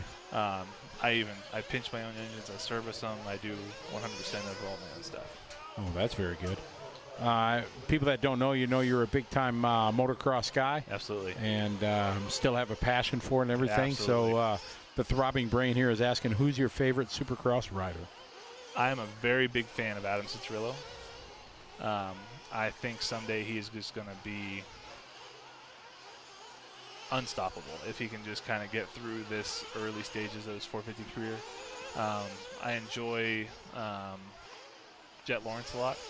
His kind of just no-care attitude and the talent that he has is just unbelievable. I might get some flack for this, but I like Cooper Webb. I don't know if you follow Supercross at all. Not as much as I'd like to, no. A lot of people don't like him, but I kind of like that he just doesn't care what people think and just goes out there and tries to win. So, of course, I like Ken Roxon. I mean, any of the good guys, right? Sure. You got to respect the attitude that a lot of those guys have, and yeah. How about when you were younger? Who was your superstar guy when you were a young kid? Kevin Windham was always a hero. Travis Pastrana I always enjoyed. I still follow everything he does between the rally cars and the stadium trucks and all that kind of stuff. Almost think his life is bigger and more robust now. Absolutely, than he's more of a superstar. He was obviously a star back then, but now, geez, he's in everything. He can do Supercross and motocross. Those top guys are absolute wild animals, and they have to devote their entire life from the time they wake up to the time they go to bed to being the best motocross racer that they can be.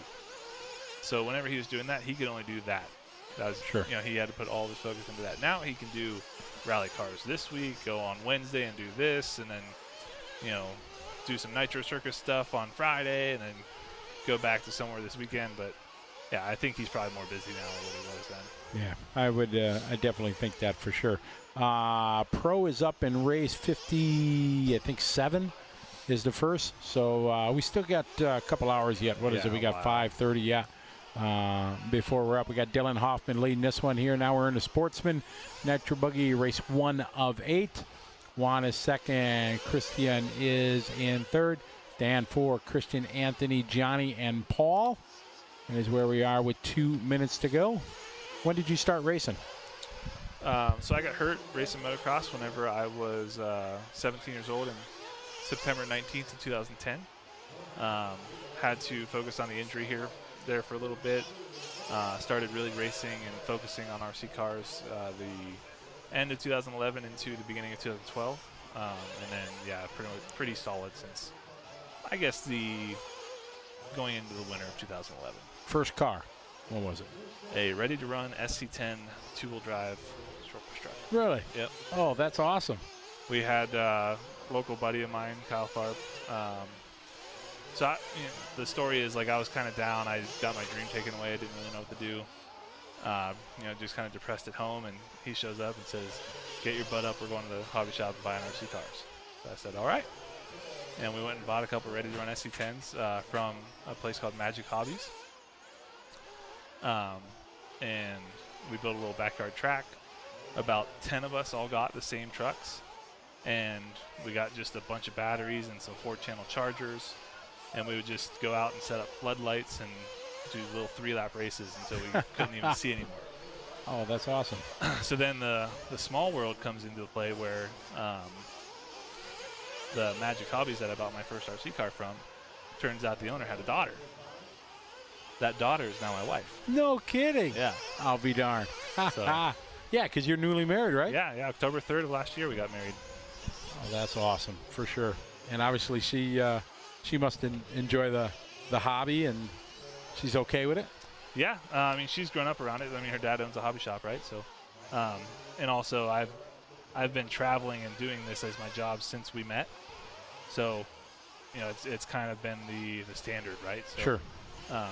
It's not like we were together for 3 years and then all of a sudden I started traveling and be gone. So, yeah, she understands it. She knows that I have a passion for it and that this is my job and that this is what pays the bills. So, it takes some time, it takes some priority, but of course we gotta take some time for us every now and again. For sure. Focus on us. Do you still get it? Are you still able to ride a motorcycle? Or I have a little pit bike that I'll just kind of cruise up and down the street to my dad's house. We found a house that's basically 30 seconds from where I grew up. Oh wow! So it's ride my pit bike down to my dad's house or whatever in the summer. I don't own a big bike at all. I've ridden a big bike I think twice since I got hurt. The last time being 2021, probably 5 years ago, four years ago. But my ankle's so bad, and I don't really have a whole lot of feeling in my foot left. So, and it's on the side that I would shift with, so it just doesn't work too well. And I don't need to be taking chances of getting hurt and missing races. And yeah, for sure. I got to focus on this stuff. Yeah, because this is your career now, and your new your new dream for sure. Absolutely. And well, that's cool. We got race 43 in the books in our Sportsman Nitro buggy. Two-wheel drive short course for life, Clayton. And some of the guys were bashing a short course and everything. Everybody knows me and my race, and I love short course. I love what it's done. Tyler and I have talked about it in detail here on the broadcast about the good side it does for the hobby. And here's a perfect example. It was your first vehicle you got and got you into racing, and now, look at you, now one of the top drivers in the nation, and pretty awesome. Yeah, it snowballed pretty quick. There's, it went from, SC10 and then, pretty quickly we all found four-wheel drive short courses. Yep. More power, more traction. Oh, yeah, for sure. And then we went to a track and found 8-scale buggies. We're like, oh, we got to have those. So we all got e-buggies. And then went to an outdoor club race and installed nitro cars. Need some nitro cars. Man. And then, after that, I had never seen a truggy before until I went to a national warm-up at LCRC in 2012. And whenever I went over there, I didn't know what the heck I was doing. I didn't know anyone. I had a nitro buggy and an e-buggy, and I wanted to go racing. And I heard that this is a national, so let's go try, right? So went to the warm-up and saw truggies. I'm like, holy crap, I need one of those. And the nationals was about a month later, so I built a truggy and had it ready for nationals. And yeah, ever since then I've been, going racing.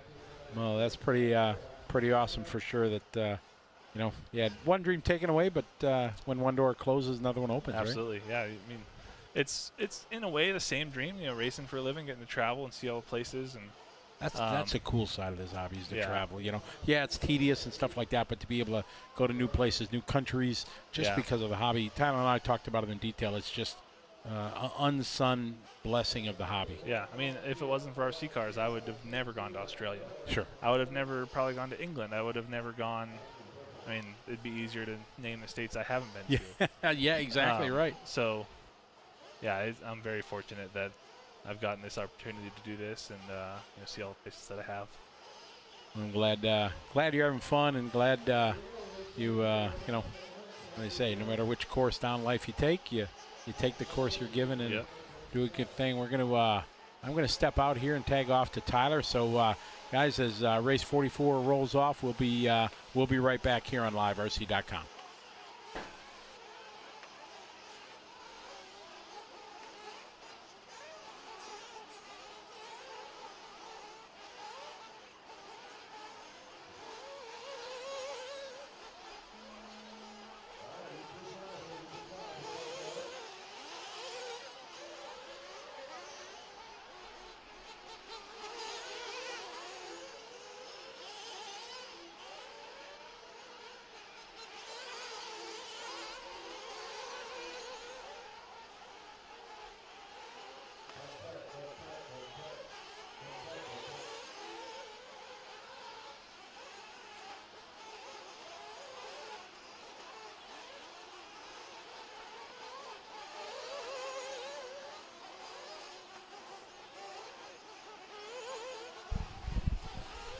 All right, we're back.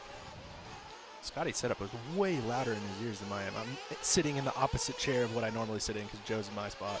Would you like to switch? No, I'm good. Okay. Hi, buddy. Hi. Haven't come up with a new word of the day yet. Oh, we'll get there. We got 2 more days. Yeah, 2 more days. You're going to have to give me more than $3, though. For saying a word? Yeah. I mean, you already don't want me to pay to do your social media, so. All right, so Sportsman Nitro Buggy Heat 2 of 8. Tariq out front. Rick in second. Tab Wilder in third. What do we got going on in the chat? Very humble to hear all of this about Joe. What did y'all hear about Joe that was humble? Me and Scotty had a good talk about how I started and all that kind of stuff. Favorite car, favorite section on the track, favorite place I've been to. Who was Scotty just talking to? That was Joe Bornhorst. I'm still talking to him. Hello.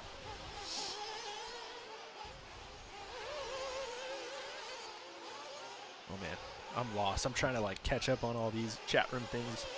I was outside checking in with Mayfield and Tanner Denny. They both had good runs so far.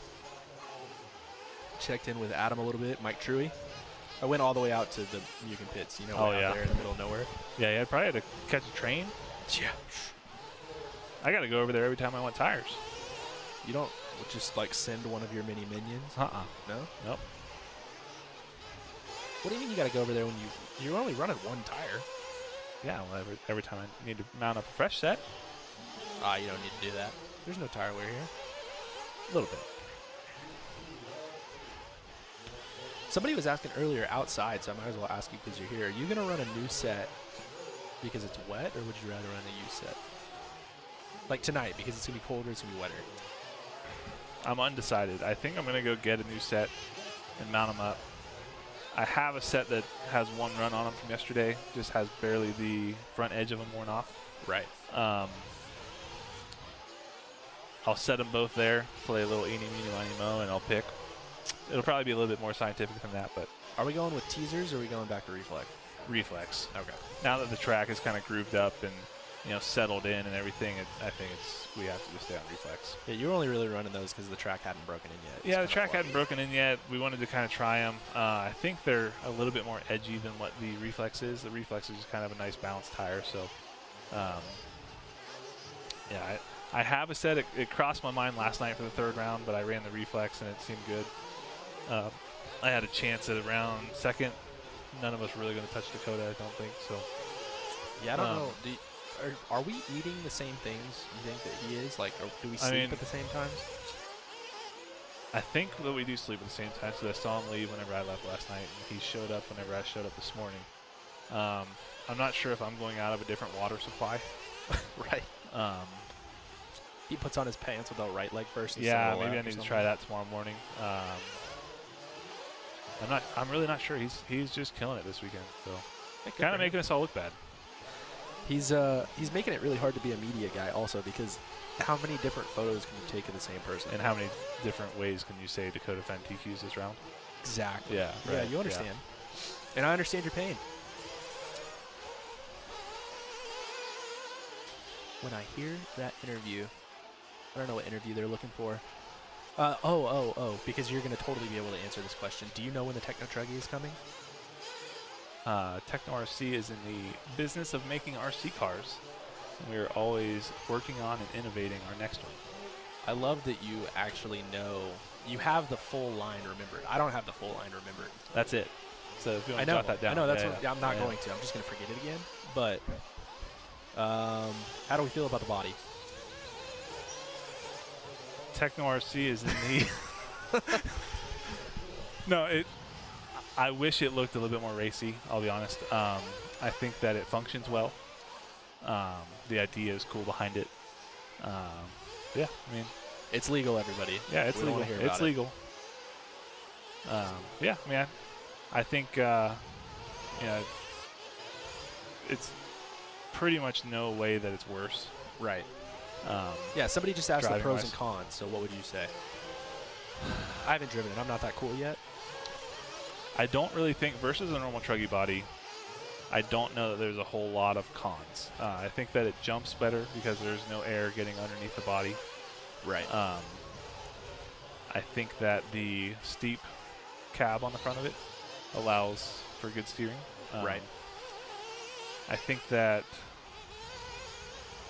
yeah, I mean, I don't know. The cons, maybe, I don't really think that there is any. Right. I mean, people getting used to it, people getting used to the idea. Yeah, I mean, you think about it, like, every new innovation, like the first time there was a cab forward buggy body. Right. I mean, I'm not sure not everyone loved it, and now it's the normal. So, I mean, it's just a new thing. We're going to have to get used to it because I don't think it's going to go anywhere. Yeah, I mean, Roar or whatever would have to make a rule where, we would have to. They would have to change the rule. Yeah. If it comes to Roar making a rule, it's going to be a couple years, so we'll be fine. Yeah, I don't see that happening because for them to make a rule specifically for one item, I mean, there's been plenty of things in the past that I think could have happened for, and it never has happened. So for them to do that for that one item, it'd be pretty unfair, I think, to Techno. So I think it's here to stay. Yeah, I mean, the rules were read, the rules were taken into consideration. Absolutely. Yeah, that's all we really know. Can we get this into the X Games to gain more popularity? You want to be in the X Games? I'll be in the X Games. I have a contrarian view on getting sports like this in the X Games because it's the same thing that motocross did. And as much as everybody wants to yell and scream that motocross is this mainstream sport, it's still not. Like they were on they were on Jay Leno in the early 2000s. They were on ESPN. They were in the X Games. They had all the major popularity, and then to this day, they're still a niche sport. Yeah, but I mean, we don't fill up stadiums with 50,000 people. But even if we were in the X Games, we wouldn't fill up the stadium. I agree. If you look at the X Games, though, like other than the promotion side of it and all the hoopla that goes into it, it's a pretty sketchy event. Oh, it's very scary. Yeah. Yeah. But I mean, a lot of the action sports events are like that. But I mean, our sport is just, or hobby, or whatever you want to call it, is one of those things where it is what it is. It's going to be a niche. This is never going to be professional football. Sorry, guys. Yeah. It's not going to be NASCAR. It's going to be one of those things where the people that do it are the people that are into it. And yeah, we're going to have, you guys who are, also compete, or occasionally the fan that catches it online who wants to watch along with us on liverc.com. But we, at the heart of it, are not a spectator sport. I agree. So it's one of those things where we're growing steadily, as much as people want to say that, oh, it's in decline or RC is dying. No, it's growing. We can see the numbers. We look at the analytics. We see our sales, Techno RC sales, or any of our sponsor sales. A-Main Hobbies is not exactly, low on sales. Yeah, they're fine. So even just the competition part of the RC industry is growing, but it's not, for the most part, going to be that spectator sport. I mean, we enjoy what we do, and we put it on for the people who want to see it, and as long as there are people who want to see it, we'll continue to do it. But, it doesn't need to be on TV. We don't need to be paying to get TV time when we can put this on the internet for you guys, and you can watch it on YouTube or Facebook for free. Like, it's fine. So, not that you know or care all that much about that, but that question was presented, so that's my... And I appreciate the explanation. Oh, thanks. Felt like you had it a little bottled up there. You feel better now? A little bit, yeah. Okay. Yeah. That's good. So we have a bingo game now. Did you know that? I heard that Chris Allison made a bingo card. Right. So we actually put it on the Live RC website so everybody can get the bingo card. So that would actually be a bingo slot, is Tyler ranting about something. Okay. So if anybody out there, and they're not supposed to cheat, you're only supposed to, because there's 9 bingo cards. Okay. So you're only supposed to take 1. So anybody out there who's actively playing bingo with us, you can go ahead and mark that one off. Can I see one of these bingo cards? Yeah, sure. I think I've got it on my phone. Actually, I don't know where I have it. I got them. I think I got them texted to me. Everybody online? Anybody playing bingo online? Let's see what we got going on in the chat. 80s movies. Alexa? Yeah. Why would we talk about Alexa? So basically, you know how obviously if you say Alexa and then you say something after it, then the Alexa does whatever it is. Mm-hmm. Well, I figured out, or I had, I just had the thought, because we have Alexa on all our sound bars at the house. I had this thought that, like, maybe if we say Alexa over the chat, like Alexa play Frozen or something like that, then it'll play Frozen at people's houses that are watching, and it works. So anybody who's got that at their house, it's been going off. He made a spelling error right here. Tack character? Well, he didn't want to make you too upset by spelling it correctly. Well, he still put the word character on it. That's true.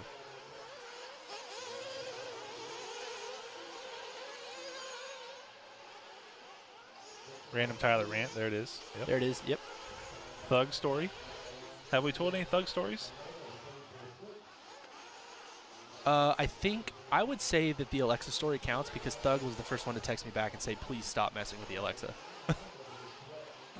Evan Roth, we started about 2 hours ago, so if it was before that, if it was early in the day, you're not allowed to include it. I time-stamped when we started, and I know what we've been talking about. And once you get a bingo, you're supposed to go ahead and send it to us on our Facebook page, and I'm going to go back through it. So if I suspect that you talked about it before this, or that we talked about it before this, I'm not going to count it. Right RC actually unplugged his Alexa.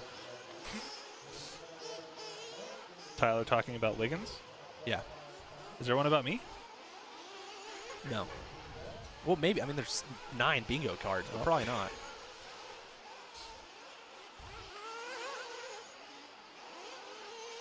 Kurz just went from 9th to 2nd. Early in the run, you'll see that happen when these guys only have like 2 or 3 laps. They crash on the first lap, and then they throw in some heaters.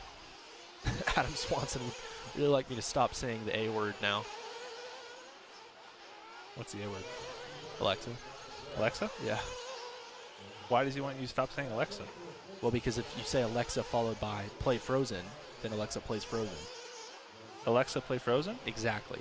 Yeah. Okay. You're understanding now. So we should stop saying Alexa. Play Frozen. Yes. Clayton Groom said that he ran a Proline Chevy C10 body painted like Dale Earnhardt at the NCT series. Heck yeah. In Truggy. So that's something straight out of the Seth Van Dalen playbook. I feel unincluded that there's not one. Do you just not like me as much as you like Wiggins and Tebow? Well, I already told them about our really horrible group chat that we're a part of. So it might be something about having to make the main to be talked about. It's rough. That's rough. Oh no. Ow. I just got punched. Happens. Mike saying, I like that game. We should probably talk about the racing a little bit. We do it every once in a while. I'm kidding. we typically talk about the racing.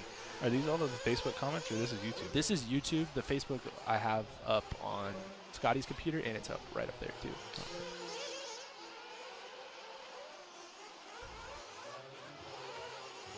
So the whole thing about character, and you don't get to use it this time because I'm just explaining it, so don't mark that off on your bingo card yet. But that was Joe's fault. I will take all the blame for ending that stupid word. You didn't end it. I at least made people think about it whenever they say it. I think people enjoy saying it more. Well, at least people don't take it as seriously whenever they say it. Okay, that's fair. Yeah. Every time they say it, that little clip comes up in their head. Right. It is said in jest now, not in seriousness. Yes. Yeah. What's your runtime? What's my runtime? Yeah. 17 minutes. Oh, stop. Stop it. 24 minutes? 27 and a half minutes? Yes. What is it actually? Do we even know? Yeah. What is it? Right around 9. Right around 9? All right, so anybody out there, whoever that was, we know you're spotting for Ty Tessman so that he knows what your runtime is, so he's not going 9 minutes. Oh, I'm not. No. What's your favorite food? Santos is asking. Well, today I had what's that place over there? Big Easy. I had a Big Easy burger. Pretty good, right? It was a burger with pepper jack cheese, pulled pork, coleslaw, barbecue sauce. Yeah, it was pretty legit. So the fries were really the fries good. were good.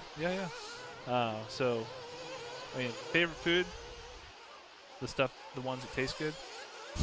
That's my favorite. Yeah. Did you have the quesadilla yet? I have not. They're pretty good. Oh no, somebody just. I thought they ran out of fuel. They just went backwards and then stopped, and now they're going again. Go to beachrc.com, instant replay. Oh, That no, we don't. doesn't seem Just like- kidding. This was from hours ago. Beach RC time warp.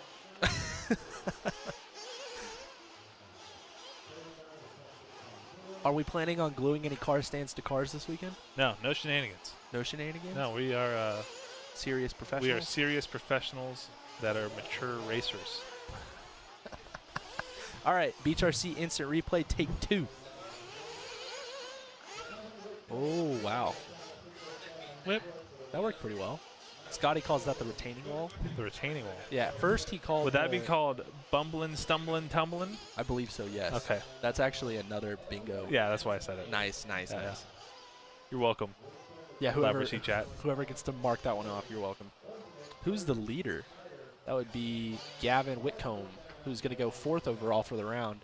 So Dylan Hoffman from one of the earlier heats is going to hold on. Juan Matero going to run 2nd overall right now, and Tab Wilder going to hold on to 3.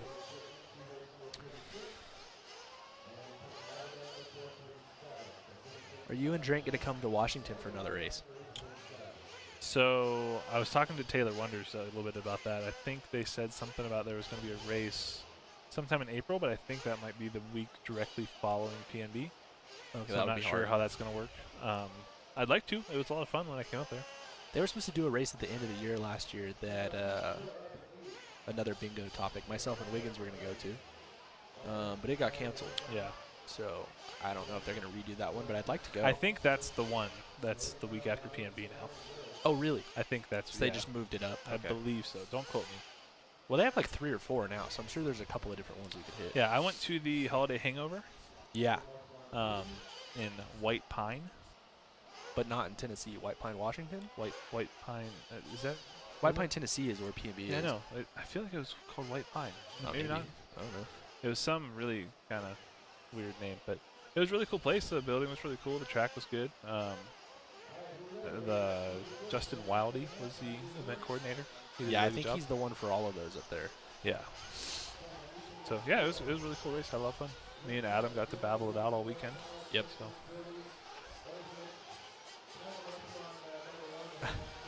If you say that you need something for bingo, I'm not going to say it. Sorry. Where's it at? It was at Moses Lake. Moses Lake, that's it. Brandon Jones. Or telling you where it was. What was that comment about bingo? I don't know. It's a race in April, Joe, in Spokane.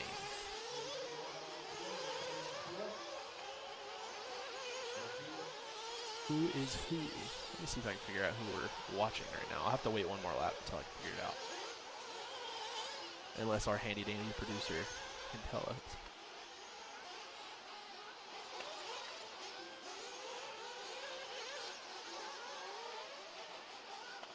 We still have a while until we're up. Yeah, you do. It's going to be cold. Yes, it is. We have a heater under the table. It's not on right now, but yeah. It was actually really nice today. Yesterday was kind of crappy all day. Yeah, this is way better. But I was totally cool with what the weather was today. I was just about to tell you who this is, and then it crashed. That was not the line. So I think this is going to be Brad Horsch.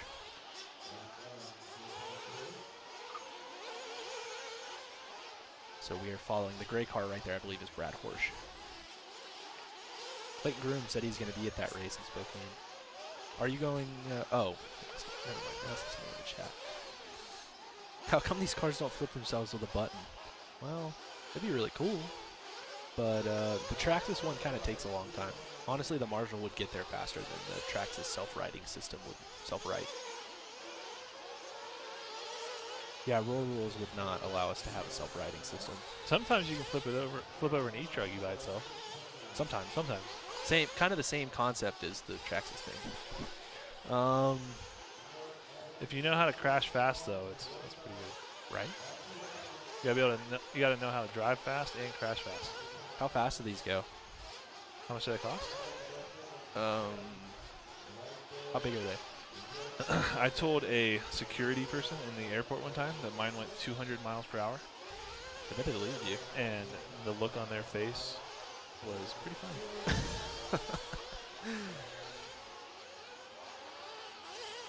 Jamie and Mike Garrett checking in. I know Mike Garrett. Says, what's up? Houston checking in. You guys are probably still have snow down there right now. Unacceptable. I don't like that at all.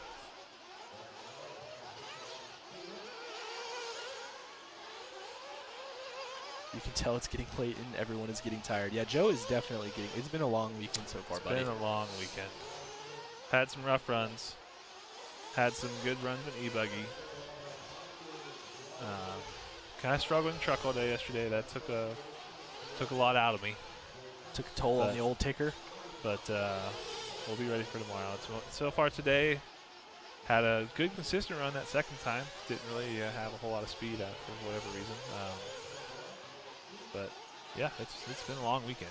But this is not me knocking you. You're in the A heat though in Nitro Buggy, yes. Correct? So you guys are going to get water this heat. You're supposed to get water. We're not going to get water. I know. You're supposed to, but you're not going to. Spencer Rifkin wasn't stoked about that because he's in the B heat and they got water last round, and then he knows that even though you guys are supposed to get water this round, you're probably not going to. Yeah. I don't see it. I mean, what time do you think we're going to get done? What time did the last run? It's going to be like in between 8 and 9:30 at some point. That's a pretty big window. I know it's a big window, but it's going to be earlier than it was yesterday, but I can't remember how long the rounds were. So it's right over 4 hours a round. So it's probably going to be around 8:30. Right. There you go. Yeah. Right around 8:30. So it's going to be, I don't know. So it's not going to be as bad as what it was last night. No. But if you guys get water, it's going to be tough. I don't see how they could, honestly. Well, we got water for the second round of e-buggy yesterday, and it was kind of like at dusk, maybe around right now. It was wet. It was pretty wet. Yeah. But at 8:30, I just don't know that it's going to be able to happen. Yeah, I don't know. We'll see. Are you going to go to the Mugen Challenge this year? As long as it works out, I'd like to. Hopefully we get to do the Nationals at LCRC this year. Mugen Challenge is always a good stacked race. It's only about 6 hours from my house, so yeah, I'd like to. Just depends on the schedule, what's going on. I'd like to go too. I've never been. I've never been to LCRC. Period. So I'll at least be going once for the Nationals. To drive or to broadcast? Good question. I'm lobbying to drive. Well, I think it's probably a qualifying year too, so I think Brandon usually lets me out for that if we're going to qualify for the Worlds. We've got a couple of guys asking if anybody's running a JQ car this weekend. Nick Watlett is in PTQ, the intermediate buggy this last round.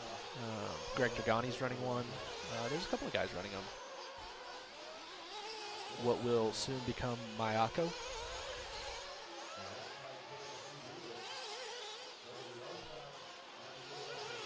I might go to the Mugen Challenge. I'm not exactly sure. Watching live on the web with one of my patients at the hospital. He said this is awesome. Well, what's up to whoever your patient is in the hospital? Hope he's feeling all right. Glad we can provide some fun coverage and some enjoyable action. He or she, actually. Yeah, my bad. Well, he said, no, he said this is awesome. So, yeah, it's a he. So less than 5 to go. 1/8 scale Sportsman Nitro Buggy Heat 4 of 8. Gregory Rosas out front, looking to go third for the round so far. Uh-oh. Oh no. Uh-oh. Oh no. Just cut that whole step up. You don't need to do that. It's fine. Oh. See, in here we don't have to worry about that because Jimmy and Jimmy's in charge. Jimmy and Kenny. So it's not our problem. Oh really? I wasn't aware. We just watch. Oh, okay. Yeah, I wasn't aware of that. Stop it. Stop it. See how he treats me? This is an abusive relationship.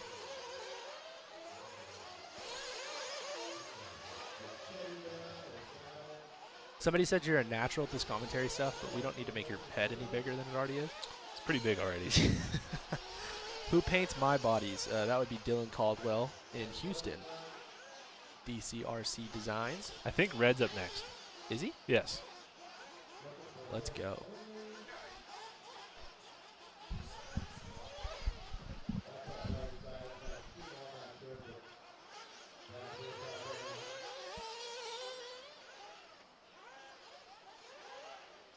I think Joe got kicked out, guys. So you're stuck with me. Maybe Scotty.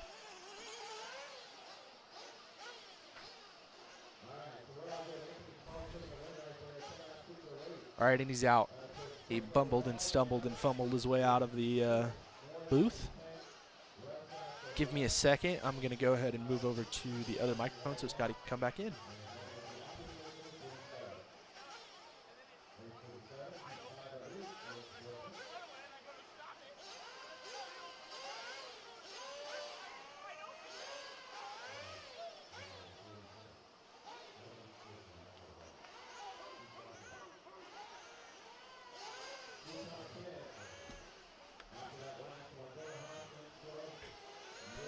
All right, so Heat 5 of Sportsman Nitro Buggy coming up. Coming at you.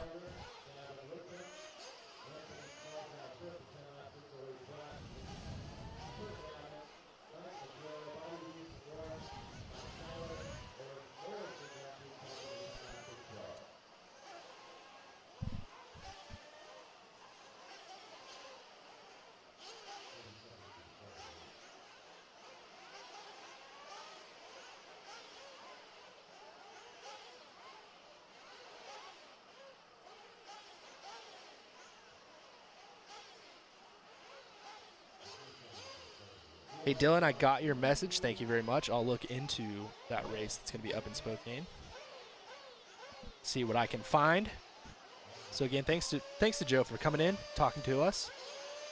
He's on the ProTech RC team. Do we want our heater? I don't know. Maybe better to start it now so it gets some ambient heat going here and everything. It's not a bad idea. Yeah, for sure. Eric, take Hi, everybody. I missed you. I'm back. That was a nice chat with Joe. When I was in here talking to him and listening, I listened to you a little bit and him. That was pretty cool. He does well. You know, he comes across well when he speaks on it, but he's crazy nervous when he's on camera. Yeah, not a big fan of being on camera. No, not at all. All right, so have we found any new nations checked in or anything like that? What did I miss? Only missed a few races. We're still in, I left at Sportsman, I think, after race 1. Yeah, Sportsman race 1, Joe and I did, and then I think that's when I stepped away. And I talked to my brother. He wasn't able to listen to our Shakey's Boomer chat. Yeah, Boomer, exactly. Nice. Yeah. I'm proud of myself for remembering that. Hi, Boomer. Oh, Evan's got bingo questions. Is it a blackout or 5 in a row? Oh, 5 in a row. Well, blackout would be like, yeah. Ooh. You could probably do it. We're pretty predictable, but yeah, for sure. You know, Eric and I were over there looking at the clock. We were like, what time is certain establishment closed tonight? I'm gonna 6 o'clock. What do we got? We got 47. I'm seeing a question online. 2.5. I don't want to get in trouble before I answer, so I'm gonna look something up real quick.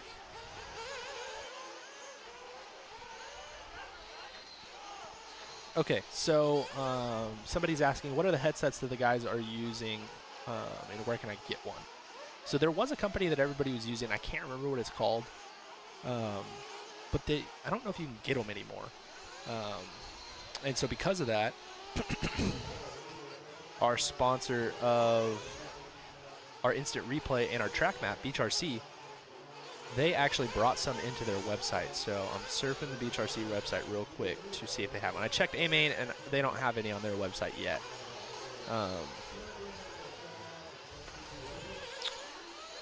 Radios and accessories.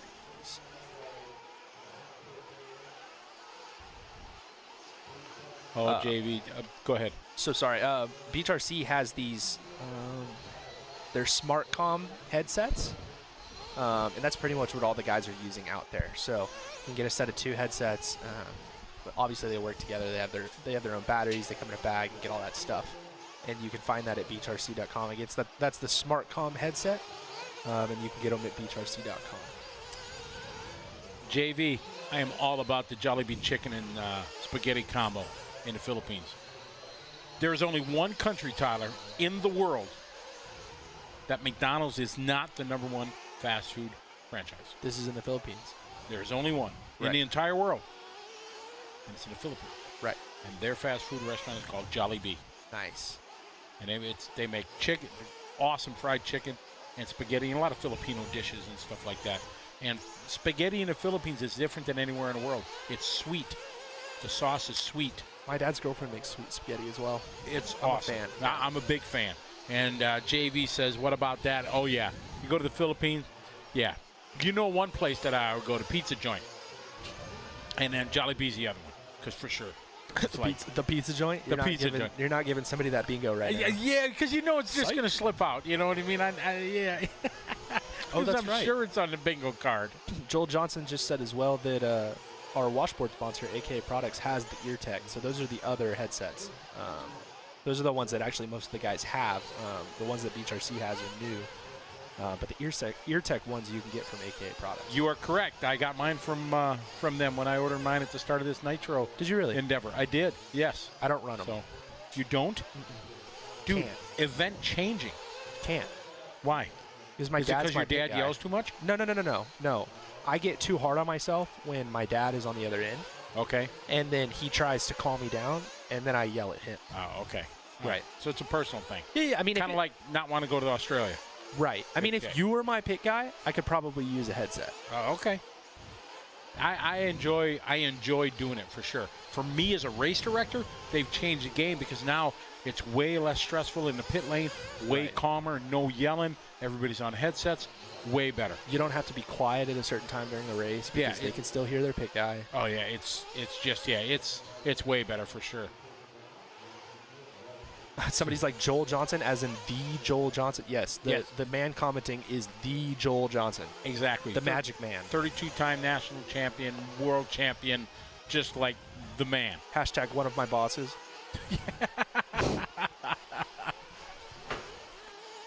He built my clutch. Oh my goodness. My car was hurting when I went there in practice.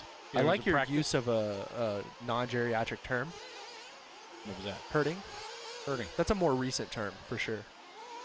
Oh, like well, I'm getting more hip now. Hip. Yeah, you're hip. Yeah. All right, back to the story. Sorry. You like my less geriatric term? That's awesome. Yeah. I can honestly say this is the first time anybody's ever used geriatric in a phrase talking about me, so thank you very much. I'll remember this day. I've been called old for sure, but never been referred to as geriatric. I just think it's such an elegant word. Oh, yeah, it's elegant because it has no preconceived pictures or images or anything like that of geriatric. No, of course not. I don't know what you're talking about. Oh, yeah, so we were racing. I was driving. Joel's like, "Yeah, Scotty, your clutch doesn't sound so good." I was like, all right. I start taking out. He's like, just give me. I'll build it. My clutch. It's a great way. Oh, yeah, it was awesome. Like that. Got a BeachRC.com instant replay. What do we got going on here? We're getting squirrely. Oh, we're still squirrely. Oh. The Marshall is like just buried it. Axle deep. He said, no. Oh, man. The Marshall did. Oh. What? Oh, look at the the Marshall did right. Wow, good catch. The Marshall did right. Marshall, like, what was this? What are you doing? Yeah, good catch. Apparently, a lot of people are cutting the track, according to our chat. Or according to Jennifer LaProp, who just texted me. Oh, Jennifer, yeah. I saw something pop up. I didn't look at it. Yeah. Randy messaged me. Stop messing with Alexa. That was me and Joe. Oh, you guys did it? Yeah. Ah, nice. Yeah, we started it. It was awesome. Sorry about it. Not really.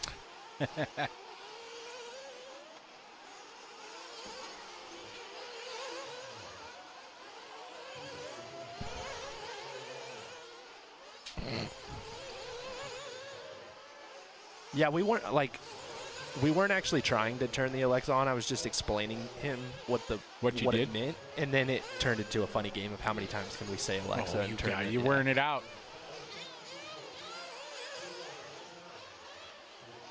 Yes. Oh, I said that. What? I did. I said Australia. That's on the bingo card. Oh, yeah. Oh, yeah. Okay. Who made the bingo cards?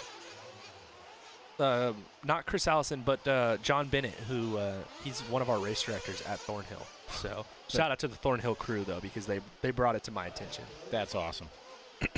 Well, maybe not awesome. That maybe we say the same stuff too much. Oh, no, it's fine. It's entertaining. Getting right? our viewers involved. Exactly. Ray Mesta said, JQ, no, he's not here. Asked if he turned off any radios yet. I said no. No. Who was that he turned off?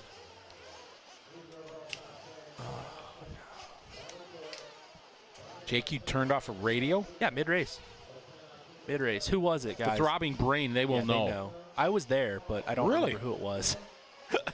Like during a race or after a race? At the Nitro Challenge, here, yeah. Here? At, not here, at Fear Farm. But, okay, years ago. Yeah, because last year. Yeah, mid-race. Ben Sterling? Yes. From Australia? Yes, it was Ben Sterling from Australia, yes. Did Ben deck him? No. No, Ben's way too nice of a guy. Yeah, he's nice, but yeah, he was pretty upset. Did his car just like go off and into the outside retaining wall? No, I think luckily, as terrible of an idea as it was from JQ, he kind of waited until he was like on the brakes so that it wouldn't just take off. Wow. I didn't know that. Somebody asking, anything goes in sports, but no spec engines or anything? Yeah, it's the same rules as pro. Just the guys have maybe slightly less skill at this point in their careers. This is race 48, heat 6 of 8 of our Sportsman Nitro Buggy. They got a lot of racing to go tonight. This guy's going, how did he turn his radio off? Well, he turned to him and switched it off. Click. That's crazy. I did not know that. I don't get out much, so. It's up there with Quartz snapping the antenna off. Off Dagani? Yeah. Yeah, that's another thing we learned. Which those two guys are friends, so yeah. It's a little different, but. Yeah, just throwing some random guy that he got mad at during a race and took the radio off. Yeah. Not the same thing. No. All right, I can't look at that post. It would be cool if DNC can travel to other regions like the Southeast. So, Joey actually does and has. It's just not called the Nitro Challenge. But anything put on by The Dirt Racing is Joey. So, like I was saying earlier, he'll be in Texas in 2 weeks doing the Lone Star Nitro Challenge. But that's another The Dirt event. It's just not called the Nitro Challenge. All right, Jason Stump from Las Vegas leading the way here on lap 1 with a 34.3. Garrett had a 34.8. Sean with a 35.11111. Jonathan with a 35.1. So, Jason's old home track would have been RC Tracks of Las Vegas, which is a great place, absolutely beautiful facility. But driving on that track has never, I don't think there's ever been another track that has made me more angry to drive on. Really? That had nothing to do with the track itself. The track was awesome, but I could not go around that track to save my life. It did not matter what the layout was. One year at Silver State, they sprayed it with like a glue substance and it made it have super crazy grip. Couldn't drive around it. They took pickaxes to it for the World's warm-up to try to make it a little bit rougher, much more like the World's would have been. They chewed it up? Mm-hmm. Really? Couldn't drive on it. Went to the Worlds, still couldn't drive on it. Couldn't do it. I don't know. I had terrible, terrible driving there. Such a shame that after the Worlds, boom, just closed down. Yeah. Yeah, that was disappointing for sure. I mean, it was a tough position. I mean, that place was a beautiful facility in a really expensive area. Yeah. So it was tough. The track's still there. There's nothing. The track is still there. Right. Why can't they just operate it or? Gosh, I'm sure somebody would want money. Well, yeah, but still, I mean, vacant or, $2,000 a month. I'll take $2,000 a month. Right. That's a good point. But I mean, they're getting paid. There's still stuff on the property that makes them money. Yeah, but that track I get what you're saying. Yeah. Why just leave it vacant if you can generate some revenue? That's a good point. Why not? Yeah, sure you can't afford $10,000 or whatever they're asking, but hey, I operated on Friday, Saturday, and Sunday for Friday, Saturday, and Sunday nights, and right. I'll give you $1,500 a month, and right, yeah. You would think you'd be able to pull it off. Don't know. Somebody said South Point is cool, but nothing like the tracks that were at that facility. I do like the South Point tracks, though. It's super fun running inside like that. I'm a big fan. I was going to say you don't have to worry about rain, but you don't really. Well, I would say you don't really have to worry about rain in Vegas, but it rained for the World's warm up there. So it did. Yeah, we got rained out. Well, this year, who knows what the weather's going to be like? No idea. JD, right now, I think the only other full broadcast that we're doing is Psycho Nitro Blast in April in Tennessee. We're going to do the Roar Nats. Roar Nats too? Yes. Yeah? The 8-scale one, Nitro 8-scale. And we will be doing a broadcast at Silver State as well.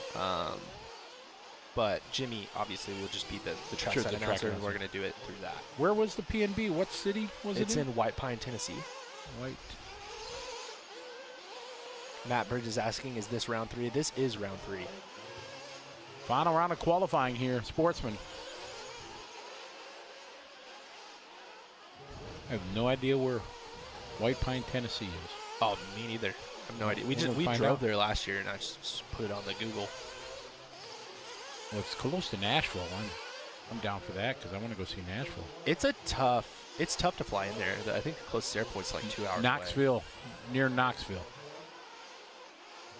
Yeah, quite a ways from Nashville. So you're flying. It's halfway between Nashville and Charlotte. So north of Atlanta.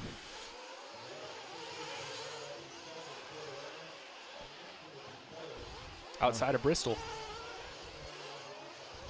That's what one of our viewers is saying, Carl. Northeast Tennessee. Well, I'm excited to go there for the first time. Bubbo Bear saying that the highlights from the IFMAR Worlds in Vegas in 2016 were still epic. Fuel Nats will be incredible this year. LCRC is an A+ facility. That's what Thomas Kaufman is saying. That's what I've heard. I'm super excited to go out there. I've not got to go to LCRC, as I said earlier, and I'm pretty excited. So, out there on the track, we were following Garrett Nurge. Actually, we are now. So he is the leader. Tim Whitcomb just crashed. That's who we were watching right before this. Tim says 2 hours from Nashville. Hey, Indonesia online watching. Is How you doing, RF? List? Is Indonesia on the list already? Indonesia is on the list, yes. How many countries? We've had a lull here lately. We have 41 nations. Nice. Yeah, that's pretty awesome. Somebody wants us to come broadcast the Mugen Challenge at LCRC. It's not up to us. Nope. Talk to the track owner, have him reach out to Live RC. They can. You can actually send an email to press@liverc.com, and I'll pass it on to the right people. There you go, making it happen. Or Tyler@liverc.com. That one works too. Richmond, Indiana. How you doing, Chris Whitaker? Welcome to the party. Day number, I guess officially 2, but 2 1/4 because we did go live Wednesday night. Right. Yeah. So we got a couple days yet. Tomorrow's main day. Jimmy gave me a rundown when I was outside. It is 10-2, right? Yes, but he gave me the full rundown of how he's going to do everything, and you know our hopes and dreams of getting off early to go to Shakey's. Dashed. Yeah, not so much. Okay. Yeah, so ain't happening. We're getting done at 10 o'clock at night tomorrow, 9 o'clock on Sunday. I mean, that's not terrible for a Nitro Challenge, though. No, not at all. Just terrible for Shakey's. Desire. Terrible for Shakey's. Just Poet saying that LCRC is great, so even if you can't make it to the Mugen Challenge or the Nationals, they do the Race Against Cancer. The Race Against Cancer is a big deal for those guys up at LCRC. They raised, I want to say over 10 grand last year. No kidding. Yeah, for I believe it's the American Cancer Society or American Cancer Association. Kevin Muma, he's a cool cat. I like him. Oh, yeah. Yeah, for sure. Like that whole group, they come and support us at Motorama. Kevin was big help building tracks, and anytime I needed help, he's like the first one to raise his hand. If I need a marshal or need help watering or whatever, he's like, yeah, he's a cool cat. Right. So Thomas Kaufman saying that they only have 6 events this year, but the Nats will probably be the lowest entry count of all of them. Did you hear about our club race that we had down at Thornhill a couple weeks ago?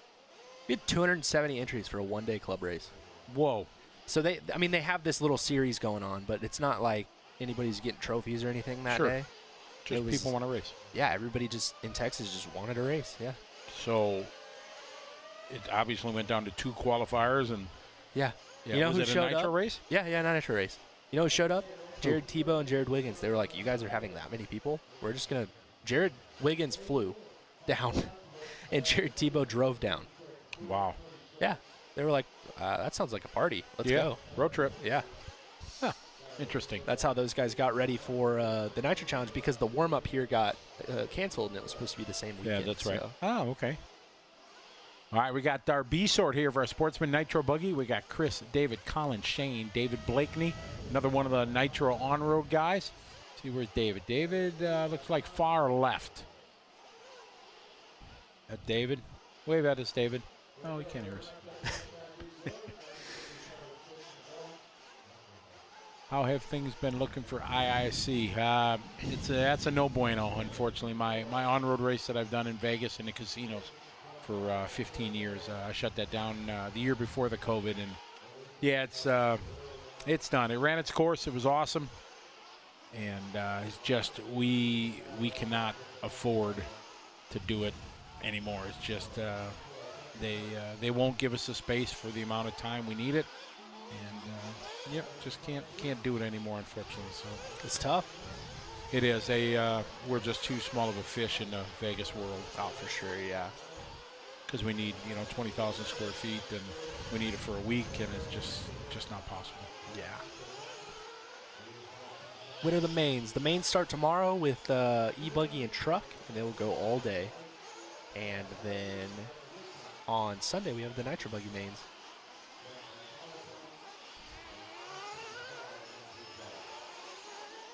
Buggy Brent says, I need a double and animal-style fries in and out. You are correct, sir. In and out. Best fast food hamburger? Stop no question. It. No. Nope. Don't want to hear it. Okay. Your rebuttal? Don't say Five Guys and don't say Whataburger. I'm not going to. Okay. So, and now that you say that, I'm going to forget what the place is called. Oh, no. Okay, so in Austin and all around in Texas, we have this fast food restaurant called P. Terry's. P. Terry's? Yes. Okay. And until you go try P. Terry's, I don't believe that you have tried the best fast food burger. Is it but it's multiple locations, not just multiple locations. Oh, okay. Yeah. Well, but not outside Texas. Not yet. Oh, I don't okay. think. All right. Well, okay. But of the national franchises that are multiple states, should I put a disclaimer? I'll give you that one. P. Terry's. So when I go to Dallas next time, I need to tell Chris Matheny, say we need to go to P. Terry's. We need to go to P. Terry's. And if all right, Chris Matheny, if you're listening, we need to go to P. Terry's. There you go. Next time when I'm down there next month. You can get a regular burger. Those are really good. Or they have a really weird way of putting together a chicken burger. It's like chopped up, and then they put it all back together and make a chicken patty, and you get all your fixings and everything on it. And it's a grilled chicken burger. It's not fried. Super good. Best chicken burger, period. Dadgum. Yeah. Okay. On the list. Shane Lyon, how are you doing? Good to have you following along. General Hobby's not a fan of In-N-Out. No, we're talking national franchise, food, burger place. It's not my. In-N-Out's not my favorite. But it's completely fresh. Nothing's frozen. Fresh lettuce that's crispy. It's not wilted lettuce and everything. That's fair. I'll give you that. The buns are nice and toasted and warm, and it's just not my favorite, man. Yeah, for sure. That's what's a good thing about living in America. You have a choice. But we do have those in Texas, and we didn't have them before, so that is nice. There's a lot you like. Like, I think the best hamburger is in my hometown. There's a little burger smokehouse joint. Makes the best burger. Right. Everybody's got that. Yeah. This is the best. This is the best. But of the national franchise burgers, I got to vote for that one. I used to be a big fan of the fries. Big fan. As I've gotten more, waning, as you say, geriatric, I'm not such a fan anymore. They're still good because they're fresh. Bam. Right. You know what I mean? Fresh fries, so that's good. But, yeah, still a fan of the burgers. Fuddruckers, that's a very good place, but not really a fast food. Yeah, that's I don't a think sit that down counts. and order. Yeah. Yeah, for sure. Which, that's the same reason why Five Guys doesn't count. I do like Five Guys, but it doesn't count. It's very good, but it's overpriced. I don't think it's epic. Yeah. I was talking about on-road. How about our on-road driver, David Blakeney? Woo, fast lap of the race. You go, David. Get some. Yeah. Represent us on-road guys. It's good time. We got to find David. All right, so he's about halfway through the track. Maybe him over the one of these guys coming. Oh, I think they found him. Might have found him? Yeah. I think this is right. Let's see. Maybe the car in front of him, but I think this is it. Good pull, guys. That was first Boom, try. look at that. No, this is La Placa. No, yeah. Car in front. There we go. Hey, good try, though. You got the leader. Oh, yeah, there he is. That's pretty good. Yeah, he's got orange in his body usually. Yeah. Cool cat. Oh, loves no. racing on-road. Very good on-road racer. And he used to be sponsored and everything. He went independent. You know what he did? He bought like one of every brand. Oh, really? He's got an Infinity. He's got a Serpent. He's got a Mugen of on-road cars. Right now he's running a He's Serpent. got them all. He's running the Serpent right now. You could tell by just looking at it at 1,000 yards. Yeah, it's the body style is similar to like a J Concepts body, but it's a little bit thinner on the roof line. All right, ladies and gentlemen, right there, mad skills. You may hate, but you have to respect. Thank you. 1,000 yards, he picked it out. I knew it was a Serpent because I know what he told me he was racing, but for him to just look at that onto the back get-go, no. I'm standing up. I'm applauding, ladies and gentlemen. Oh, thank you. Yes. I don't know much. Don't hate. I know that stuff. I don't know math. I don't know. I write math. okay. Can you write cursive? No. You're not supposed to admit that, buddy. No, every second grade, third grade teacher, fourth grade teacher that we had down in Texas can eat it for telling me that I was going to need to know how to do cursive. I've never once used cursive in my entire adult life, which is a total of 5 years. Never. See, I'm the same way about heavy-duty math. Right, yeah. I failed. I was in algebra my freshman year. I couldn't do it. Halfway or after the first quarter, whatever, I moved to pre-algebra. I survived with a C. All right? So, thankfully, back in those days, that was the only math credit I needed to graduate. So, I go through, I'm in my senior year. I need like 4 credits to graduate. And I didn't take any advanced placement, nothing like that. Just basic math, writing, like all that stuff. So, I got my math credits and everything. I needed 3 or 4 credits to graduate. So my senior year, I took 3 hours of wood shop.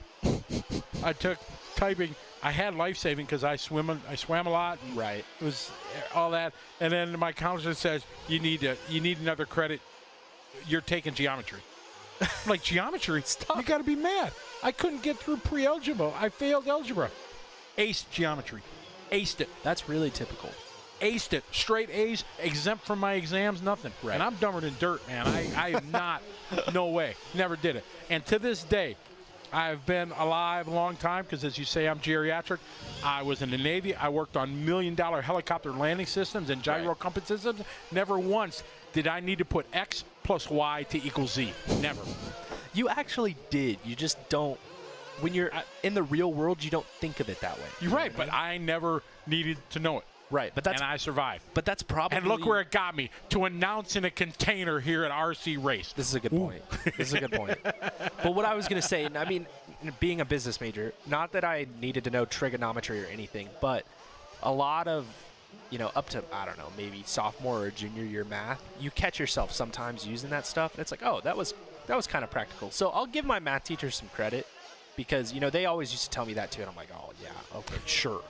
But now being an adult, it's like, oh, I mean, every once in a while I'll pull it out of my back pocket and it makes doing something a lot easier. Don't have to pull out the calculator or whatever. Or if I do have to pull out the calculator, I know what I need to do to get what I need. You know what I mean? Kids that are learning now, they can only do it with calculators. Yeah, I mean, yeah. But you remember, okay. See, back when in my school, calculators were taboo. You couldn't. They didn't have TI 35s and TI 90s back then. You know what I mean? It was just basic. 1 + 2. You want to hear the story of a teacher telling a code teacher that she wanted to punch me in the face? Well, yeah, it's story time on Live RC. Right? Come on. Does that sound like fun? Yeah, it does. Okay, so I was this was my senior year of high school. and I was always pretty good at math, so didn't want to be there anymore, right? Obviously, like ready for college, already, locked in, ready to go. Got my papers signed. I'm ready to go to college. And I don't pay attention in this lady's class. Poor lady, very nice lady, and I haven't yet, but I want to go back and apologize to her. But did not pay attention in her class ever, and so like she's already ready to set me on fire.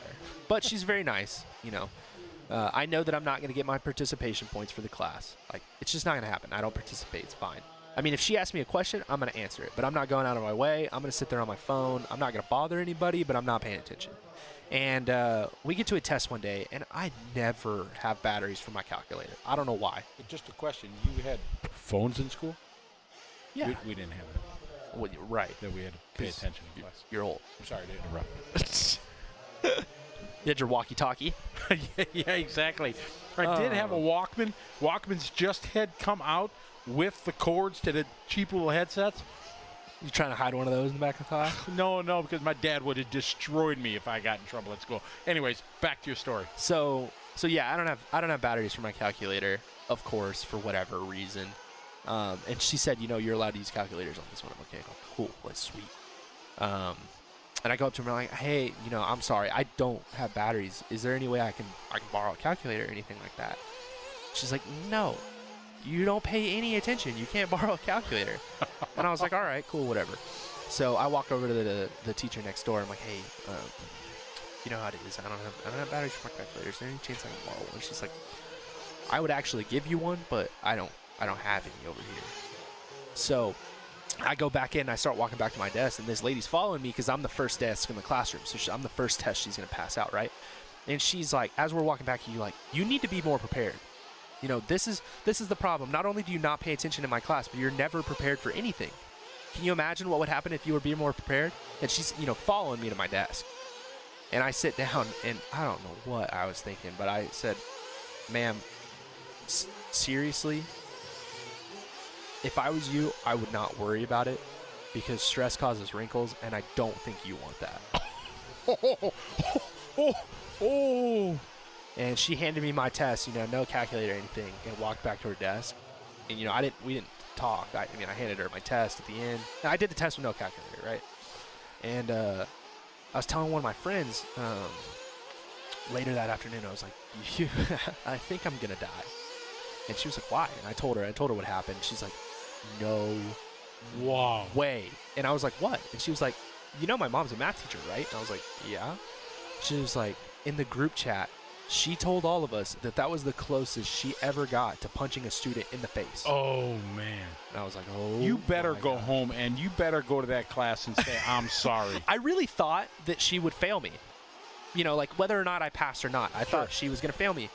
And this must have been the worst part for her. Is that, everybody took the test with a calculator. I took the test with no calculator. And you nailed it. I got a 97. And she gave me my 97. She didn't take points away. She didn't reprimand me. I didn't have detention. Smart aleck points, boom, D. I've already sent her, she's active on Twitter because she likes to stay in touch with the students. And it's a good way if you're a teacher nowadays to know if your students are cheating. Sure. And I apologized to her on there one time, but I need to go back because you need to send her like some flowers or a nice little something for her desk, and sure.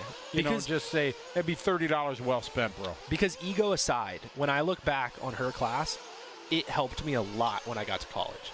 That's what you need to say in a little letter. Yeah. All right, I'm going to call you out on this. So everybody here in the throbbing brain of our viewers, remember, next time Tyler and I are, okay, what are we doing? We're doing PMB together, right? Mm-hmm. Okay, you got till April, buddy. Man, I can't remember that lady's name, but I'll see if I'm sure it out. If you're life dependent or there was like $1,000 on the line, I could figure it out. You would figure it out, exactly. Yeah. So, yeah, you should do that. Remember, no pictures. Without pictures, it didn't happen. Okay. All right, RC, you are way mean. SR said send her some wrinkle cream. That's what he said. Send her some lotion. You guys are mean. She wasn't it. I didn't mean it like that. Oh, dude, either. that was maximum disrespect. I know. I really screwed up, but I didn't mean it like I wasn't saying, oh, like you're old. It's just more like I would have said it to a 20-year-old, like, you don't want the wrinkles this is going to cause you, but it came out even worse because she was an older lady.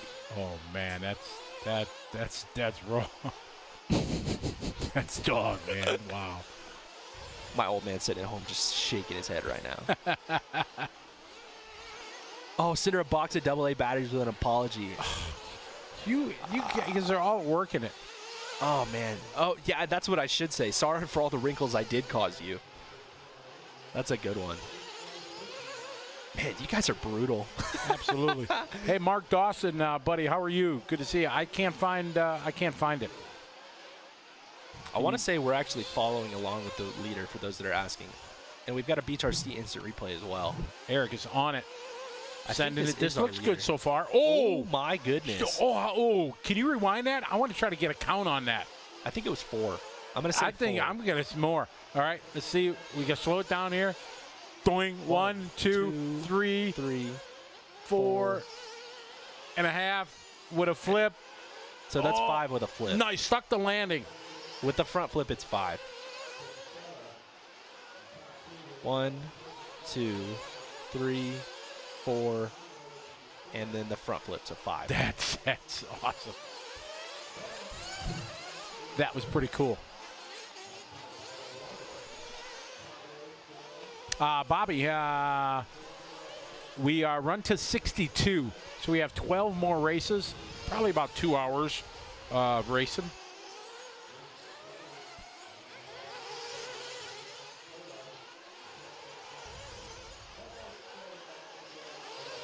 Yeah, for sure, Bo. But that's definitely it's going to be archived. They'll be able to go catch that back. Pretty cool. It's Lathrop, not Lathrop. I always call him Lathrop. Lathrop. It's Lathrop. Yeah. Yeah, like Jeremiah or who do I get wrong? Jermaine. Yeah. Jeremiah. Sorry. Jermaine's gonna watch this back. Yeah, and like what the Scotty, heck, man? yeah. Jermaine. Evan, I don't know how you get a hit up DNC. Hit up Joey Christensen or the Dirt Racing on Facebook, and he may be able to like set it up to ship you one or something. Yeah, like for that. sure. Joey can handle that. So we got about 12 more runs. This is our top heat here in our Sportsman Nitro Buggy. We go to intermediate, and then after that we go to pro. Yep. Nice.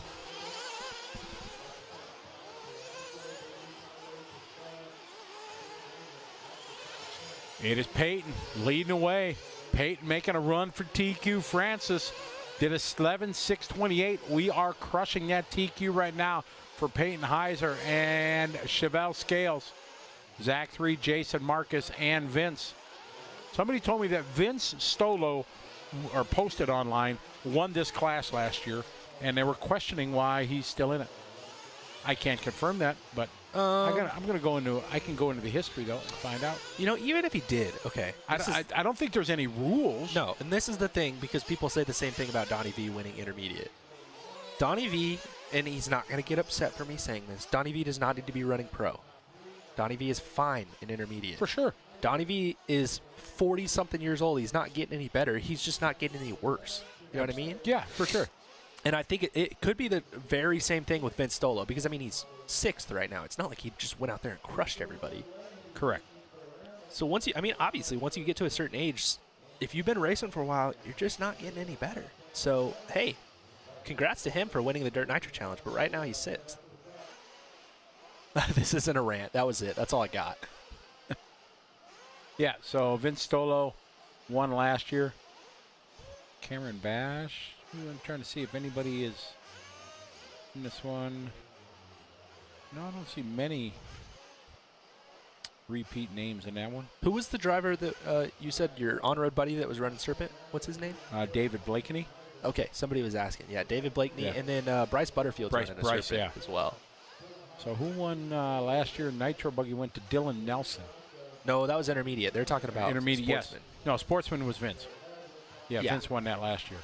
Well, no, these aren't the results. He was TQ last year. Yeah, he's seed 1. So let's go to view results.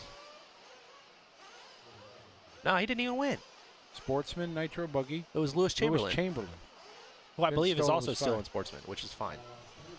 Jeff Key was second. Cameron Bash third. Vince Stolo was fifth. Just leave him alone. He's fine. Yeah, so he was top seed, but didn't do it. Adam won 40+ last year. The King was second. Degani was third. Ryan Dunsford was fourth. Kevin Thompsonvic's not here, but I know he's online. Chicky was there. Brian Givens, he used to live here in California, and he's local to me now. And a couple of weekends ago, that dude spanked me. Right. Just a fast 40+ driver just laid it down on me. So I know there's some Brian Givens fans out there in the chat. So how many, let's see, how many Nitro we had? Marco Barufalo, we had David Ronafog, David Angaro, Elliot Boots, Joe Figueredo. So we had 5 European drivers last year. In a 15-car main. 15-car main. Yeah, so I mean, this is about the same. It's going to be a 12-car main with no international. So it's about the same difficulty to make the main this year as it was last year, I would say, because you have less guys, but you also have less. Correct, Europeans. less spots. Yeah.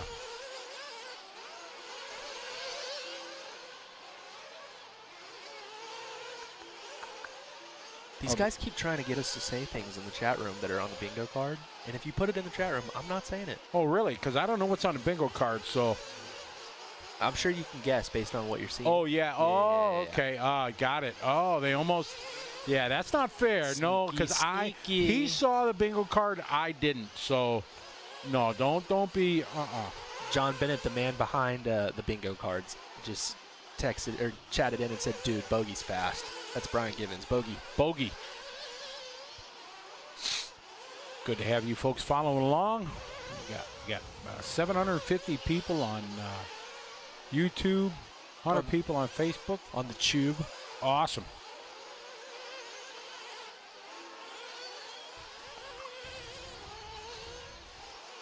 Joaquin from San Diego. You ever been to San Diego?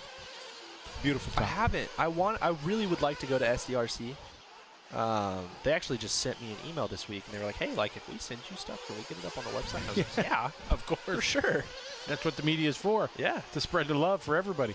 Racetracks everywhere. We just have people occasionally that are like, "Hey, how do I get stuff on your website?" Because it looks like other people are, and it's so. I mean, for anybody out there, if you have a legitimate RC company, not Bubba's Wings, where you're just showing me a picture of an HB wing, like I'm not posting that, but. If you have a legit RC company, you don't see your stuff on Live RC, or you would like to, or if you're a series or whatever, send it over to press@liverc.com, and I'll do my best to get it up either that day or the next day. And Jason Branham, old school racer. Is that the Jason Branham from back in the day? Yeah, Kid Traxxas. That name, he used to be quick. Oh yeah. He wants me to shout out his son Bryce, who's watching TV with him. We want to get Jason back racing because he was the man. Like when I started, him Absolutely. and Mikey B would battle for supremacy. Didn't he just show up in TQ and Nationals, or just I don't know if it was him or that may have been Skidmore. No, not Harry Potter. Harry Potter. That's messed up, but funny. But that's what. Yeah. You know, he and his wife are having their second child soon. No kidding. Yeah. Wow, I haven't seen him in ages. Man. I got to green and yellow paint jobs. Yeah, I still remember. I remember names and paint jobs. Yep. Factory associated driver for a long time. Exactly. Long time for sure. Lee Lopez. This is our first of 8 heats of our intermediate nitro buggy. Probably running chain links again. Oh, this the chain link master? Yes, sir. Somebody's talking about OFNA. Whatever happened to OFNA? I heard a rumor of what OFNA stood for. Is it arable? No. No. Well, yeah, you can't say it, but you can assume it. I'm trying to figure it out. What do you guys think of the new Techno Truggy? I talked about this with Joe, but what do you think of it? Talking to me? Yeah. Oh, I thought you were talking to viewers. No, you. It looks good. Yeah. Obviously, it's working very well. Yeah. You and I were talking about it's a major change from the platform they've had. Yes.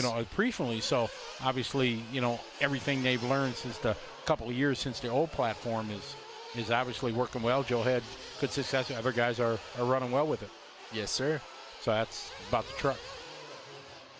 What are your thoughts on Europe backing down the nitro content limit?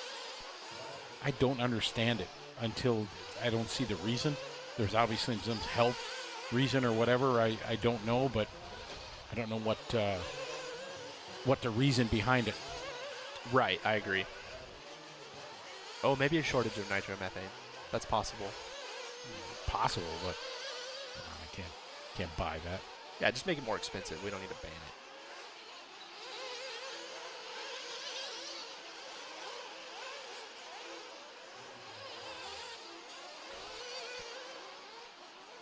Yeah, so you can just get all you want. Just get about a garbage.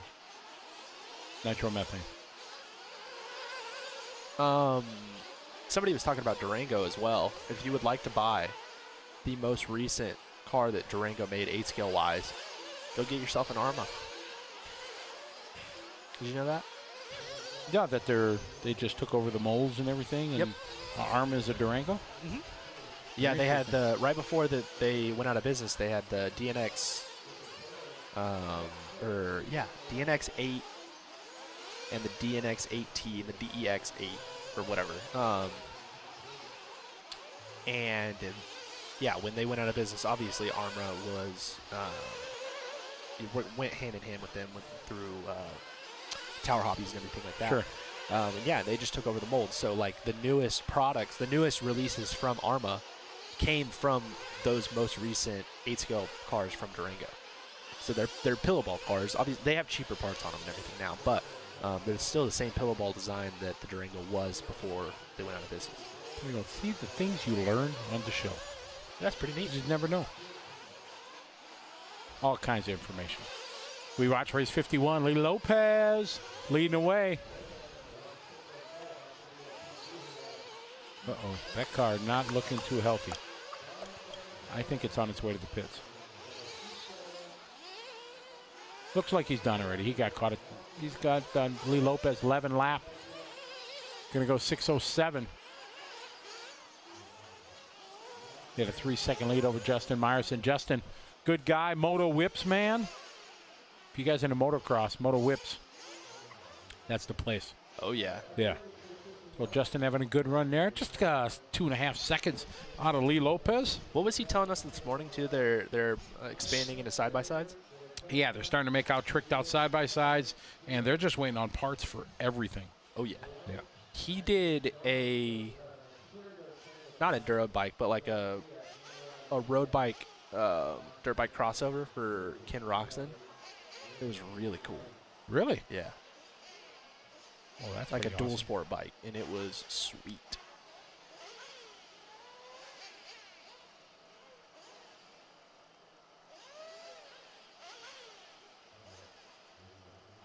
Okay, race 52 coming up. Kevin Casson, Scotty, you need to get on the No Name RC podcast. Sure, I love to do it. I've done a few podcasts. People have asked me to interview me, talk about races and stuff like that. Yeah, one of my other buddies, John Jennings, he asked me if you would like to be on his podcast. I told him I'd get a hold of you. Sure.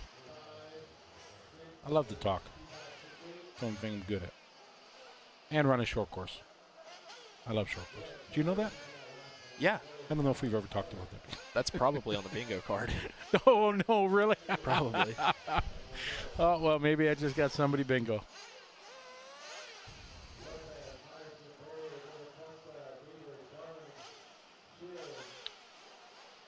We got race 52, 10 races-ish to go.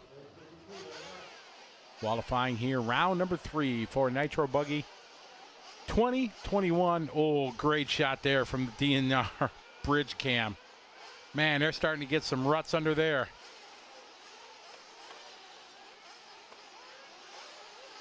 '21 Dirt Nitro Challenge presented by A-Main Hobbies and Proline here on live.rc.com. My name's Scotty Ernst.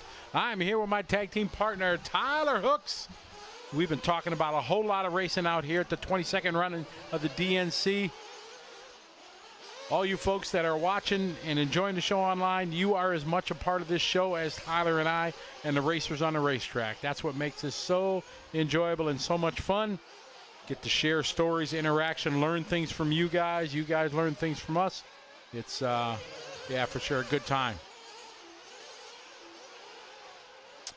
Working on an article right this second for the Tennessee State Championships at ROCCK. ROCCK. Have you been there? The Rock? ROCCK. No. Obviously it's in Tennessee. Tennessee State Champs. Good. But that track looks sweet. A couple of my teammates went up there a couple of weeks ago. It looked awesome. But Ryan Lutz is going to be there. Very good. I haven't seen Ryan in ages. We were talking offline. I didn't even know he moved back to Ohio. Yeah. Did not know that. Are any of us going to the 25 grand to win drag race? You're going. I am. He's not going to race. And I'm going to I'm just going to roll with it. Tell him I'm going to dominate. Oh, he's going to dominate. Yeah. I'm going to dominate sitting in the bleachers. It's up to 25 grand to win. Dang. Apparently. And if you have If you got teak and stuff? Yeah, you get an extra $5 grand. Yeah, exactly. There's a couple battery companies get into it and stuff like that. Yeah, servo companies. Yeah, it's crazy. But yeah, I'm going down there to check it out, see what I can learn, and it looks just fascinating and exciting, and yeah, for sure. Are you gonna, if there's any fights, are you gonna video them on your phone and yell World Star? Yell what? World Star? I'm sorry, I'm not hip to that. It's like a website where you can watch like random fight videos from like people. Really, just outside a bar or something? Yeah. I never heard of that. I don't get out much, so I run a sheltered life. Wow. So, man, if there's a fight at a toy car race, that's a problem. Well, I mean, 25 grand. Well, that's the problem with money races. Yeah. You know what I mean? Thankfully, it's not like this is pretty cut and dry. You either win or lose. Nobody can take you out. Nobody can beat you off the line. Nobody sight you out or whatever, because the lights are the lights. The start is the start. The finish is the finish. So, delivered over the hip jump. Oh, my. Oh, and then delivered himself. Oh, man. I see Eric on the buttons over there. Are we about to see a BeachRC.com instant replay? Oh, we are. He says stand by. That was like going up the hip jump collision. Bam. So, Kevin, yeah, I'm going to check that out. That should be pretty interesting for sure.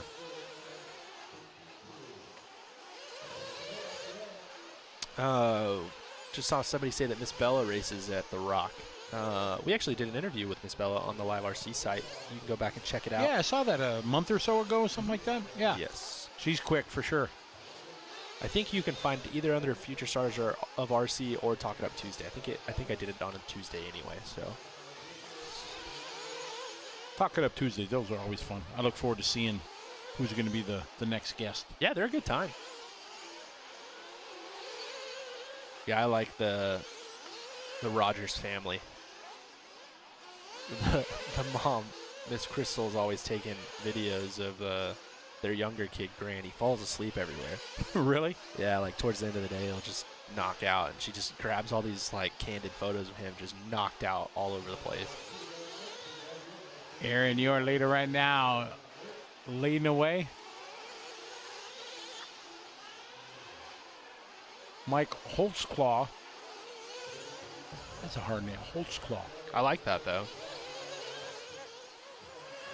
Jordan is second, Danny third, Lee Hackney. We had earlier a couple good rounds, but not that far behind. Q3 here, intermediate Nitro Buggy. Race 52, heat 2 of 8. Got the pros coming up. Ooh, less than an hour. Yeah, just a little bit less than an hour it should be, or close to an hour. And it'd be the big dogs. What states? Oh man, this is probably, this question would take too long for us to answer. What states have we raced in? Ooh, jeez. Florida, Georgia, Louisiana, Oklahoma, Texas. Nevada, California, Ohio. Where was state line? Indiana. Indiana, yeah. Pennsylvania this year.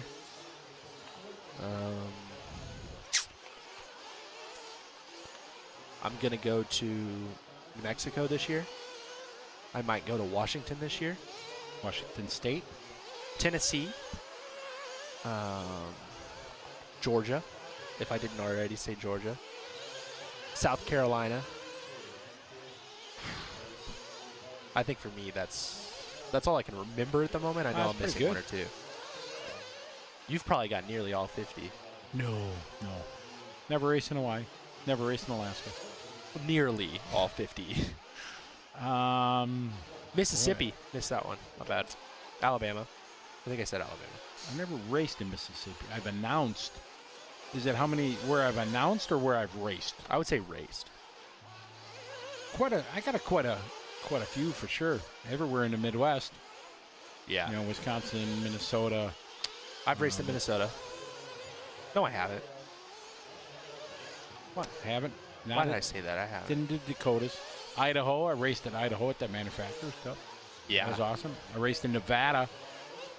Both at old school and new school 702 Raceway and back at Western RC when there used to be this big junkyard of Volkswagens. That's cool. I've heard of Western RC. Yeah, big. And they had a big oval, paved oval back there. I think it was concrete. And then inside they had a road course. And I went out there for the Norca Nats once. That was pretty awesome. I'm sure some of the guys know about, remember Western RC? That was pretty cool back in the day.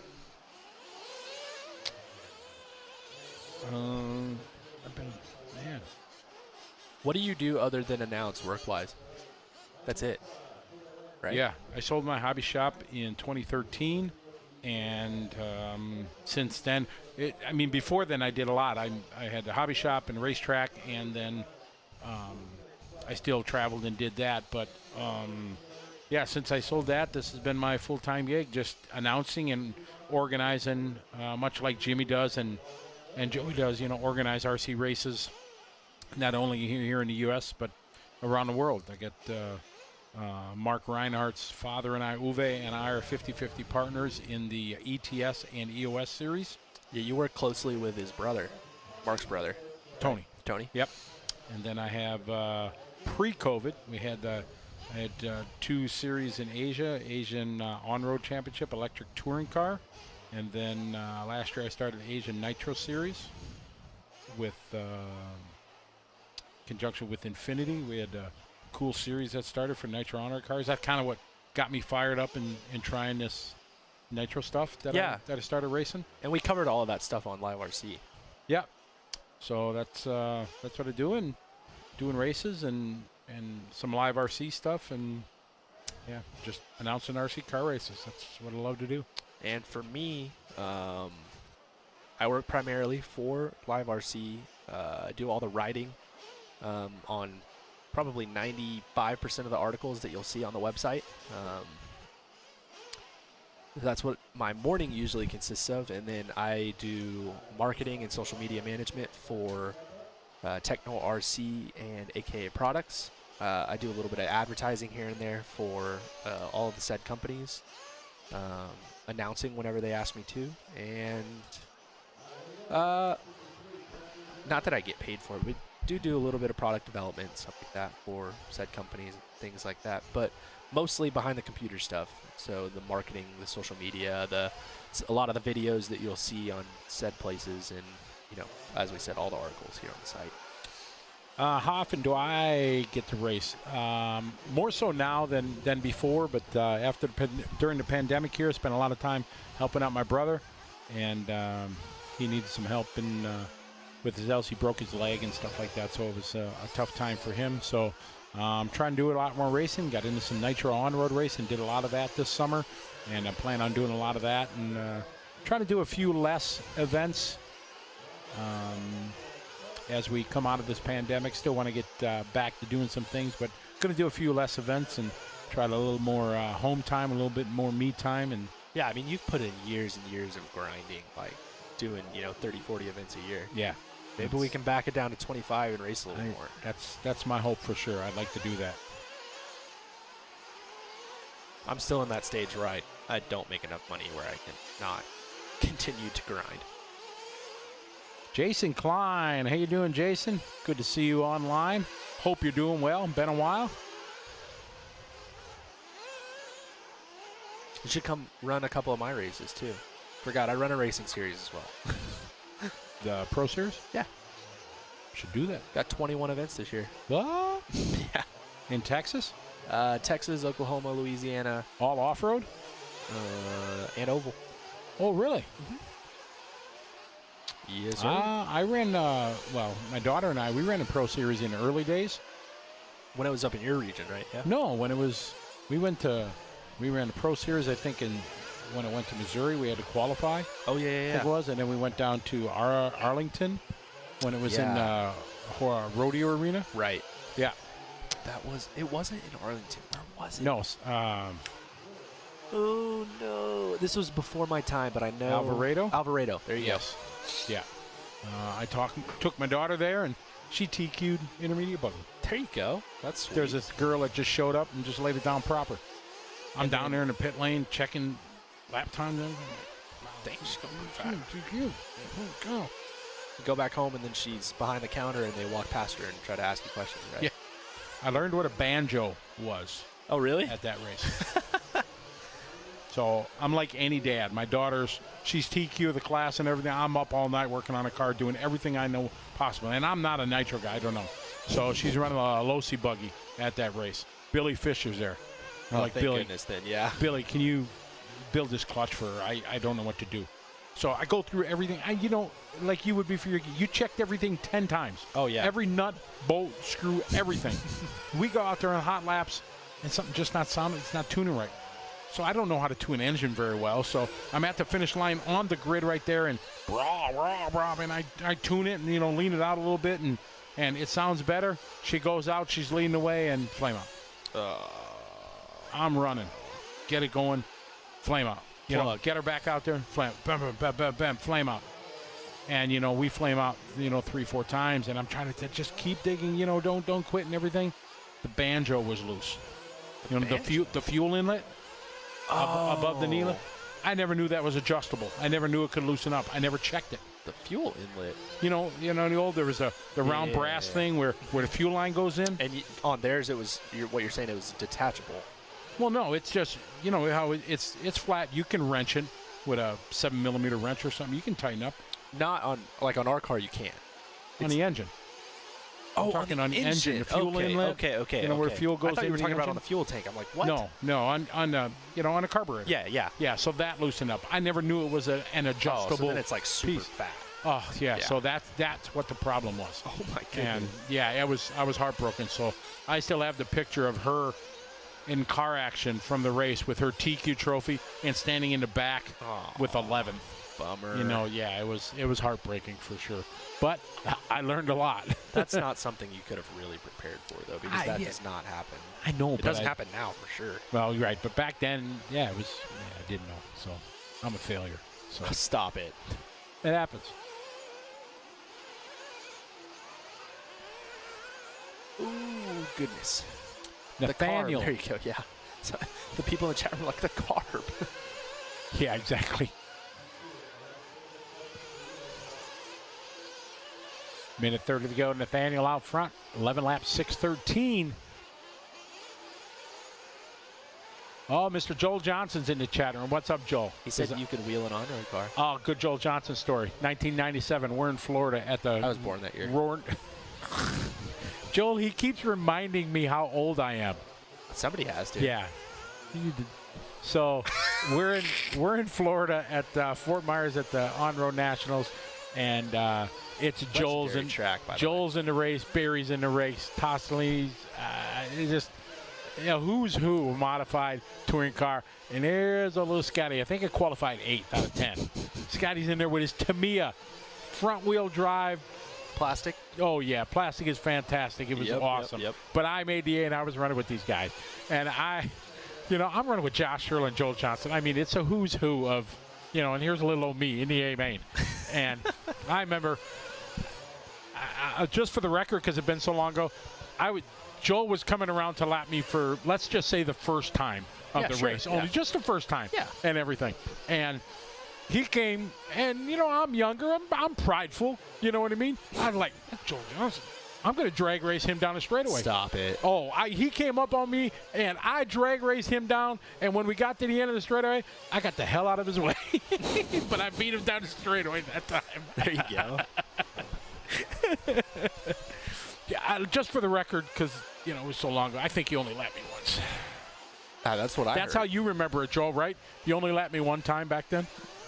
Well, considering it probably printed out on a receipt, it's lost forever. Nobody knows. It's funny you say that. I have the printout still way of the 1997 Roar Nationals on a dot matrix printer in my office. I do. That was a big. Come on, I'm in the AMA with a who's who in the world of on-road racing, and I qualified straight in. But we don't want people to know how many times you got lapped. I only got one lap one time. That's what you're saying. Well, yeah, that's what I remember. But it's on the top matrix, so if we ever go look, then we're actually going to know. That's what I'm saying. That's top secret in a vault, baby. Love to see it. My. Fantastic. Good memories from the hobby. There's no doubt about it. Right, RC said 97 was a fun year. I was in elementary school. See, here come the old jokes again. All right, we're going to just sign off here just for a moment. We'll be right back here on continuing coverage on liverc.com.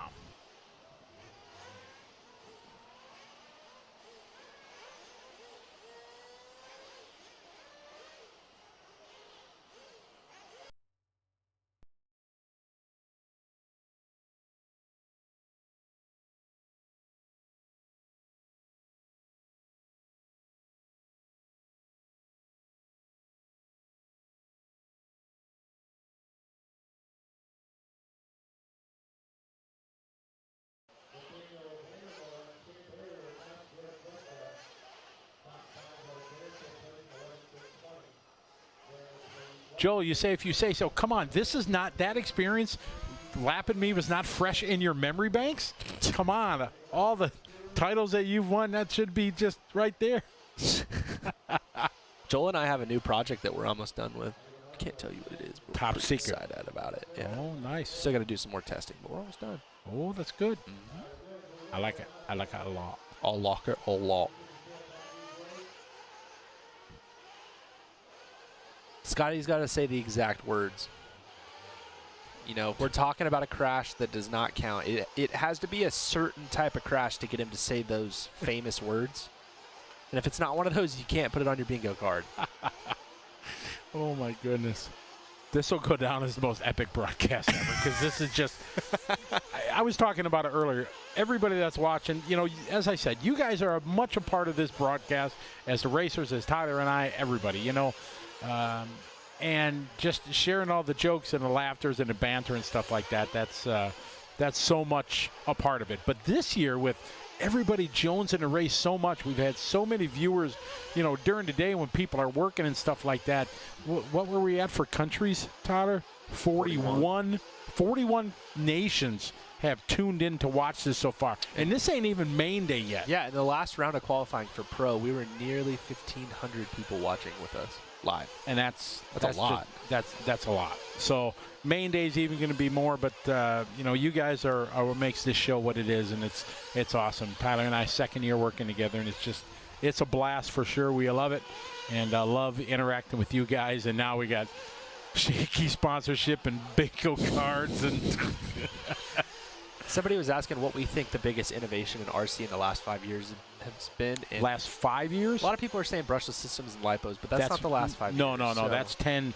Yeah. That's, right. Yeah. I would say probably HV batteries, so your LiHV batteries, a little bit higher voltage, and your battery technology catching up with your batteries. Like towards the end of nickel metal, you guys knew how to wring the neck of a nickel metal pack to get power out of it. Oh yeah, we were dead shorting them, everything you don't do, dead Right. short in the batteries and everything like that. And right. in the last 5 years of 10 scale and 8 scale racing, with things like the iCharger and like much more just came out with their new charger that you can get it at A Main Hobbies.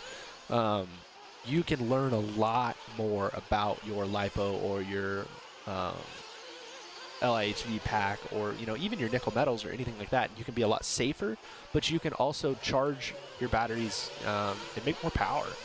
So I would say battery technology for me personally. That's for sure. What Hey, about you?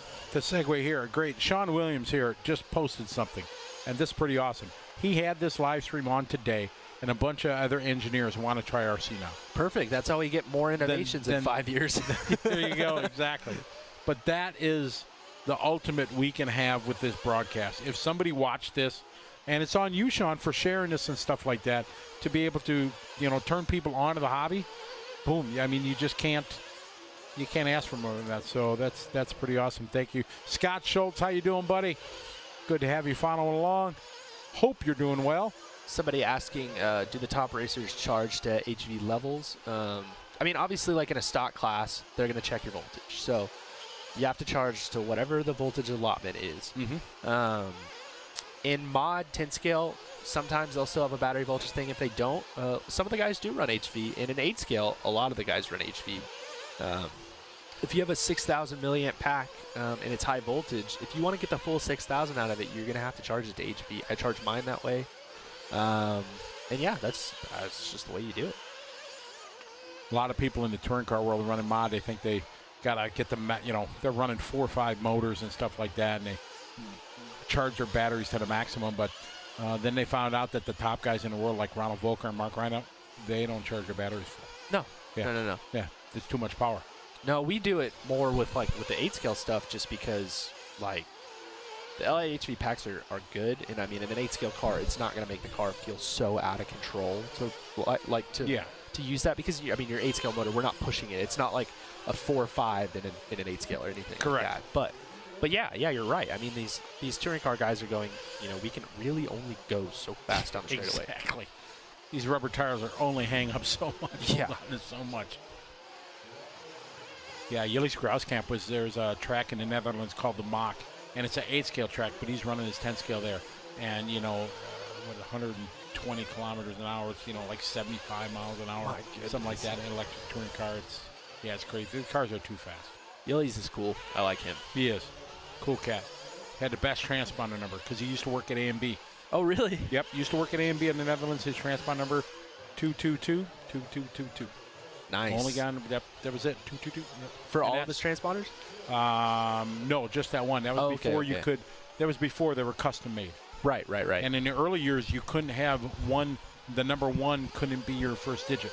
Okay. There were no number 1, 7 digits starting with 1 in the early years with the big red postage stamp. I saw one of those. Yeah. So I got a bunch of them. They still work. So you could not have a transponder. They didn't produce them. They couldn't with the number 1. Why? I have to think of the binary way they did it. But then when they came to the new ones, then they could make them with the digit number 1.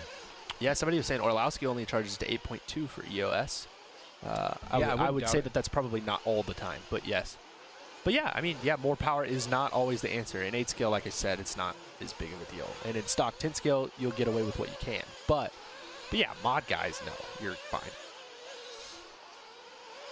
Race 54 on the track, winding down here. Jeremy not to give it a run for TQ. Lee Lopez had a 6:07. Jeremy looking to go 4. Anthony Howard looking to go 5 right now, both with 11-lap runs.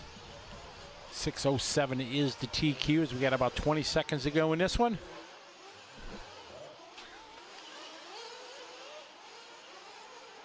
Sean, I think the track is holding up surprisingly well compared to previous.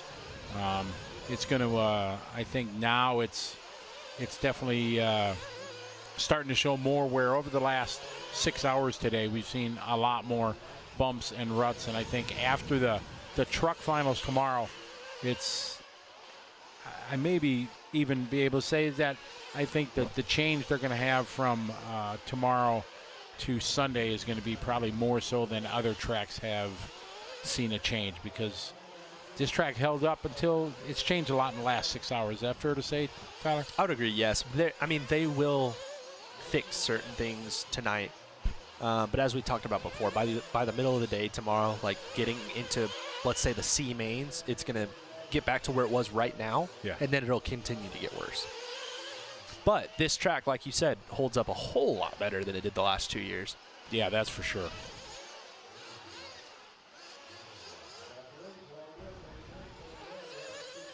No, Evan, I've done very good. We have not said that, have we? I don't know I don't even know what he's talking about. No, I know what he's talking about, but I don't know what he's talking about. You know Right, what I mean? exactly. I don't either. What? So no. There's a lot of chop out there. It's choppy. Yeah, we have to go find a. We're going to go find our thesaurus. Come up with synonyms. Yes. Is that what it is? Yeah, synonyms. Synonyms, anonyms, homonyms. I don't know. I don't remember what those are, but I know what a synonym is. I haven't been to school in a long time. Oh, an anonym is like the opposite of what you're talking about. There you go. It's a good, bad. Exactly. You guys remember the what was it? High School Rock, or what was the Schoolhouse Rock? Schoolhouse Rock. There That you go. stuff was awesome. Come on. If you were a kid, you learned so much in that 2-minute thing before cartoons. Oh yeah. That taught you like months of schooling. So you had them before your cartoons. I just had like a DVD that had all of them. Oh really? Yeah. Oh no, you looked forward to seeing them when you were a kid. That was awesome because Did you those just were have like, one channel for cartoons, just on Saturday morning. Pretty much so. Yeah. Yeah. Why'd you say? What'd you say? Because I'm what? Old. Man. Damn. But that's why I had a DVD of them, because they weren't still playing them on TV when I was a kid. You know what I mean? Hey, is being old on a bingo card? Oh, for sure. Yeah.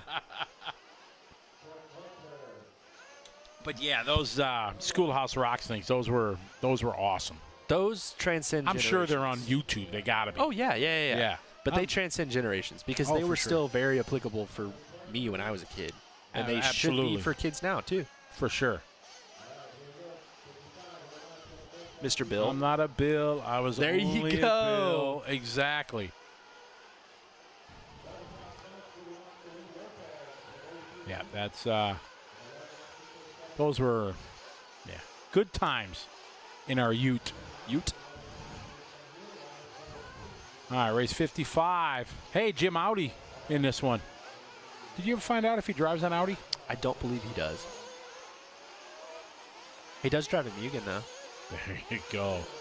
Most important, right? But find out what he's. Yeah. When do the pros hit the track? You've got 4 more races until the pros hit the track. So about 30 minutes. Oh yeah, that didn't take long. You look at YouTube; they're all here. Yeah. School out. I'm just a Bill. No more Kings. The preamble. Interjections. The interjections one was good. I like Yeah, that that's for sure. Unpack your adjectives. Pronouns, sarsaparilla. Verbs. Oh yeah, with the big Superman guy that was holding it on. He got scared under the rain cloud. Lolly, lolly, lolly. Get your adverbs here. Multiplication rock. Oh man, yeah, those. Constitution. Man, Taking us back, man. Oh yeah, exactly. I got some YouTube stuff to watch. Chris King says he drives a Tacoma. He drives a Tacoma. He does not drive an Audi. Ophir having a good start. 34.0 opening lap for him. This is heat 5 of 8. Intermediate Nitro Buggy race 55. There's somebody saying that in our receiver packs, there's no need for that sorcery, just normal charging. But This that is race 55. Yes, that is not entirely true. If you use a life pack, 6.6 volt, servo's going to be a little bit slower. Use a LiPo 7.4, servo's going to be a little bit faster. I wish we could switch over to Lifey batteries. Yeah? Just because they're so much safer. Right. You know, you drill a hole in it, and basically it's It not doesn't gonna do start anything, on fire. Yeah. So, I turn all my servos down. Do you? Turn them down? Like slow them down. On your radio? Yeah, turn and return. No. You have a Sanwa, right? Yeah. Yeah, you can do it. So if your servo ever feels like way too fast, you Yeah. can turn it down. Oh, interesting. Which, I mean, like what we were talking about earlier, the feeling function will do a similar thing, but I actually turned them down. See all the stuff we're learning? Man, just not only entertaining, but educational. We try to be. Exactly. You get the full bang for your buck. So we saw Chad panic in the last round. He was in second in this heat with like a minute to go, and I don't remember what happened. He just fell down. Yeah, the car just stopped. Just bad luck. How many times do you think this should be a bingo card? We should have our own bingo card for questions that we get in the chat room. I don't know what you're talking about. The what opinion do we have of the new Techno Truggy body would be on that bingo card. It is. What is your opinion? Race number 55 on the track right now. 1/8 intermediate nitro buggy. Heat 5 of 8. Oh man, upside down. Coming up, a little bit of traffic here. Did I segue that well? That was good. This might be Chad Panic. Oh no, he's panicking right now. Full panic. A big shout out to a longtime good friend, Matt Del Judas. What is up, buddy? They are watching live RC at the King of the Road at MRCR Raceway. King of the Road. I want to say hi to Uncle Kenny. What is up? Uncle Kenny is in like Peppy? Uncle Kenny? Maybe Kenny Brosh? No, Ken Peppy. Oh. This guy has been the longest team associated sponsored driver of anyone on the team. Somebody just said that turning your servos down is why you're announcing. Rude. Andy Krivitz. Hey, Andy Krivitz, how are you? Hope you're doing well. Jim Audi out front. And Ken Pepe. I hope that's him, Kenny. If that's you, hope you're doing well. Miss seeing you, buddy. Miss seeing you at the Indoor Champs in Cleveland this last year that we have to cancel it. So we'll do it again, though. So I look forward to seeing you then. And glad you're still doing a little bit of racing. As we get closer to pro, more people are checking in. We were down to 90 people in our Facebook chat room. Now we've got 211. There's like 700 people watching on YouTube. We're going to get over 1,000. Yeah, every Friday time night under the lights, boom. Jim Audi out front, looking at a good run to rewind. Looking to put in a run to go third right now is Audi. D70 Racing talking about what function do you use on the Sandwell for feeling? It's actually called feeling. And I know what y'all are saying about me slowing stuff down. This is why I'm in the booth. But Jared Tebow slows his feeling setting down in his Sandwell radio, and he goes around the track pretty dang good. Yeah, it's pretty much a suck less function. Yes, yeah, agreed. We got a message here from my friend Mark Dawson. He sent a link of the mud race at FMAR Worlds in Charlotte. Like, was there ever a major eight-scale race that ended in the rain and actual mud during the main? Yes, no, I'm out. Garrison raced at that one. Did you know that? Garrison, yeah, because they had a big lift that they put him in. I think that's one of the early years that I met him, and that's where I first officially met Kenny Brosh. Really? He had the nicest thing to say to me. We were in a little banquet area and everything, and he was so kind and enjoyed my commentating through the years, and it was it was really nice. Mike said he felt bad for the guys that kept having to put him in the bucket to go up because he said he just kept bumping over and over again on main day. Yeah, he did. It was like 9 times or something. I'm like, dude, don't feel bad. No, exactly.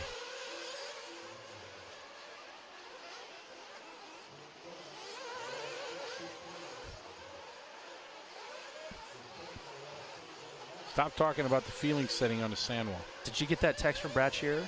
No, Brett Shearer. On my feed. No, I didn't get it. The Matt the Dude is glad you guys hanging out. Definitely say hi to Uncle Kenny for me, man. And hello, everybody watching at Trackside. They're all checking out, hanging out. It's Friday night at Track. Oh, it's 9:10. Oh, they're probably just finishing up the mains there at Trackside. So everybody's probably hanging out in the hobby shop, checking things out. I wonder who won. You know, we have a way to find that out. We can go to liverc.com. They got everything there. Derek wants us to go find Brent Dinsford and say hi. Maybe not say. He didn't say hi, but we'll go with say hi. Oh, Brent's probably having a good time out there. He's here. Oh, I know. Did you see him? Yeah, I bumped into him. Boss only gave me a 2-minute break, so I can only talk to Brent for like 2 minutes over there. So. Brandon said he was pushing it. Yeah, I'm pushing it. I'm in trouble now. I just went from the C team down to the D team. Dang it. Did you get Brent's Facebook post? He tagged you in it. No. It was a photo of him out in the pits, and he had a beer. He said he did because I was over there when I talked to Watley. Said, I was looking for Brent, and yeah, he said, I tagged you in a post and everything. I haven't seen it yet. So did he just get here today, or has he been here the whole time? I think I think he was here yesterday. Oh, okay, cool.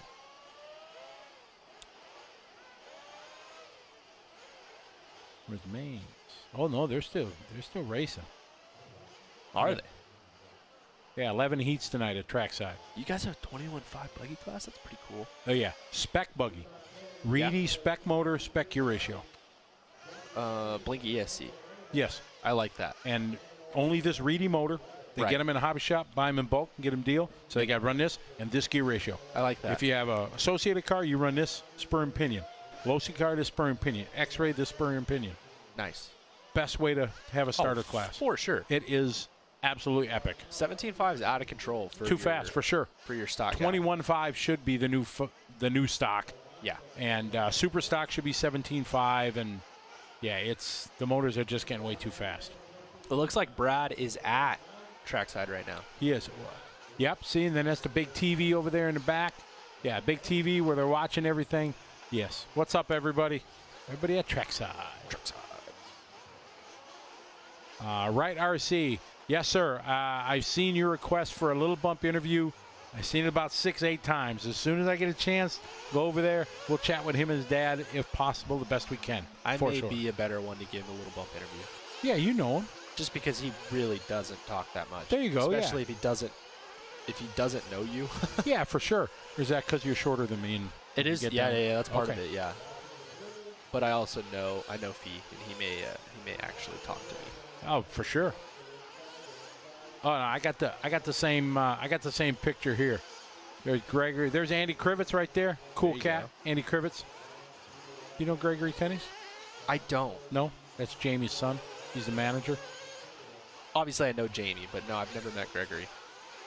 Oh, that's a great picture. They got this big 60-inch TV. You got the picture of the broadcast on there. That's pretty awesome.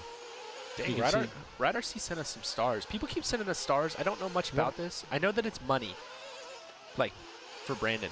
But really? I don't know how it works. Well, Right RC sent us stars. Thank you very much. Or Right RC. I think I said Red. Thank you for that. We appreciate it. Thank you very much, for sure. All right, we got Cody out front, 32.9 opening lap. This is heat 6 of 8, race 56 intermediate nitro buggy. What time we got? We got 7:30. We're going to get out of here much earlier than the other night. We might get out of here 8:30. Yeah. What time does Shakey's close? I think 8:30. Eric, what time Shakey's close? 9 o'clock. Wah, wah, wah. If it was 10 o'clock, man, we'd be in there like swimwear. It'd be like, bam. There, like Got some Cody Graham's fans. Yeah, Larry Richards III cheering him on. Oh, Rhonda moving to the top of the board here on lap 2. We're actually watching Cody right now. Nice looking body there. Yellow wheels, of course. Fast. Kyosho. He's in the 110th they've got out there probably. Stephen Best said about to check in. He said C.J. Jelen was the Obi-Wan of Kyosho. You're our only one. You're our only hope. Randy Lathrop checking in. Somebody asked how we think Cav is looking with the TLR. Maybe we're a little biased. I think he looks pretty good. The new Axis body for the Truggy looks really good. That looks pretty. That's from the Lathrop household. Oh, Joel Johnson sent me a photo that looks just like that, where they've got it on the big screen at the house. Oh, that's awesome. Yeah, Randy and Jennifer just sent that. They're checking out the thing. That's cool. We did that last year. Didn't we tell everybody to send us pictures of their cribs with the big TV and everything? Yep. We did that last year, didn't we, Eric? Yeah, we should do that tomorrow for sure. All right. I mean, go ahead and send it to us now on our liverc.com Facebook page, and we'll post some of them up tomorrow. Exactly. All right, here we got Rhonda. Rhonda across the start-finish line. Last time by was a 33.4. Bryce Beaver had a 32.6. Bryce doing his best lap there, lap 5. Rocking the fast white wheels for Rhonda. Pretty in pink. Nice double through there. Spins it right around. She is on 11.602. 5 seconds, 4 seconds under. Our producer is singing. He is. Serenading us. Sultry sounds in our ears. Oh, Randy corrected me. It was not a 65-inch TV. It's an 86-inch TV, baby. Forget about it. Yeah, forget about it. Go big or go home. Rhonda Drake down to a 6.03. 11 lap. Now a little bit of traffic. Let's see how she handles it. Goes to the wide side, trying to get a run. This is always a tough place to come to traffic. We've seen a lot of guys lose it right here, but Rhonda's taking it patient, taking it easy. A little wing high. Yeah. Nice. Our producer Eric says that he doesn't think Mark's going to be beating her anytime soon. No, I ain't for sure. This is Rhonda's territory. She is like laying it down proper. Thunder Alley is Rhonda turf. I'd pay money to come watch that. Oh, Silver State. They're both going to Silver State? Oh, yeah. Remember, he's got to run the pink body? Oh, that's right. I'm not going to Silver State, though. I am. Very excited. One of my favorites. Rhonda is looking locked down, staying at that 6.03 pace.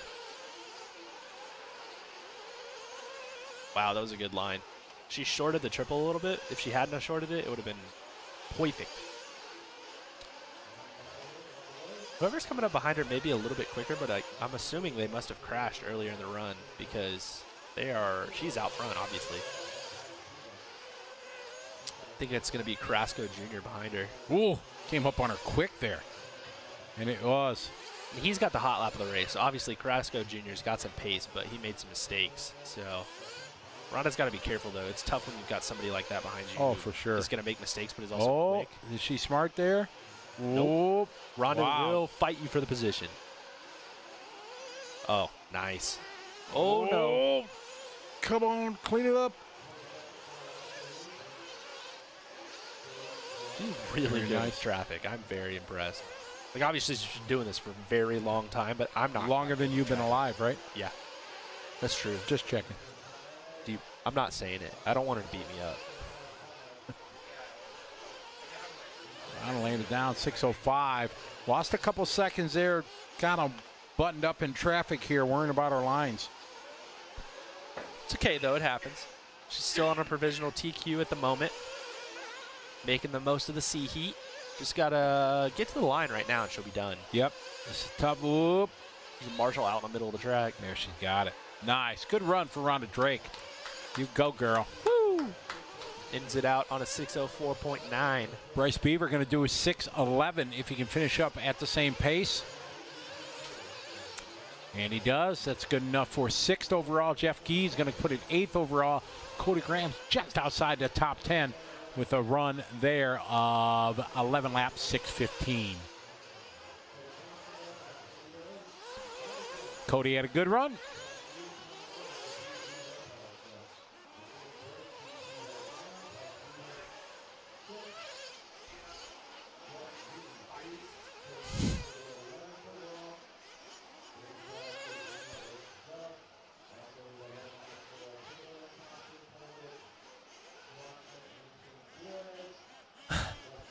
Austin Bauer saying that I'm just looking forward to Silver State because I'm 21. I was 21 the last time I went, but yeah, it makes it a little bit more fun. Not a huge drinker myself, but I'll have a drink or two there. It's a good time.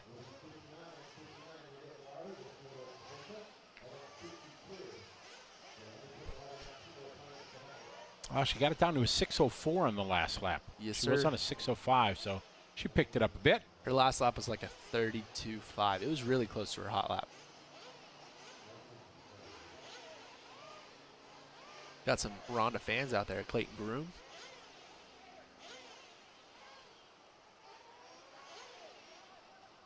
Corey Crush saying good luck or good run to Cody Grams.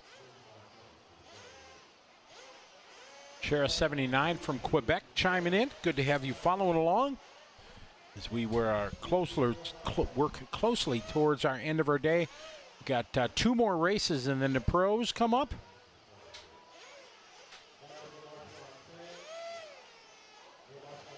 Everybody bundle up. Not as cold tonight though as it was the last couple nights, so that's nice.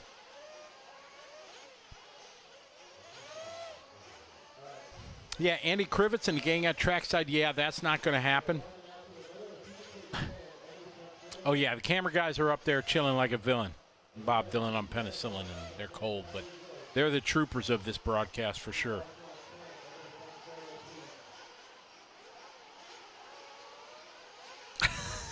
Doug Gott just sent me personally a photo of his TV and said, I'm old and I'm not sure where you said to post this at, so I'm just sending it to you. He's got a picture all spread out on his big screen TV. Oh, yeah. That's awesome. Glad to have you following along, Doug. No matter what kind of racing you like to do, Doug's a big whoop, go ahead. You know what's in the picture with him? Oh, look at that. His golden driller. That's awesome to see, Doug. Means a lot to me. I'm glad you cherished that trophy for sure. He laid it down this year at the Chili Bowl, and yeah, he's got the golden driller up there. So and his TQ. Yep, no matter what kind of racing, Doug's a big-time dirt oval racer. But hey, it's RC racing. We all love it. Glad you guys are enjoying the show. Tyler and I are having a blast here on LiveRC.com, presented by Amian Hobbies and Proline. We got the whole team here. Hunker down. This is day number 2 of the official broadcast. We got mains tomorrow for trucks and e-buggy, the Nitro mains. We got, 14 hours of racing tomorrow? Yeah, 8 to 10. Yep, something like that. It's going to be pretty awesome.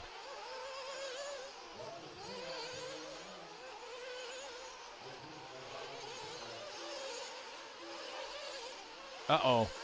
Was Chili Bowl on the bingo cards? Dirt Oval was. Oh, man. Chili Bowl might have been. I might, yep. Sure. That might have been one. Sean, oval racing's a blast. That's what I cut my teeth on. That was my first introduction to RC racing. You know, when I started, it was that was it. That was back in 1988, and I started racing with a converted RC10, and it was awesome. What year was that? That was 19. Got it. 88? 83? No. 60. I was still in high school. I was racing in high school. No, I didn't start. I didn't know. I did have RC when I was a kid. My parents got us RC car with stick radio, but this is way before your time. But some of my geriatric? That's what the word is, right? Friends, my geriatric brethren out there will understand. Do you guys remember when you got an RC car from Toys R Us? It only turned left. Really? Do you remember that? You could turn left if you wanted to turn. You have to back up, turn left again, back up, turn left again. Way. Back up. Exactly. That's the only way. You watch. There's going to be people here. What, it had like a 60-degree servo? Yeah, it only turned one way. Wow. Yeah. It's the only way you could tune it. And you think I'm funny, but people will chime in here and say, yep. I believe you. I mean, technology's obviously gotten a lot better. That it has. Was it corded? Well, no, I had a full wireless. Yeah, it was wireless. Yeah, you were big ball. Oh, yeah, for sure. Yeah, turn when you reverse. Exactly. See, look at back up and go. See, there you go. Thank you very much for supporting me. Tyco Eliminator. There you go. Doug Gott, when did you start racing? What was your first car? Doug's old school like me. Talking under his breath like you were. Doug raced a long time. You got to go find... Adam Harrison remembers that. You got to go find Gil Losi Jr. and ask him what his first RC car was. Oh, man, yeah. Yeah, exactly. What are your fondest memories of RC in your, early years? What brand was it that they sold at their shop before they started? Before he even did, he did the RC10L. Before he did that, they were selling like aftermarket parts for some weird company. I don't remember what it was. Maybe Nitro car or electric? No, electric.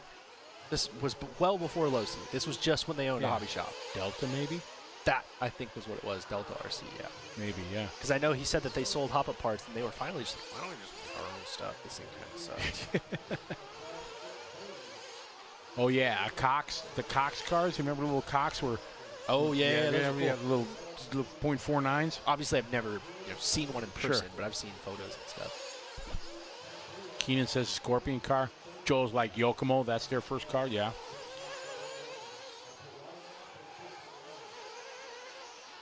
Nainano says Typhoon hovercraft was first. He Lots said of Tyco hoppers. Doug Gott said his first car was 1985, a Tamiya Hornet. And the first time he met Scotty was at a touring car invite race in Tulsa, Oklahoma, along with Barry Baker, Chris Tossolini, and Paul Lemieux. Yes, when we went to Randy Cook's race. Yeah, it was. Wow, the fact that you remember this is incredible. That was, oh, wow, long time, Doug. Holy cow. That's the first time we met. Wow, that's awesome.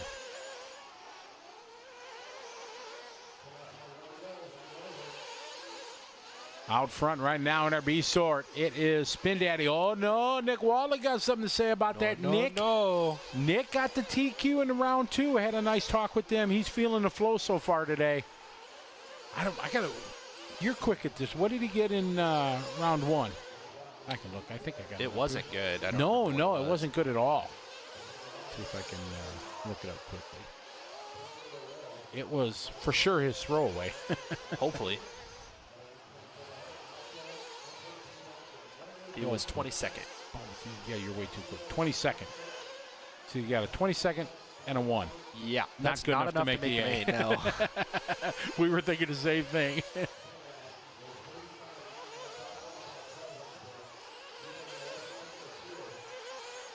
Adam's first car was a TC3. Michael had a 12 scale in 79 and 80s. Novak Bantam servo. Oh, yeah. One time working at Hobbytown, I saw a windshield wiper ESC. Really? Yeah, one time. I asked Bob Novak once why Novak stuff was orange. Okay. And I don't know if it was true or not. But he said it's because it's the only color that was really available. Yellow was taken, red was taken, and stuff like that.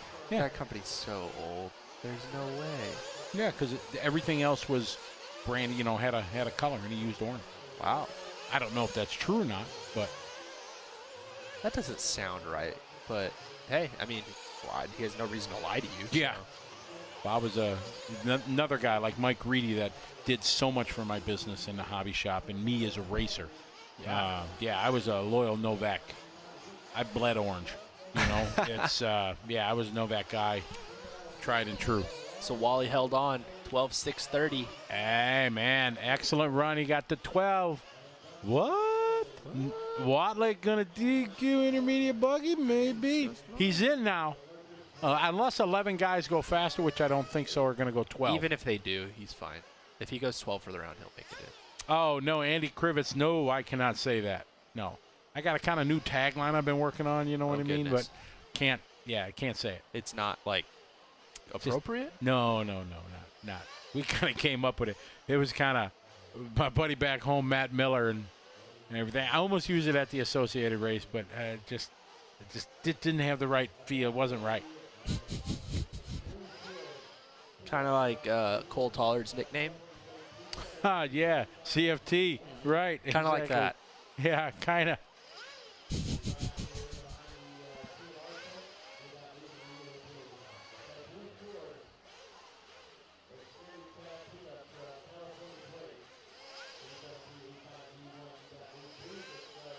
Yeah, but it wouldn't be appropriate to say on. Not even on the 9 o'clock show. Probably not. I almost said it. At the Associated race, I almost said it. But I didn't have the guts to say it. It's not that bad. But I almost said it. So the buddy we were joking with, Matt Miller, he was just, you got to say it, you got to say it, you got to say it. So I kind of said to myself, all right, if he wins his heat race, I'm going to say it. You know what I mean? He didn't win it. Leading the heat race. I'm getting all the guts up to say this and everything. And literally 2 turns from the end gives it up. Wah, wah, wah. Oh, man. Yep. Evan, if you actually got a bingo, send it to the liverc.com messenger so you can send us a message on the Facebook page. Wow, we have our first bingo. Any other bingos called? Hearing no other bingos, the game is over. Oh, we'll play again tomorrow. Oh, Why yeah. not? Fun. Vinny, how you doing? Vinny Pendersoli, what is up, buddy? Good to have you found. Lots of new faces and new names here chiming in. Man, we're at almost 900 people here on YouTube. On YouTube, On couple the hundred Tube. here. Yeah, pretty awesome. We're having a good time here in California. 2021 Dirt Nitro Challenge here on liverc.com, presented by A-Main Hobbies and ProLane. Big shout out, huge thanks to them for their help making this all possible, for allowing Tyler and I and all the Live RC crew to give you guys and gals from around the globe, 41 different nations have tuned in so far this week to enjoy the 22nd running of the DNC. Wow, that was very nice. Coach Winger. Coach checking in. What's up, Coach? He lives down where I do now. Joey Showers. Who made the frog? Tamia. Tamia. Exactly. Jerry was on it. Well, bam. I knew that one. Yeah, we got 14 hours of bingo tomorrow and 13 hours of bingo on Sunday. We're ready. Exactly.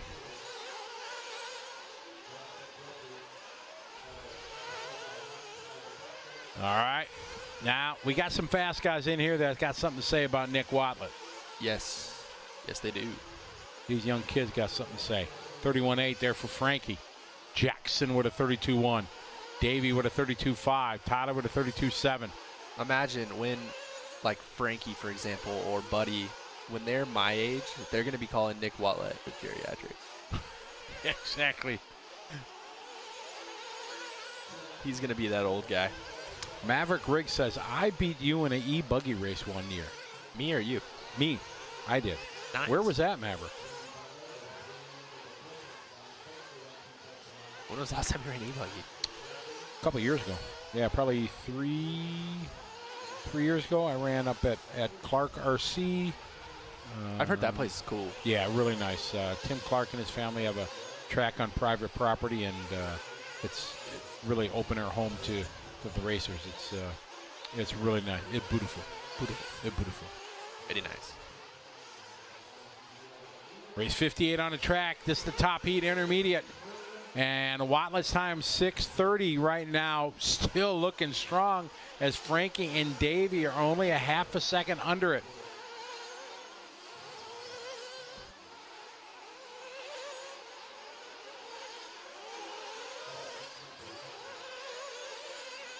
Frankie Contreras is still out front right now. And as you said, Frankie and Davey both ahead of...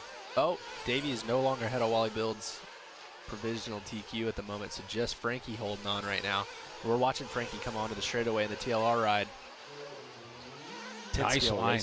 That thing was hooked up going into that quick right-hand, left-hand little chicane under the bridge. You see that he made the decision to go around the hole. He didn't want to drive through the hole. Right. Like that. Because it's huge. Maverick said the Horizon Hobby shootout he beat him. Oh, okay. That was where was that? Down in Illinois, somewhere, I think. Illinois. Yeah, went down there. That's Adam Drake was there and everything. My daughter, she finished 4th in Truggy. She still got that cool little award for that. That's cool. Yeah.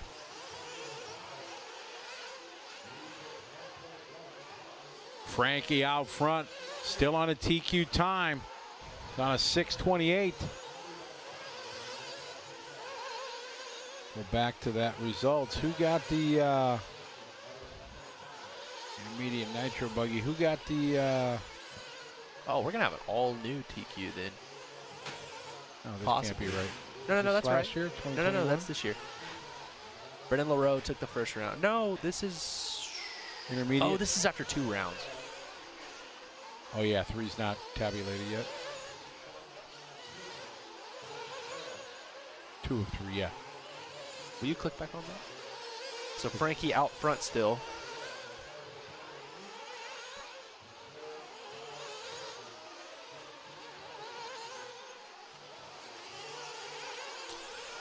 Davey Batter rocking the second place spot. So Davey now ahead of Wally Build's time. So Contreras has a 2 right now. So if he goes 2-1, he's going to take the TQ. Davey Batter, I don't think has a chance to take the TQ. Wally would need. Why would? Oh, Frankie. What did? Frankie's got a 2 right now. Yeah, and he's got a 1. What's Watlet's 1? Nick Watlet's got a 12.627. But if Davey beats Nick, he'll go 0-3. Oh yes, yes. Frankie will go 0-2. Correct. Yes. So it's right now in. Right now it's in Davey's hands. Yeah. Yeah, because depending, it's going to come down because Nick would have a 12 lap 627, 12 lap 630. Frankie had a 12 lap 629. So right now I think Watley would have about 2 seconds to the good on the tie break. So Buddy Christian may come in and play spoiler now. Oh, look at this, 0.7 of a second. Watlet's out there wondering, and we are winding down here. Got about 2 laps to go. Buddy now to the point. That would crush it. That would give Wally a 1 and a 3 and a 2 and a 2. They'd be tied. It'd still come down to the tiebreaker. No, it'd be a 0 and a 3, right? 0 and a 3. 0 and a 3 points. So he's 3 points. He would do it. So Buddy might be the spoiler here. Wow, Buddy coming out of nowhere. What does Buddy have, though? Buddy's got a... He has a 7. A 7. So he needs a solid run here. Yeah, he's just trying to make the main. Kid's a wheel. Just... Frankie back to the point. New hot lap, 31.5. Oh, my. Oh, this one's going to be close. Frankie, Buddy. Tyler's done already. Davey's done. He's in 4th. Frankie doesn't know it, but he needs Buddy to not crash also. Oh no, just Frankie like crashes. That. Oh, my. That might have given Watlet the TQ and a DNC. You're right. That might have done it. Oh, my. And he's got traffic here. No love given on the final half a lap. Oh, deliver. Excuse me. Drive-through was open. Buddy's going to take it. Oh, he might. He's still got to finish his last Watley lap. goes to the 2 now as Frankie drops down. No matter what, Nick's going to be the Nick TQ. should have it with a 2. If he gets a 2 for the round, where's Buddy? Buddy hasn't finished yet. No. Watlet's going to take it. Wow. Buddy drops down. Frankie is below, so Nick Watlet, like that, boom, TQ. Round 2 and round 3 TQ. He's going to take the overall. I got to go see if Lucas got mobile. So Wally Builds putting it together. Fantastic. That's a negative. That's a negative on the mobile cam. Oh, man. Nick Watlet. He had it kind of 80% safe, but then at the end. Nice. Fantastic. So Nick Watlet getting 2 TQs. Frankie and Buddy had a chance. Frankie was right there. Should be telling all these kids to get off his lawn. Get off my lawn. How old do you think Watlet is? 28. 28, yeah, he's yeah, not as old as, me, but hey, we're going to take a short pause for the cause here as we get ready. We got Pro Nitro Buggy coming up. We'll be right back here on liverc.com.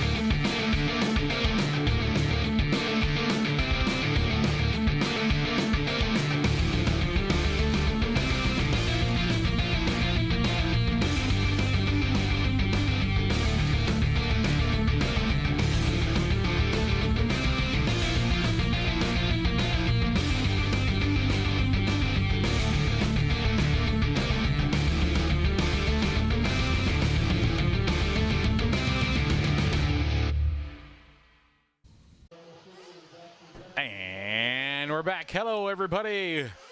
Welcome. A lot more faces are signing in here. Where the number is over 900 now, and they just keep climbing as everybody's getting ready to watch a little Pro Buggy here as we continue with qualifying round number 3 of the 2021 Dirt Nitro Challenge here on liverc.com, presented by A-Main Hobbies and Proline. My name is Scotty Ernst. I'm here with my tag team partner, Mr. Tyler Hooks, and it's been exciting. final qualifier on the line here, Tyler. What's it going to be? What it do?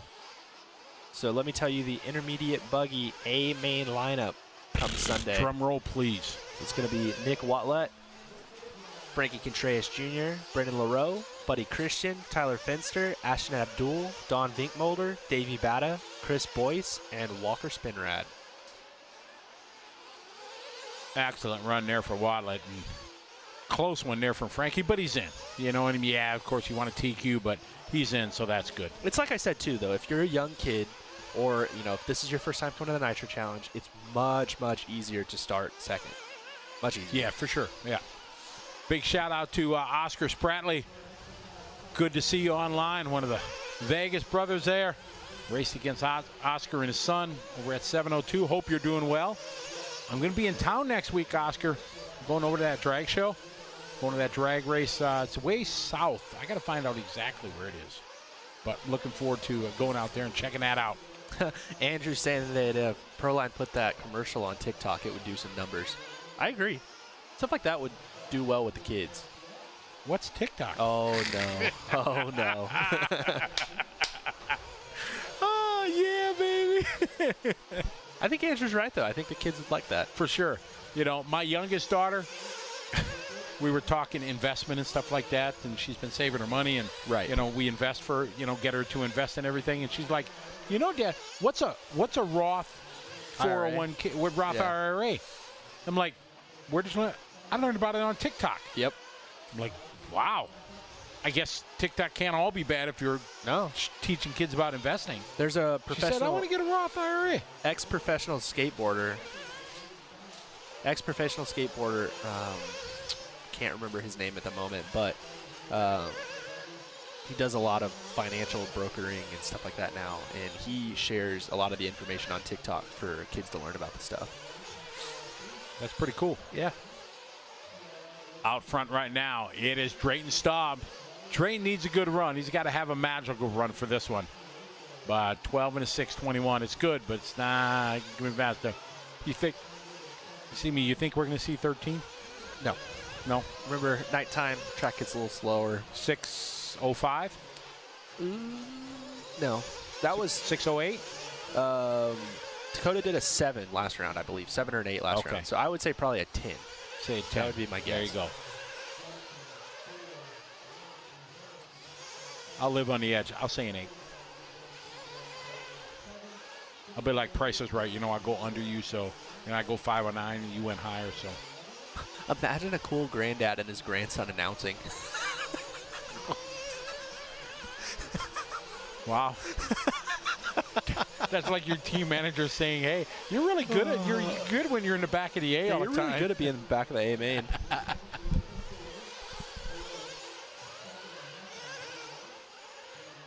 Halfway there in this one, race 59 heat 104 Pro Nitro Buggy. Drayton Staub out front on a 12-lap, estimated 6:22. Caden Fuller. Caden finally putting a good run together on a 12-lap run. Dean Rock on 11 flat. Cole on 11.601. Downtown Tyler Brown on 11 laps, 6:10. Bryce Butterfield on 11.611. Stephen Harris on 11.612. Paul Ciccarillo on 11.619. Now the toe. Greg Degani moving up a spot to 11 laps, 6:18. Fee doing 11 laps, 6:21. And Bel Castro on 11 lap, 6:29. Drayton might be all right. No, well, okay, not anymore. I was going to say he might be all right on a 22, but a 26 is not going to cut it. Oh, here's a great shot here in a live RC cable cam. Got some Caden Fuller action going.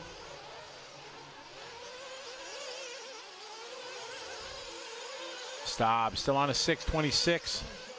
Just that tough last lap at 33.4. Back down to 31.5. Cole Jensen doing his hot lap. Dean Rock's got the overall hot lap, 31.4. There's Dean Rock. He's rocking it. Former DNC champion in the intermediate class in Truggy. Great. 31.5 last time by. These guys come to the start-finish line. Pick them up across the loop. Dean Rock underneath the bridge. Ooh, a little bit too hot. Coming in hot. Oh, you can just look at that big crevasse coming out of the bridge. Funny words. Shane Alberca wants us to record our talking about how TikTok can be good because he said his dad hates it and thinks it's annoying. Oh, no. Being a kid is hard. Drayton Staub, Caden Fuller, and Dean Rock. Would you say that Dean Rock is rocking? He's rocking. Dean Rock is rocking it. His brother's here, too, Jack no. Rock. Oh, nothing a Marshall could do. Who is that? That's Drayton. Oh, rest in peace, this run. Ooh. That'll drop him. Ooh, maybe C main now. Maybe he had a chance to be. This is Drayton for sure. He had a chance to maybe throw it into B main, but oh no, he's stumbling, tumbling, fumbling. I didn't say it. I did. Exactly. It's on the bingo card, ain't it? Yes. I don't know if it counts if you don't say it though. That's what I said. I didn't say. Oh, what a horrific lap here. Not Drayton ideal. No bueno. Ooh. Caden Fuller moving to the top of the board. Oh, that one broke? That one's flamed out. Oh. Who's that going to be? That may have been Cole Jensen. I don't think so, but it might have been. I'm going to see as they come around. This is Caden Fuller coming around. So our new leader. Excuse me. Long lap for our leader, but he finishes on 11. Out of the pit lane. Like a gazelle, just boom, moving. So Steve Harris coming around looking to take the win in this one, and he does. So an 11.603 for Steve Harris. Oh, man, tough luck. As we had Drayton had a 12-lap, solid 12-lap. His last lap, there's that anger lap, 31.4. There you go, right? I want to say these guys got water because it was slow and it looks wet.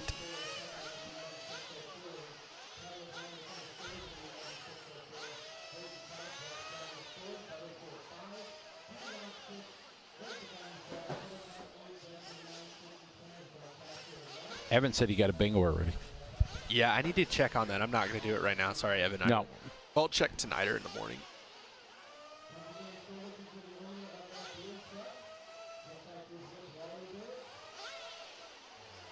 Going to add some more photos to our photo gallery.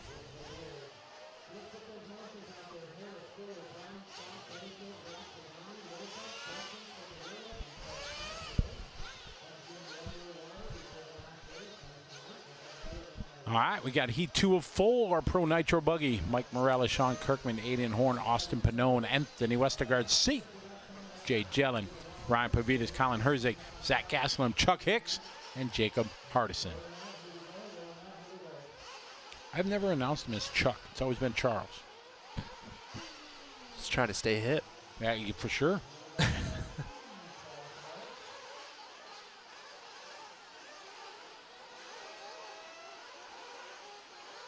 Track looks rough. I'd be worried about hitting a bump and flying off the track. Yeah, that is definitely a worry at the moment. Andrew, yes, these are our last couple heats here. What were you going to say? We were talking about Chuck's name. My name's Scotty. I never was called Scotty as a kid. Really? Yeah. My grandma Bunny called me Scotty, but that was it. My dad, nobody ever. When did it morph? Was it when you were in the military, or no? When I got in the hobby industry. Oh, really? I don't remember when people started calling me it, and toy cars. Get it? Like so maybe you kid back to a child. And I don't know. And then I remember the first time I had business card made, I was like, nobody calls me Scotty. I'll just put Scotty on it. Might as well, hey? Yeah, yeah. And I don't know why I went with a Y instead of a IE. Don't know. Matthew Armini, engineer for Techno, just sent me a photo of him watching on the big screen at home. Daniel Lewis liked my rest in peace this run comment. Oh no. We are underway here. Lap number 2 coming in. CJ Jellan with a 12 and a 6:20. And Drayton, when he was on a good run, what was he on? A 6:22? Yes. I think you said, yeah. Yeah. Track a little bit slower. For sure. CJ out front. Great shot here in a live RC cable cam.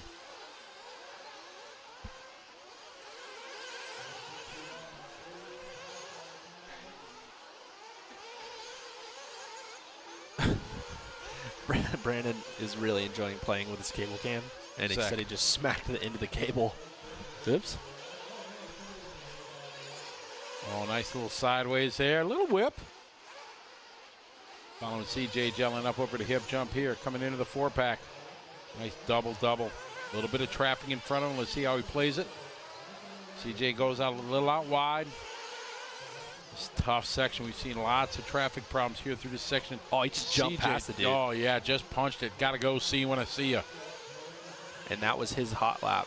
But Anthony Westergaard out front right now, TLR Pro Line driver. He's running the Axis body. So Anthony not had the best of runs yet, but he is looking a little better. CJ got stuck, got himself righted. CJ back to the top of the leaderboard here. We'll see how much time he lost there. There's Anthony. Anthony, a great track builder in his own right. Oh, really? Factory Tracks Racing. Not the Alhorn, Aidenhorn, Austin Horton one, but factory track, like factory tracks, basically.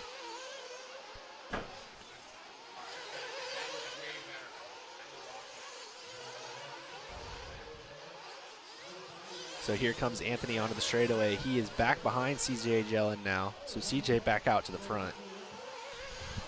Anthony's got the hot lap of the race, though, with a 31.3.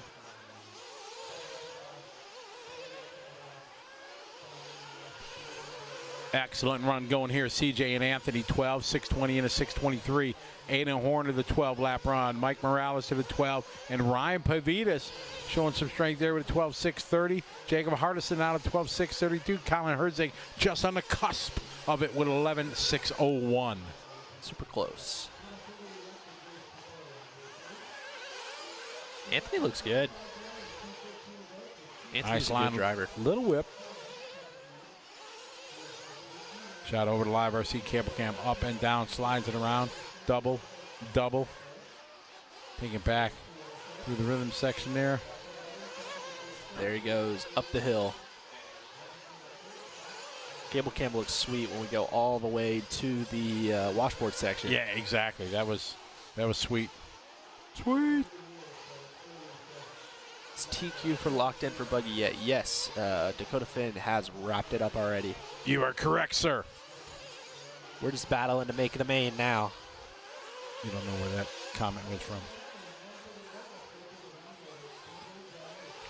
CJ leading away out there in the Kyosho.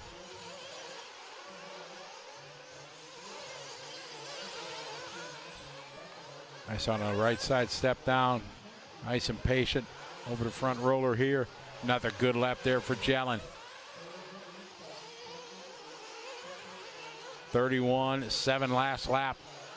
Looking to set the pace here in our Pro Nitro Buggy division. Round number 3 of qualifying.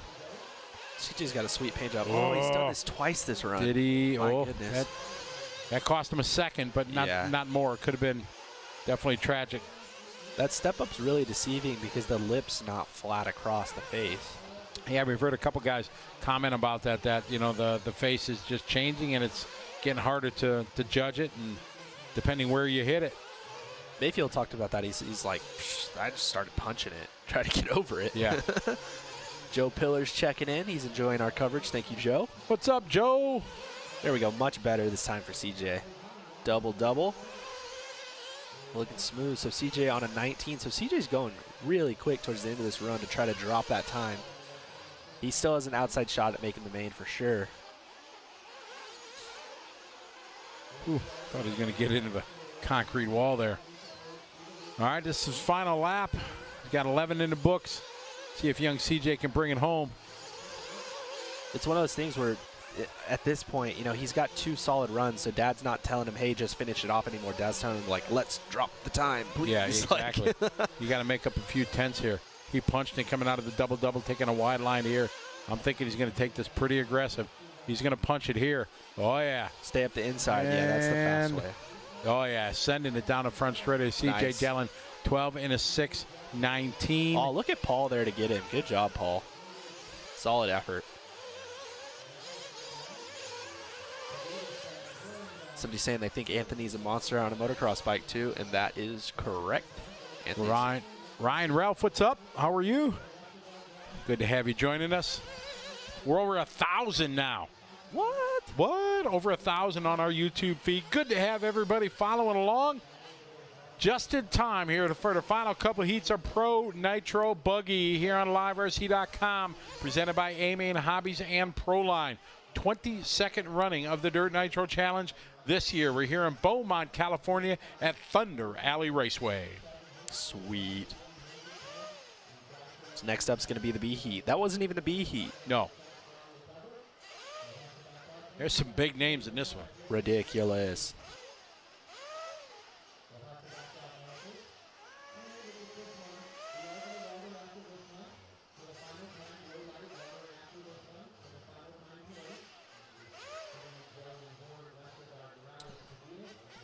All right, as we get ready here for this next race, I want to tell you about something really cool that's going on here on Live RC. It's a feature that's been around for a while, but it's enhanced way better and a way to give back to your local track, much like the T-shirt project that Live RC and the industry took on this summer. Tyler, why don't you tell a little bit about it? So the bonus lap program has been going on for a while, and obviously in the past it's given you higher resolution on your videos, which it still does.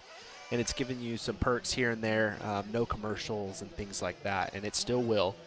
But things like our RVA, our race video system, if you want to go back and watch your races, we always said that that may be one of those things that's going to be a bonus lap thing. So if you want to go back and watch your races, you're going to need a bonus lap membership. And as well as if you want to see the estimated finishing positions and some of the more intricate scoring details while you're at the track, the bonus lap membership is going to be the way to go. You can see where you're going to end up for the round, you know, depending on who's ran or who hasn't ran and things like that. And it's going to be $5 a month. It's actually less than $5 a month. But basically beyond that, each time you pay, so each month, your track, whatever your home track is, you get to decide what your home track is. They will get a credit. And that credit is to buy things to update the track that will benefit you in some way.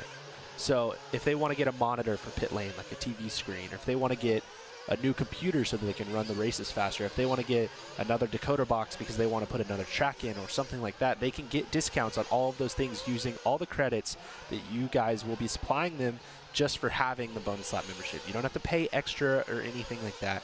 Just having a bonus lap membership will give your track a credit to be able to improve the track.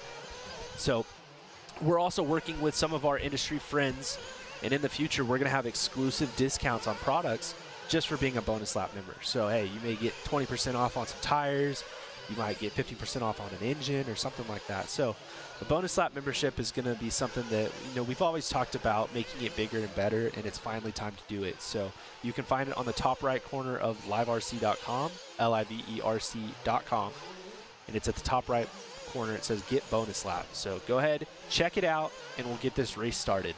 All right, some good, cool new features for you guys to take a part of and take advantage of. If you enjoy Live RC, you race at your local track, lots of cool things to do. We have Jermaine out front leading the way, followed by Mason, Spencer, Seth, Kyle, Camden, Jackson, Dylan, Mike, Carlos, and Tater. Tyrone saying he's enjoying watching inside the container next to us. Well, thanks for tuning in. It's cold outside. Yeah, hey, Tyrone. Man, Jermaine putting in a heater right now, but right now we're watching Seth Van Dalen. Jermaine Robinson out front, Seth running in the second place spot. Seth was our TQ last year at the Nitro Challenge and Pro Buggy. See, more than a few guys now start to take the very inside line going up that pipe. Drayton was the first one we really saw do it and make it look good. And Seth trying it too. Man, that hole there is huge. There's Jermaine. Nice save there as he caught the top of that kicker. Oh, looking good. See what line he takes here through the whoop section. Oh, just down the center, down Broadway. He hit the pipe right before it too, so he probably wasn't exactly where he wanted to be at. Coming on the straightaway, this was a good lap for Jermaine, 31.4. So Jermaine out front on a 12.6.16. Spencer Rivkin on a 12.6.17. They're ahead of CJ Jellin right now. Still a solid run, CJ. Yeah, we'll see. Still got a lot of time in this one, and then the big dog's coming up next here. Great shot here from the cable cam. They go back through the rollers, coming up to the washboard. Nice. The coach is putting in a request to see Spencer Rivkin at some point in the run, so we'll see if we can make that happen.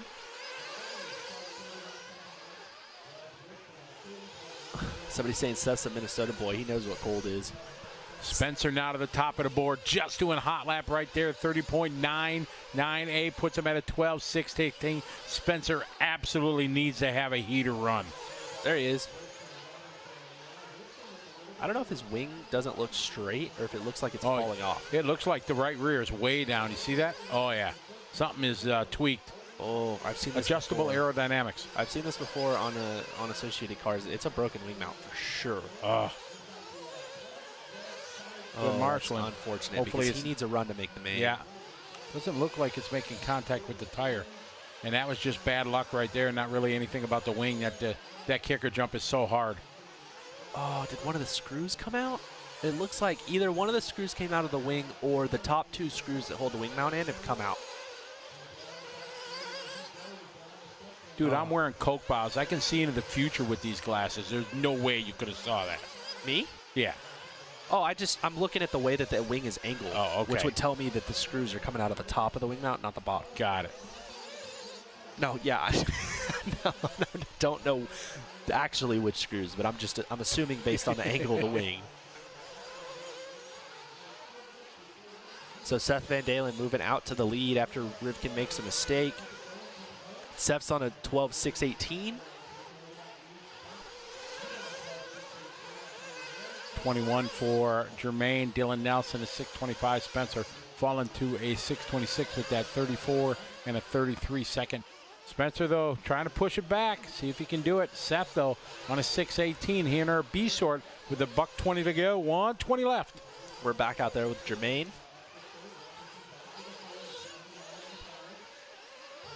Jermaine putting in a good run. He's had a rough day so far, but putting in a good run. I believe he won intermediate last year. There's Seth, our leader. Across the start-finish line for him. 31.4. Spencer, new hot lap, 30.6. You're right. Yeah, last year's CQ in the pro class, Seth. Yeah, that was a big surprise. Just drove stellar. Cable cam. Oh, that was a nice line over there. Double, keeping it smooth. And up into the washboard section. There he goes. So Seth looking to pick up the provisional TQ over CJ. Ooh, picking it up a little more as he does the best lap there, 30.8. And he's going through that big hole. No fear. And Rivkin, even with that wing mount, he can't stop. He can't afford to. So he's going to have to keep going. Man, I just got deja vu. Big time. What is that? What do you mean? You don't know what I know what deja vu, but oh yeah, but when you think you saw something happen before and it just did, that's where I was just during that with Seth's car. Oh. You thought he was going to hit the step up? No, I just remember like that moment of life before. Yeah. Seth is on it here on his last lap. 6:17. Rivkin looking to go up. Rivkin's going to get an extra lap here. Looking to go 6:26, which is unfortunately way down. Oof. So Seth going to finish it out with a 12.616. So finishing off with a 30.9. So going quick at the end. Good run for Seth. There's Spencer going triple single. Somebody in the chat was just asking, has anybody gone triple single? Some of the guys are. It's not really any faster. It's just different. You have to go a little wider coming into it. Spencer is absolutely pushing it. Yeah. 30.31 flat for him on that last lap. So he finished his second, but man, that's not going to be enough. No, 24. Wow, no. Good run for Dylan Nelson, though. Yeah, Dylan right behind him. So Seth throwing down a 6:16. Solid run. I think looking at his lap times, everything 30 and 31. He had a 32 starting lap, but otherwise pretty solid, consistent run. I'm going to pull up our points going into this one. Let's see what we got going on.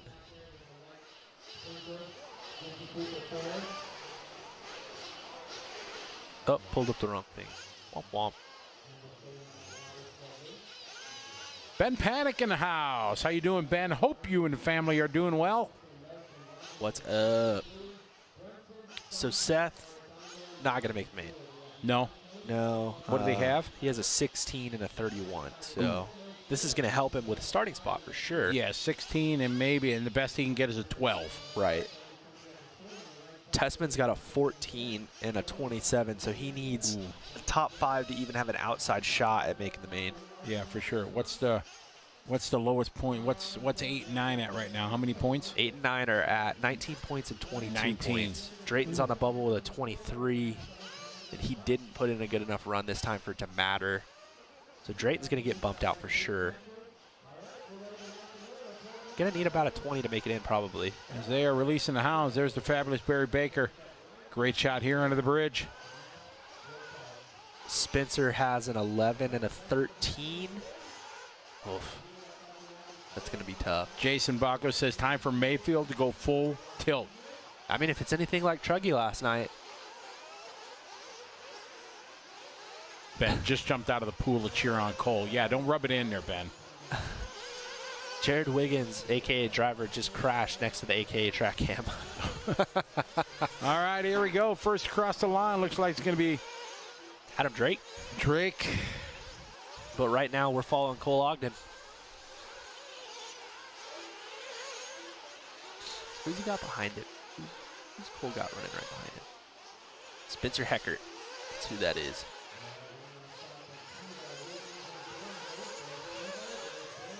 All right, out on the line here. These guys trying to lock their way into the A final. Adam Drake coming across with a 31.5.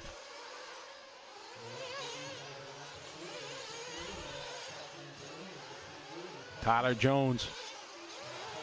31.2, 31.0 for Mayfield. Oh, somebody's that was Tyler Jones. Getting it wrong. It was Hexer. He almost had Finn land on him.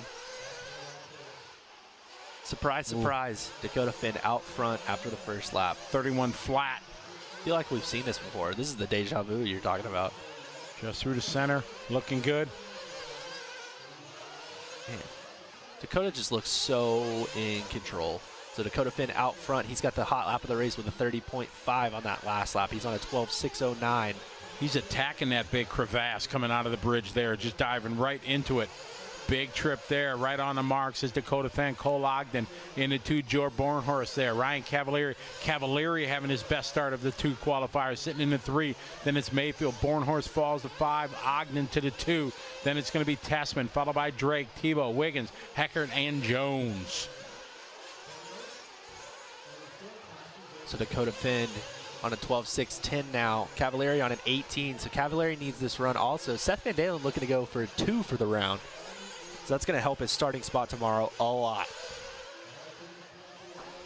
Over that hip jump, that's one of the most tough spots we've seen. A lot of the guys having struggled just clipping the top of that. Dakota looking good through there last time by. If Seth can take a 2 for the round, he's going to... He could make the main. We pick up Cavalieri here through the 4-pack. Double and double. Got that MX power smoking. Oh, wow. Nice save there. Wow. That's world champ save right there. I mean, that's what Jared Tebow told me is, you know, you're going to make mistakes. How do you minimize? So Joe Bornhorst popping up to the 2. Joe needs a run. Joe just doing his hot lap, 31.3 that time. There's a 31.2 for Tebow. Adam Drake in the 3 spot. This would be Adam's run, best run right now. Dakota with a long lap, going to drop down to 4th. He has a 36-second lap, so Joe Bornhorst out front. Nobody ahead of Seth Van Dalen's run from the B heat. And Mayfield having a tough heat here at a 32, a 34, and a 33. So right now, Seth and C.J. Jellin looking sharp as Adam Drake looking good out front. 31.5 right now on a run to go. Second quick in Q3 for the Drake. Wow, Dakota Finn back up to the 2 spot. Just one mistake lap, and he's already back to the 2. Dude's crazy. Here we back on Fend. Just looks so smooth. Absolutely, just money. Joe Bornhorst to the 1, 12:06.19. Nobody still ahead of Seth Van Dalen's time. So our leader right now, Adam Drake on the board. Joe Bornhorst is in second. Dakota back to the point. He's on a 12:06.17. 30.4 that time for Fend.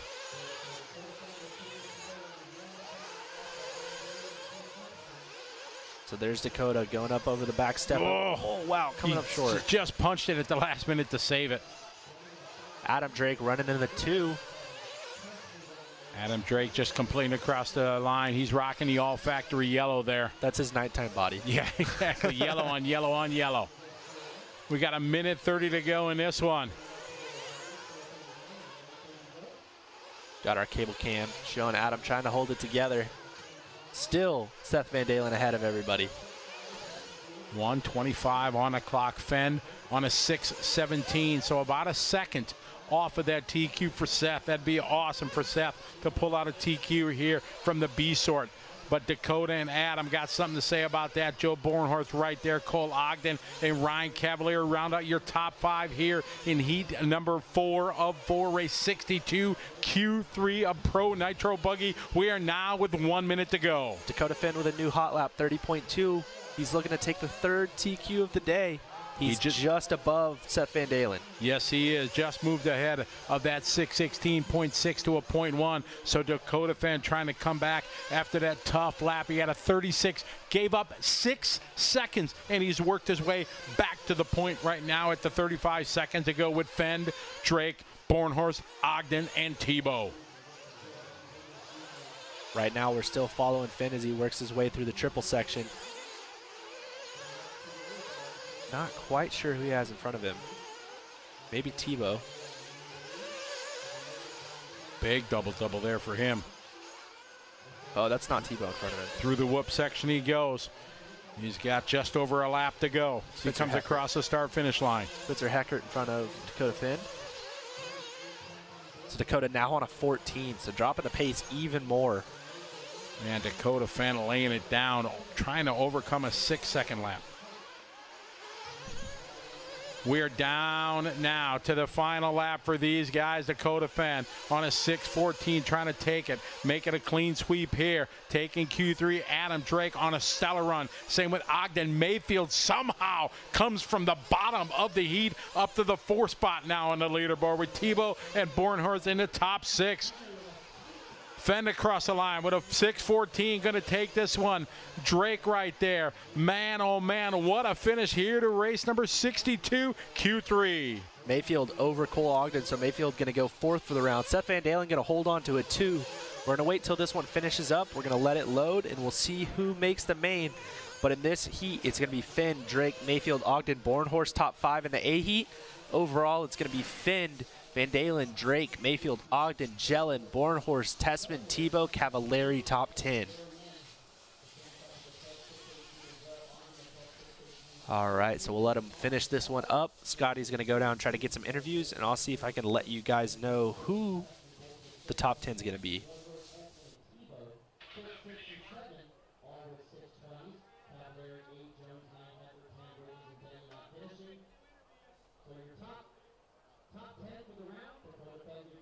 Seth Van Dalen from the B qualifier will qualify second for the round.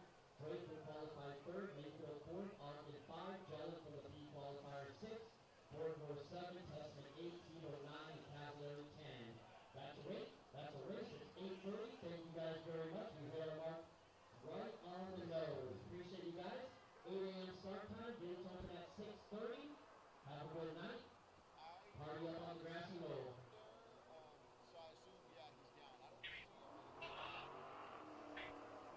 All right. So just waiting on Scotty to get down there, get these interviews done.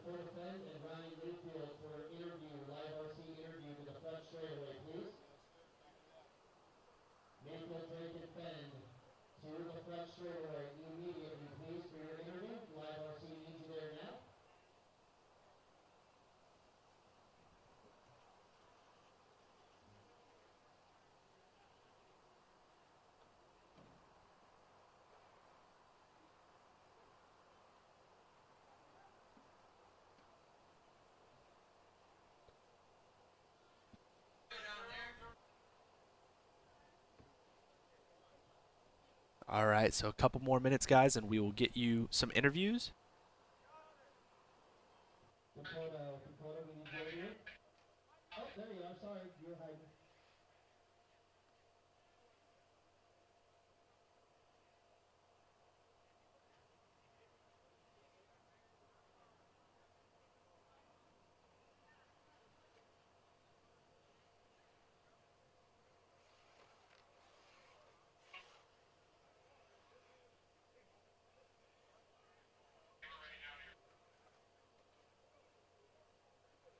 All right, time for a ProTech RC race report with Scotty Ernst.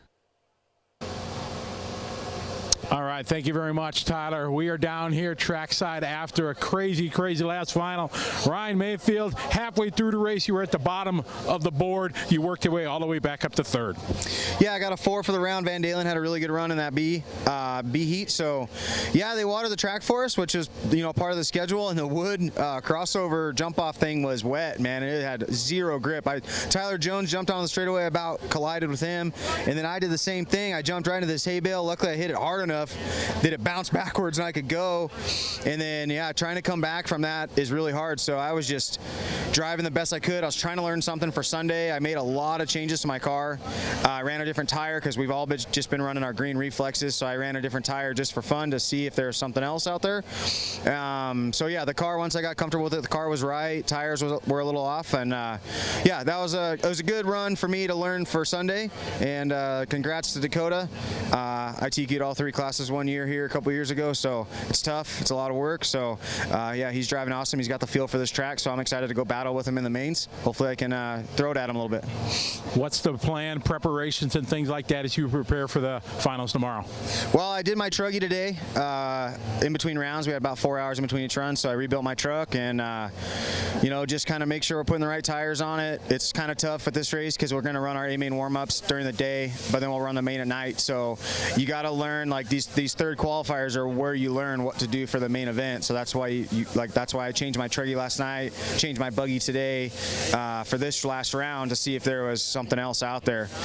So yeah, both cars made improvements for the night show, which is good. So yeah, we'll prep the cars up, freshen them up, do a little A-main warm-up action just to make sure nothing falls off, and drink some Blue Mountains here tonight and go racing tomorrow. All right, well, good comeback there in the end. Well done. All right, thank you, sir. All right, there you go. We got, let's get Mr. Drake over here. Adam, it's the first time I got to talk to you here this weekend, but man, that was a hell of a third qualifier. Thank you, I appreciate it. A lot of the guys were kind of freaking out before the last round because we were going to get water, not really knowing what to expect. For me, I wasn't super excited about the water, but I knew what to expect. It's kind of how we do it here when we club race and JBRLs and things like that. So in the beginning, Jimmy wasn't really announcing too much other than Dakota, so I didn't really know where I was at, but I knew I had made up some ground on a few guys and wanting to improve my starting position, so just kind of kept plugging away. And Dakota made a mistake. I was in the lead, and I just kind of drove a little bit too cautious, just trying to stay up there, try to get a top 5, and I'll take it. A 2 is pretty good. Yeah, for sure. You say too cautious. We watch you, and you seem like you're at the maximum level, but it's still, like you said, solid enough to make it in. Yeah, it was good. It's super happy. Everything worked good all weekend. It's kind of crazy with all the classes and all the people and trying to help everyone, but super happy. All my vehicles are working super good. Rhonda's stuff's working good, and the team's working well together. All right, well, best of luck as you get ready for a busy day tomorrow. Yep, thank you very much. All right, well done, and we're going to, where's Dakota? Here he is. It seems like we've been in this position before this weekend here. Man, a heck of a run. One bad crash. Man, a 36-second lap. You overcame that deficit. That was pretty impressive. Yeah, our car was feeling awesome. We made some changes going into it. Fortunately, we had the option to do that. Just trying to figure out, if we can get any better in the bumps and stuff. Obviously, Sunday the track's gonna be a lot rougher than it is right now. So I thought the changes were awesome. The car was absolutely phenomenal.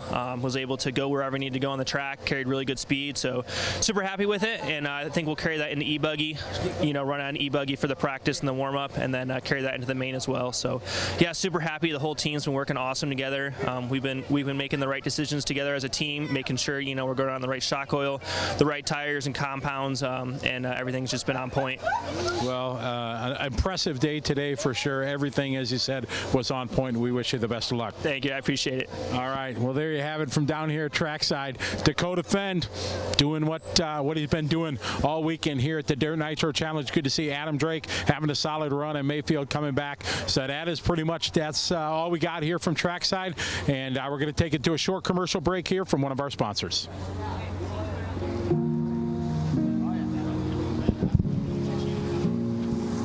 All right. Nice.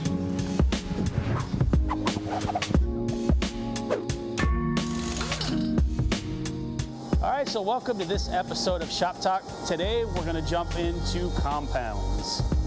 We're going to break it down, kind of give you an idea of what you should be running. But before we do that, I also want to recommend, as I have in some of my other videos, that you go to a local track, figure out what people are running, what the proper compound is. That way you don't get super lost in what we're going to talk about here. So it's always a good idea. That way you're not just going out and buying stuff and then it's not working for you. It's going to relieve some of that frustration for sure. So we're going to go over just kind of the current compounds that we have and talk about their application and give you a quick breakdown. All right, so here we're going to go into some of the different compounds. We're going to start off with the Carpet and the Astro, which is going to be the Z3 and the Z4. Z3 is going to be identified by just a single silver dot, and this is going to be the firmer compound that we offer for Carpet and Astro surfaces. Generally, this is going to go on maybe a higher bite surface where you need to tame the car down a little bit, and also where wear is a concern. Generally, harder compounds will take away a little bit of grip, make the car more neutral, and then also you're going to get the longer tread life. Whereas the Z4, if you're looking for more grip, you're on a surface, maybe like it's gray carpet and it doesn't have a lot of traction, Z4 is definitely going to be more of the option for you as far as the carpet compounds. One of our most widely used compounds is M3. M3 is going to be identified by a single green dot.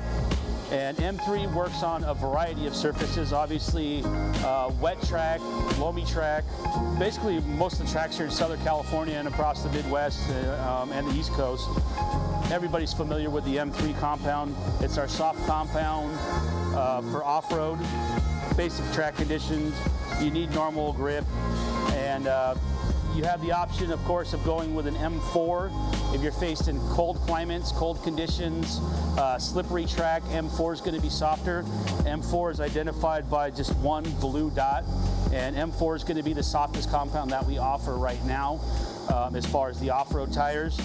You might be at an indoor track like an arena or something like that. The track's breaking in, it doesn't have the initial grip that it should, so M4 is going to be an option at that point. Again, M4 being softer is going to wear a little bit faster. Moving on, we have what we're developing now and have released, which is the S3 compound. So the S compounds are now going to be taking over the X compounds. X compounds obviously being our soft, kind of long wear tire. After testing for the last 2 years, we found that the S compound is actually more consistent and has been actually doing better than the X compound. So the S3 will be identified by a single orange dot, and this compound generally gets better the more you run it. So the more heat that you build into the tire, the more time you're actually able to run it, put laps in. You'll actually notice that the tire progressively gets better and doesn't fade off. Sometimes in the past when we were running the X3, the more we ran it, the hotter the tire gets, and it would kind of get that gummy feel to it to where it's wobbly and not so consistent. The S compound is going to eliminate that. And then obviously we have the clay compound, which is going to be identified by one purple dot. Clay is going to be for you guys running on those indoor tracks, clay surfaces, and this is the go-to compound for that type of surface. So hopefully we helped you guys out a little bit with the compounds, especially the identifying with the markers. But again, each track is going to be a little bit different every condition, especially the way either your car is set up or your driving style. So again, check with your locals. If you have any questions, make sure you contact us here at Proline. We're always willing to help you with the decisions. And make sure you check us out at ProLineRacing.com for any more information. We'll catch you guys on the next video.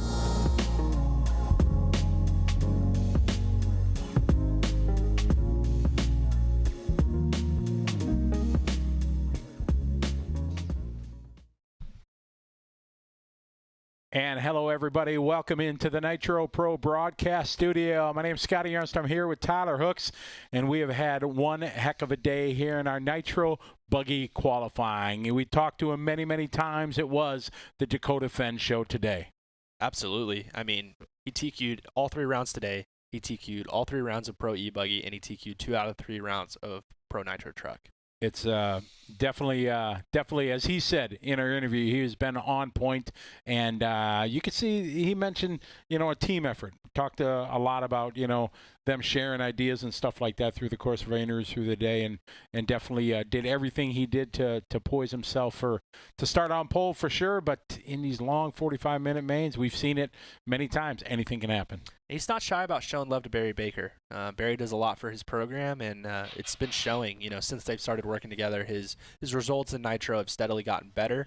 The talent's always been there. Sometimes it's just putting the other pieces of puzzle together. We had everybody sign in there, right, to watch that pro, over probably 1,500 people that signed in. And you watch Cole Ogden have a great run today to qualify second, and Tanner Denny puts it third. That was pretty impressive for them 2 guys. I went over to the Mugen pits, and Mayfield lovingly said that was off the couch for Tanner Denny. He's like, man, he hasn't been racing a whole lot lately. So off the couch, qualified third. Yeah, did very, very well. And the Nick Watlett in our intermediate buggy, he did very well also. Yeah, Nick rocking the JQ buggy, put it in. We weren't expecting much after the first round. He qualified 22nd, and then he comes out with a TQ in round 2. It's like, oh, that's cool. He's got a good shot at making the show. And then he TQs the third round. It's like, oh, okay. And it came down then. Them guys were battling there, and there was a couple guys that had a chance to spoil it. But in the end, at the end of that final 6 minutes, Nick Watlett at the top of the spot there in intermediate. And Peyton Heiser is going to be your top qualifier in Sportsman Buggy. And it was pretty close there. We had 2 points, 3 points, and 2 guys tied for third with Jason Smith and Chevelle Scales rounding out your top 3 in our Sportsman. We watched the track change a lot through the course of the day. A lot more holes and divots and everything like that went through the day. Yeah, I mean, it's not that every morning it's going to pick up where it left off the day before. These guys do patch up the track, as we saw with the big hole after the bridge. There's the big hole there, and it was definitely way better this morning. And by the end of the day, it had blown back out. Then you're seeing more small holes here and there all the way around the track. And then on the right side of the track, there's a big hole right now. So guys have been talking to Joey like, hey, can we maybe try to patch it, just see if we can do anything? But like we were talking about, by the C main tomorrow, it's going to be as it is right now or even worse going into the E-Buggy and the truck mains tomorrow. And just to throw the 40-plus guys a little bit of love, Adam Drake did TQ the 40-plus class over Richard Saxton, Greg Degani, Donnie V, and Paul Chicarillo. So want to give them guys a little bit of love. Oh, I have to, because you got to take care of us old guys, right? Oh, yeah, for yes, sure. Exactly. So it has been a very, very exciting day. These guys are going to try to relax today. We saw Mayfield. He's got the Blue Mountains, ready to go. Oh, and, they're cold. Yeah, they're having a good time. It's been a stressful day for these guys for sure. 2 long days of qualifying, truck and E-Buggy yesterday, Nitro Buggy today, and it's main time tomorrow. We got the trucks and E-Buggy tomorrow, and then Sunday is going to be the Nitro Buggy. You got anything else here before we wrap it up, my friend? I don't think so, just because people are going to ask. I believe we're starting at 8 a.m. tomorrow, right? We are, 8 o'clock, and we'll be running till 10 o'clock tomorrow. Kenny and Jimmy, they were absolutely on it today. Got us done at 8:30, and that's ahead of schedule and well done. So that's all I got. That's all I got. All right. We want to thank everybody for being part. Want to thank A-Main Hobbies and Proline for being our title sponsor. You hear us talk about it all week, but without their support, this broadcast that we bring to you folks from to around the world wouldn't be possible. So a big tip of the hat to them and all our sponsors. We couldn't do without them. So on behalf of myself and everybody here at Live RC, Tyler Hooks, we are going to bid adieu from Beaumont, California. The day is in the books. Tomorrow, main day for trucks and e-boggy. Have a good night, everybody. We will see you tomorrow here on liverc.com.